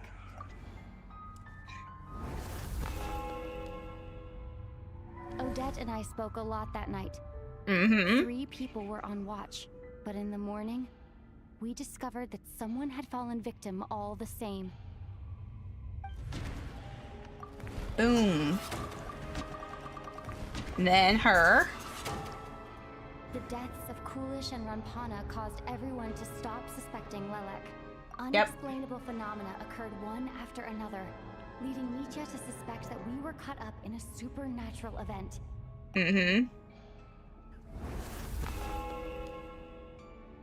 Later, we discovered that there seemed to be an extra person among us, and subsequently discovered the existence of the deceased. Yep. It's him. Mr. Schramm realized he was the deceased and walked into the snowstorm to return to the ley lines of his own accord. And then it was Valerie. Cries. It was all over, but Mr. Valeri's death was a real... He had so much aura, guys. Once again, Rest in peace. The ley lines consumed him during the night. A lot happened today. Mr. Valeri's death led us to discover the connection between the number of deceased and the number of victims during the night. 5. The fact that there was more than one deceased seemed to bring us back to square one. Odette revealed some information she had been keeping to herself.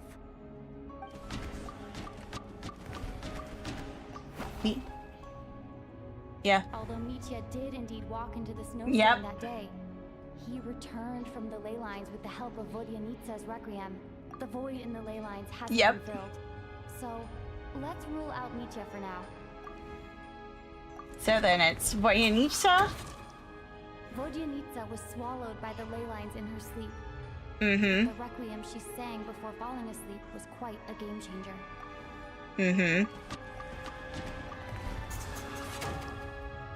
As it happened, Patasha filled the void left by Mitya's return from the ley lines by walking into the snowstorm this morning. The girl I thought was Child's sister, Tonya, Mm-hmm. turned out to be another of the theater's deceased. Yep. Come to think of it, Petashka was about to walk into the snowstorm at that time, and Renova, unaware that Mitya would return, was concerned that her soul would overflow from Yes. That's why she used Alosha's voice to try and persuade her to stay behind. Yes. I suppose that was an early slip-up on her part. Yes. That's interesting, yeah. No one could have expected anyone who walked into the snowstorm to return. But just after nightfall, Mitya returned, bringing crucial information with him. Yeah. Various truths began to surface, including that all of us were already dead, and that the ruler of death was here among us. Yep. Then, after revealing her true form, Renova callously claimed 2 souls. Yep. Bye. Bye. In fact, everyone was already dead by the time we took the photo. And in the days since, we've experienced many more partings in the afterlife. Yep. Now, only Mitya and I remain. And the true culprit behind everything still stands before us. In Mitya's eyes, I see the same anger and frustration that I feel. Uh-huh. I kind of want to slap her. Covers everything. It's all Mitya, do you want to take her down? Your work isn't finished here yet, is it? The Traveler and I are still standing here, safe and sound. The Water Imp's song threw things off a little, but it is of no consequence. The ley lines have already anchored your soul, and the first ray of light tomorrow morning will take you back. I, meanwhile, need to review my attitude towards the Water Imp race. So the reunion in the night that Vigilante mentioned, I suppose that was never meant to be a permanent reunion. That just leaves you, Traveler.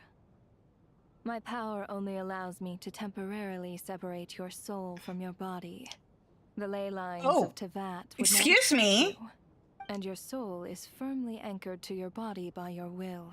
For a descender like you, who is not bound by Tevat's rules, your death can only be brought through the most violent of means, such as directly destroying either your body or soul. I have no interest in involving myself with descenders for now. Although, this may change if Asmodee remains missing, or you insist on interfering. No, I'm gonna interfere here. All our struggles and sacrifices here, they were meaningless from the very beginning, weren't they? Death abides no reason. Besides, what you call sacrifice is merely a concept created by humanity. To me, it is nothing more than a self-indulgent charade in the face of death. Mere mortals fantasizing that their actions could reclaim something from my grasp. A truly laughable idea. I think we can take her, Mitya. Don't you? I think we could take her. Grim Reaper, you really know how to get on my nerves. I'm not here to ingratiate myself. Boy, this lady loves to yap, exactly. Kill, merely because your deaths are necessary. Oh, you've made that quite clear. But humans don't take well to being scorned. Not even by the gods. I know, right? Why his puppo? Why Alosha's puppo? Oh my fucking god. I am mad about that. Oh, I'm mad about using Alosha's puppos.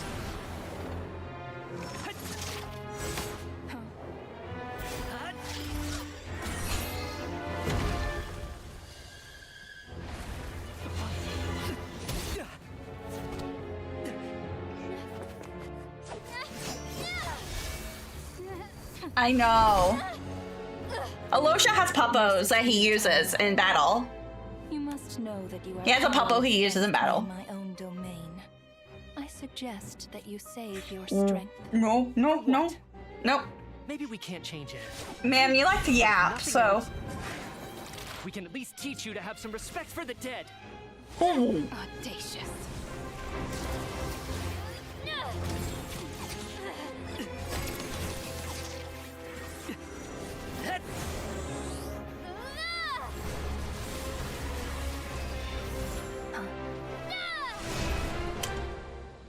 Ooh.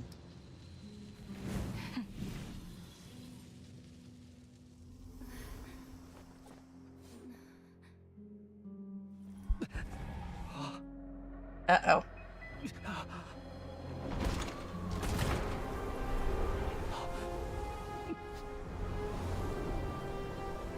Oh.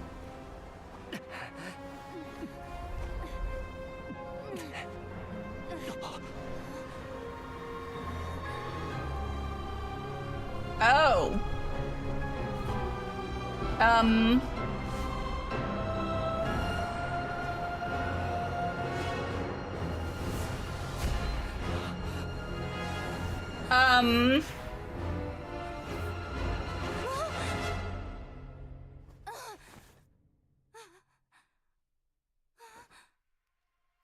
Whoa.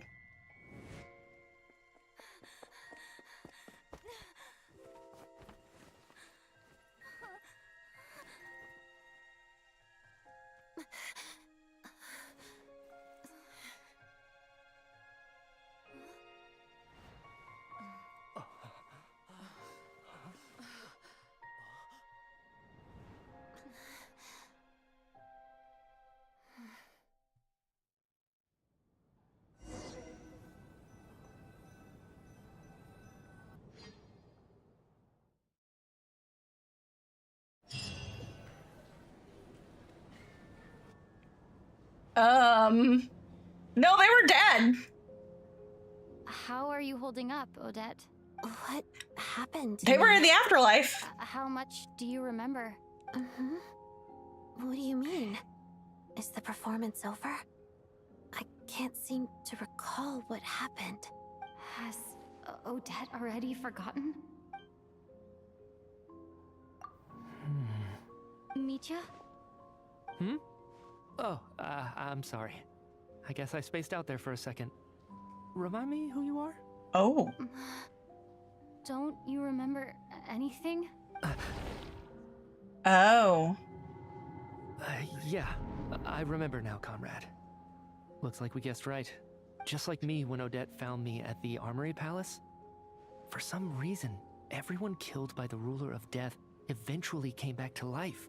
Just with one catch. They forgot what happened while they were dead. Odette and the others shit. had already forgotten everything. Why were you able to remember this time? Could this be the reason? You said this is the ruler of death's symbol, right? I don't see anything there. You don't? Huh. Okay, I guess that makes sense. I carved this into my hand in the afterlife, so it's not visible in the physical world. Does that mean I carved this symbol into my soul? What an unsettling thought. Still, at least I get to remember what happened. I suppose it's a blessing in disguise. Oh my gosh. You, though?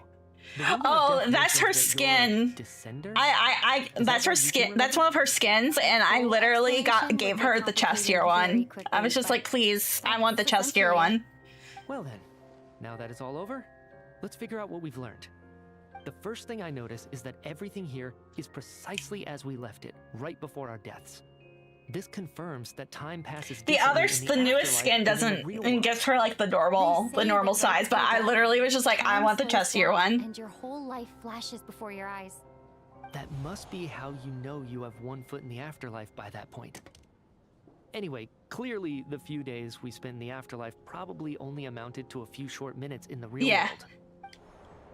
This also aligns with previous reports of widespread temporary memory loss among the Armory Palace personnel. Now it seems likely that those were all brief deaths caused by the Grim Reaper's so-called curse of death. Yep. To those unaware of the truth, dying and coming back to life must feel similar to a short bout of catatonia. This leaves me with a couple big questions. What are the conditions that trigger this so-called curse of death? And why are we resurrected after we die? If nothing else, I think it shows that killing us wasn't her ultimate goal. we still don't know her true reasons for subjecting us to death. Right. This time only got complicated because of the situation with the theater's ley lines. That's why she had to approach it differently. If the previous incidents of amnesia among the researchers are anything to go by, killing us is usually a pretty routine matter. Yep. Come to think of it, wasn't I about to note something down before I died? I can't remember what it was, but I think it was something related to my research project. Oh my gosh. Sorry, Traveler. I'll catch up with you again later. Right now, I have to make a trip back to the Armory Palace. Ma'am, if I may, no one of your description has ever shown up in my investigations into Mr. Mitia's friends. Yet, you two seem very familiar with each other. Could you perhaps tell me where he was in such a rush to get to? And, by the way, have we ever crossed paths? Forgive the presumptuousness. Aww, but this you is have so a vague cute. and indescribable sense of familiarity about Yeah. you. I can explain everything. Could you help me gather everyone in the theater in one place? Yes, he's gonna be pullable.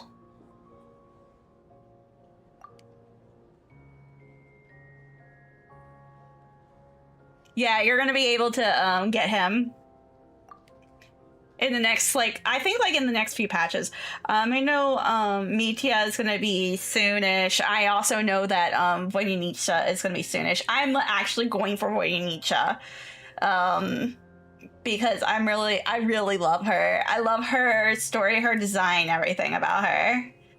And Odette, like, literally had some fucking moments, man. Oh my god. I was like, damn. Damn girly. So Chuganov really is going to shut down the factory. I guess this theater incident actually did us some good after all. So, you said I promised to take you to the Armory Palace while we were in the afterlife, yes? I believe you. I think I even have a vague memory of it. Yeah. Agreed. Let's check in on her first. The whole reason for our trip to the Armory Palace anyway is to figure out what's going on with her health. Yeah, I like Odette as well. Okay. Let's go, let's go, let's go. Yeah, welcome to Snezhnaya, Hillary. It's very it is pre-USSR. Very, very, Romanov. Very Romanov, era Russia.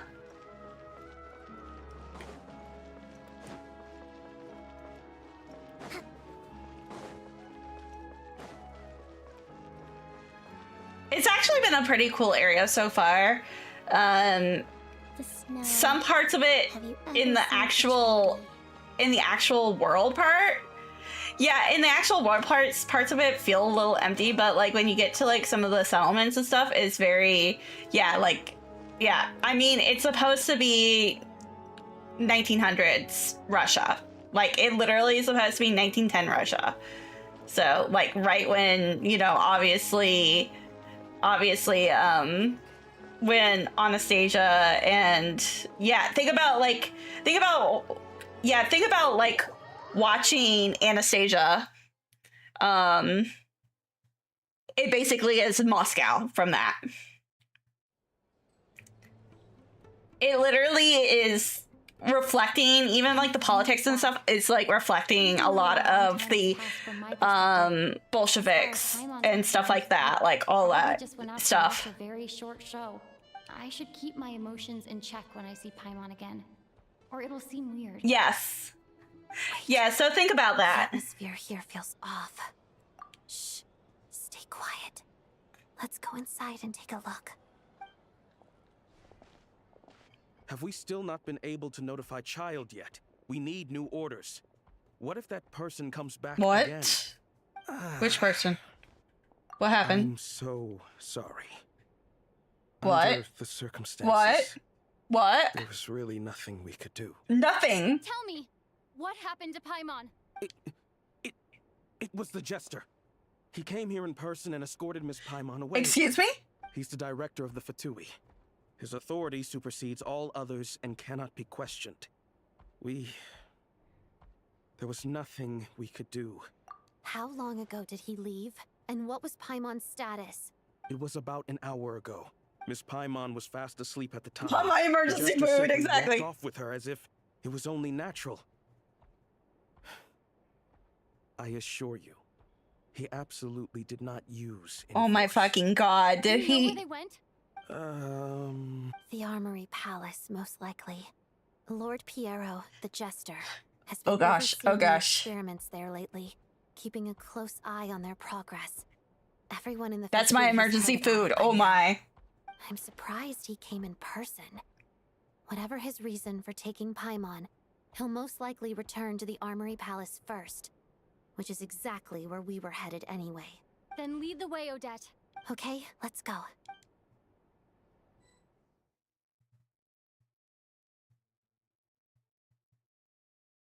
No. The jester is like Piero. He's the guy with the older man with the mask. It's just up ahead. Quick, let's get inside. No. No, I'll the go rooster ahead. is the squat You guy know with the I'm long trying to nose. force my way in. You're with the Fatui, so you should stay outside. I was hardly planning on taking you through the official channels anyway. I'm here to force my way in, just like I may be a Fatus, but I'm also Lelek, enemy of Project Stuja. Paimon's safety is paramount right now. With me around, you'll have an extra pair of hands. There might be devices inside that are easier for an insider to deal with. Yes. If you say so. Let's go. There's no time to hesitate. Okay. I'm gonna have to end it here. Because holy crap. We are... yeah, we're gonna have to, because it's like 12:30 and it's late. And I have work in the morning. So yeah, I will go to bed. But thank you so much. I will put out a schedule and maybe I'll play this tomorrow, like off stream, and I will scream at it more. But holy crap, there's been a lot of screaming. Anyways, I'll see you guys later. Bye. Thank you so much. Yes, I know, right? Like literally Danganronpa chapter. I don't even know, man.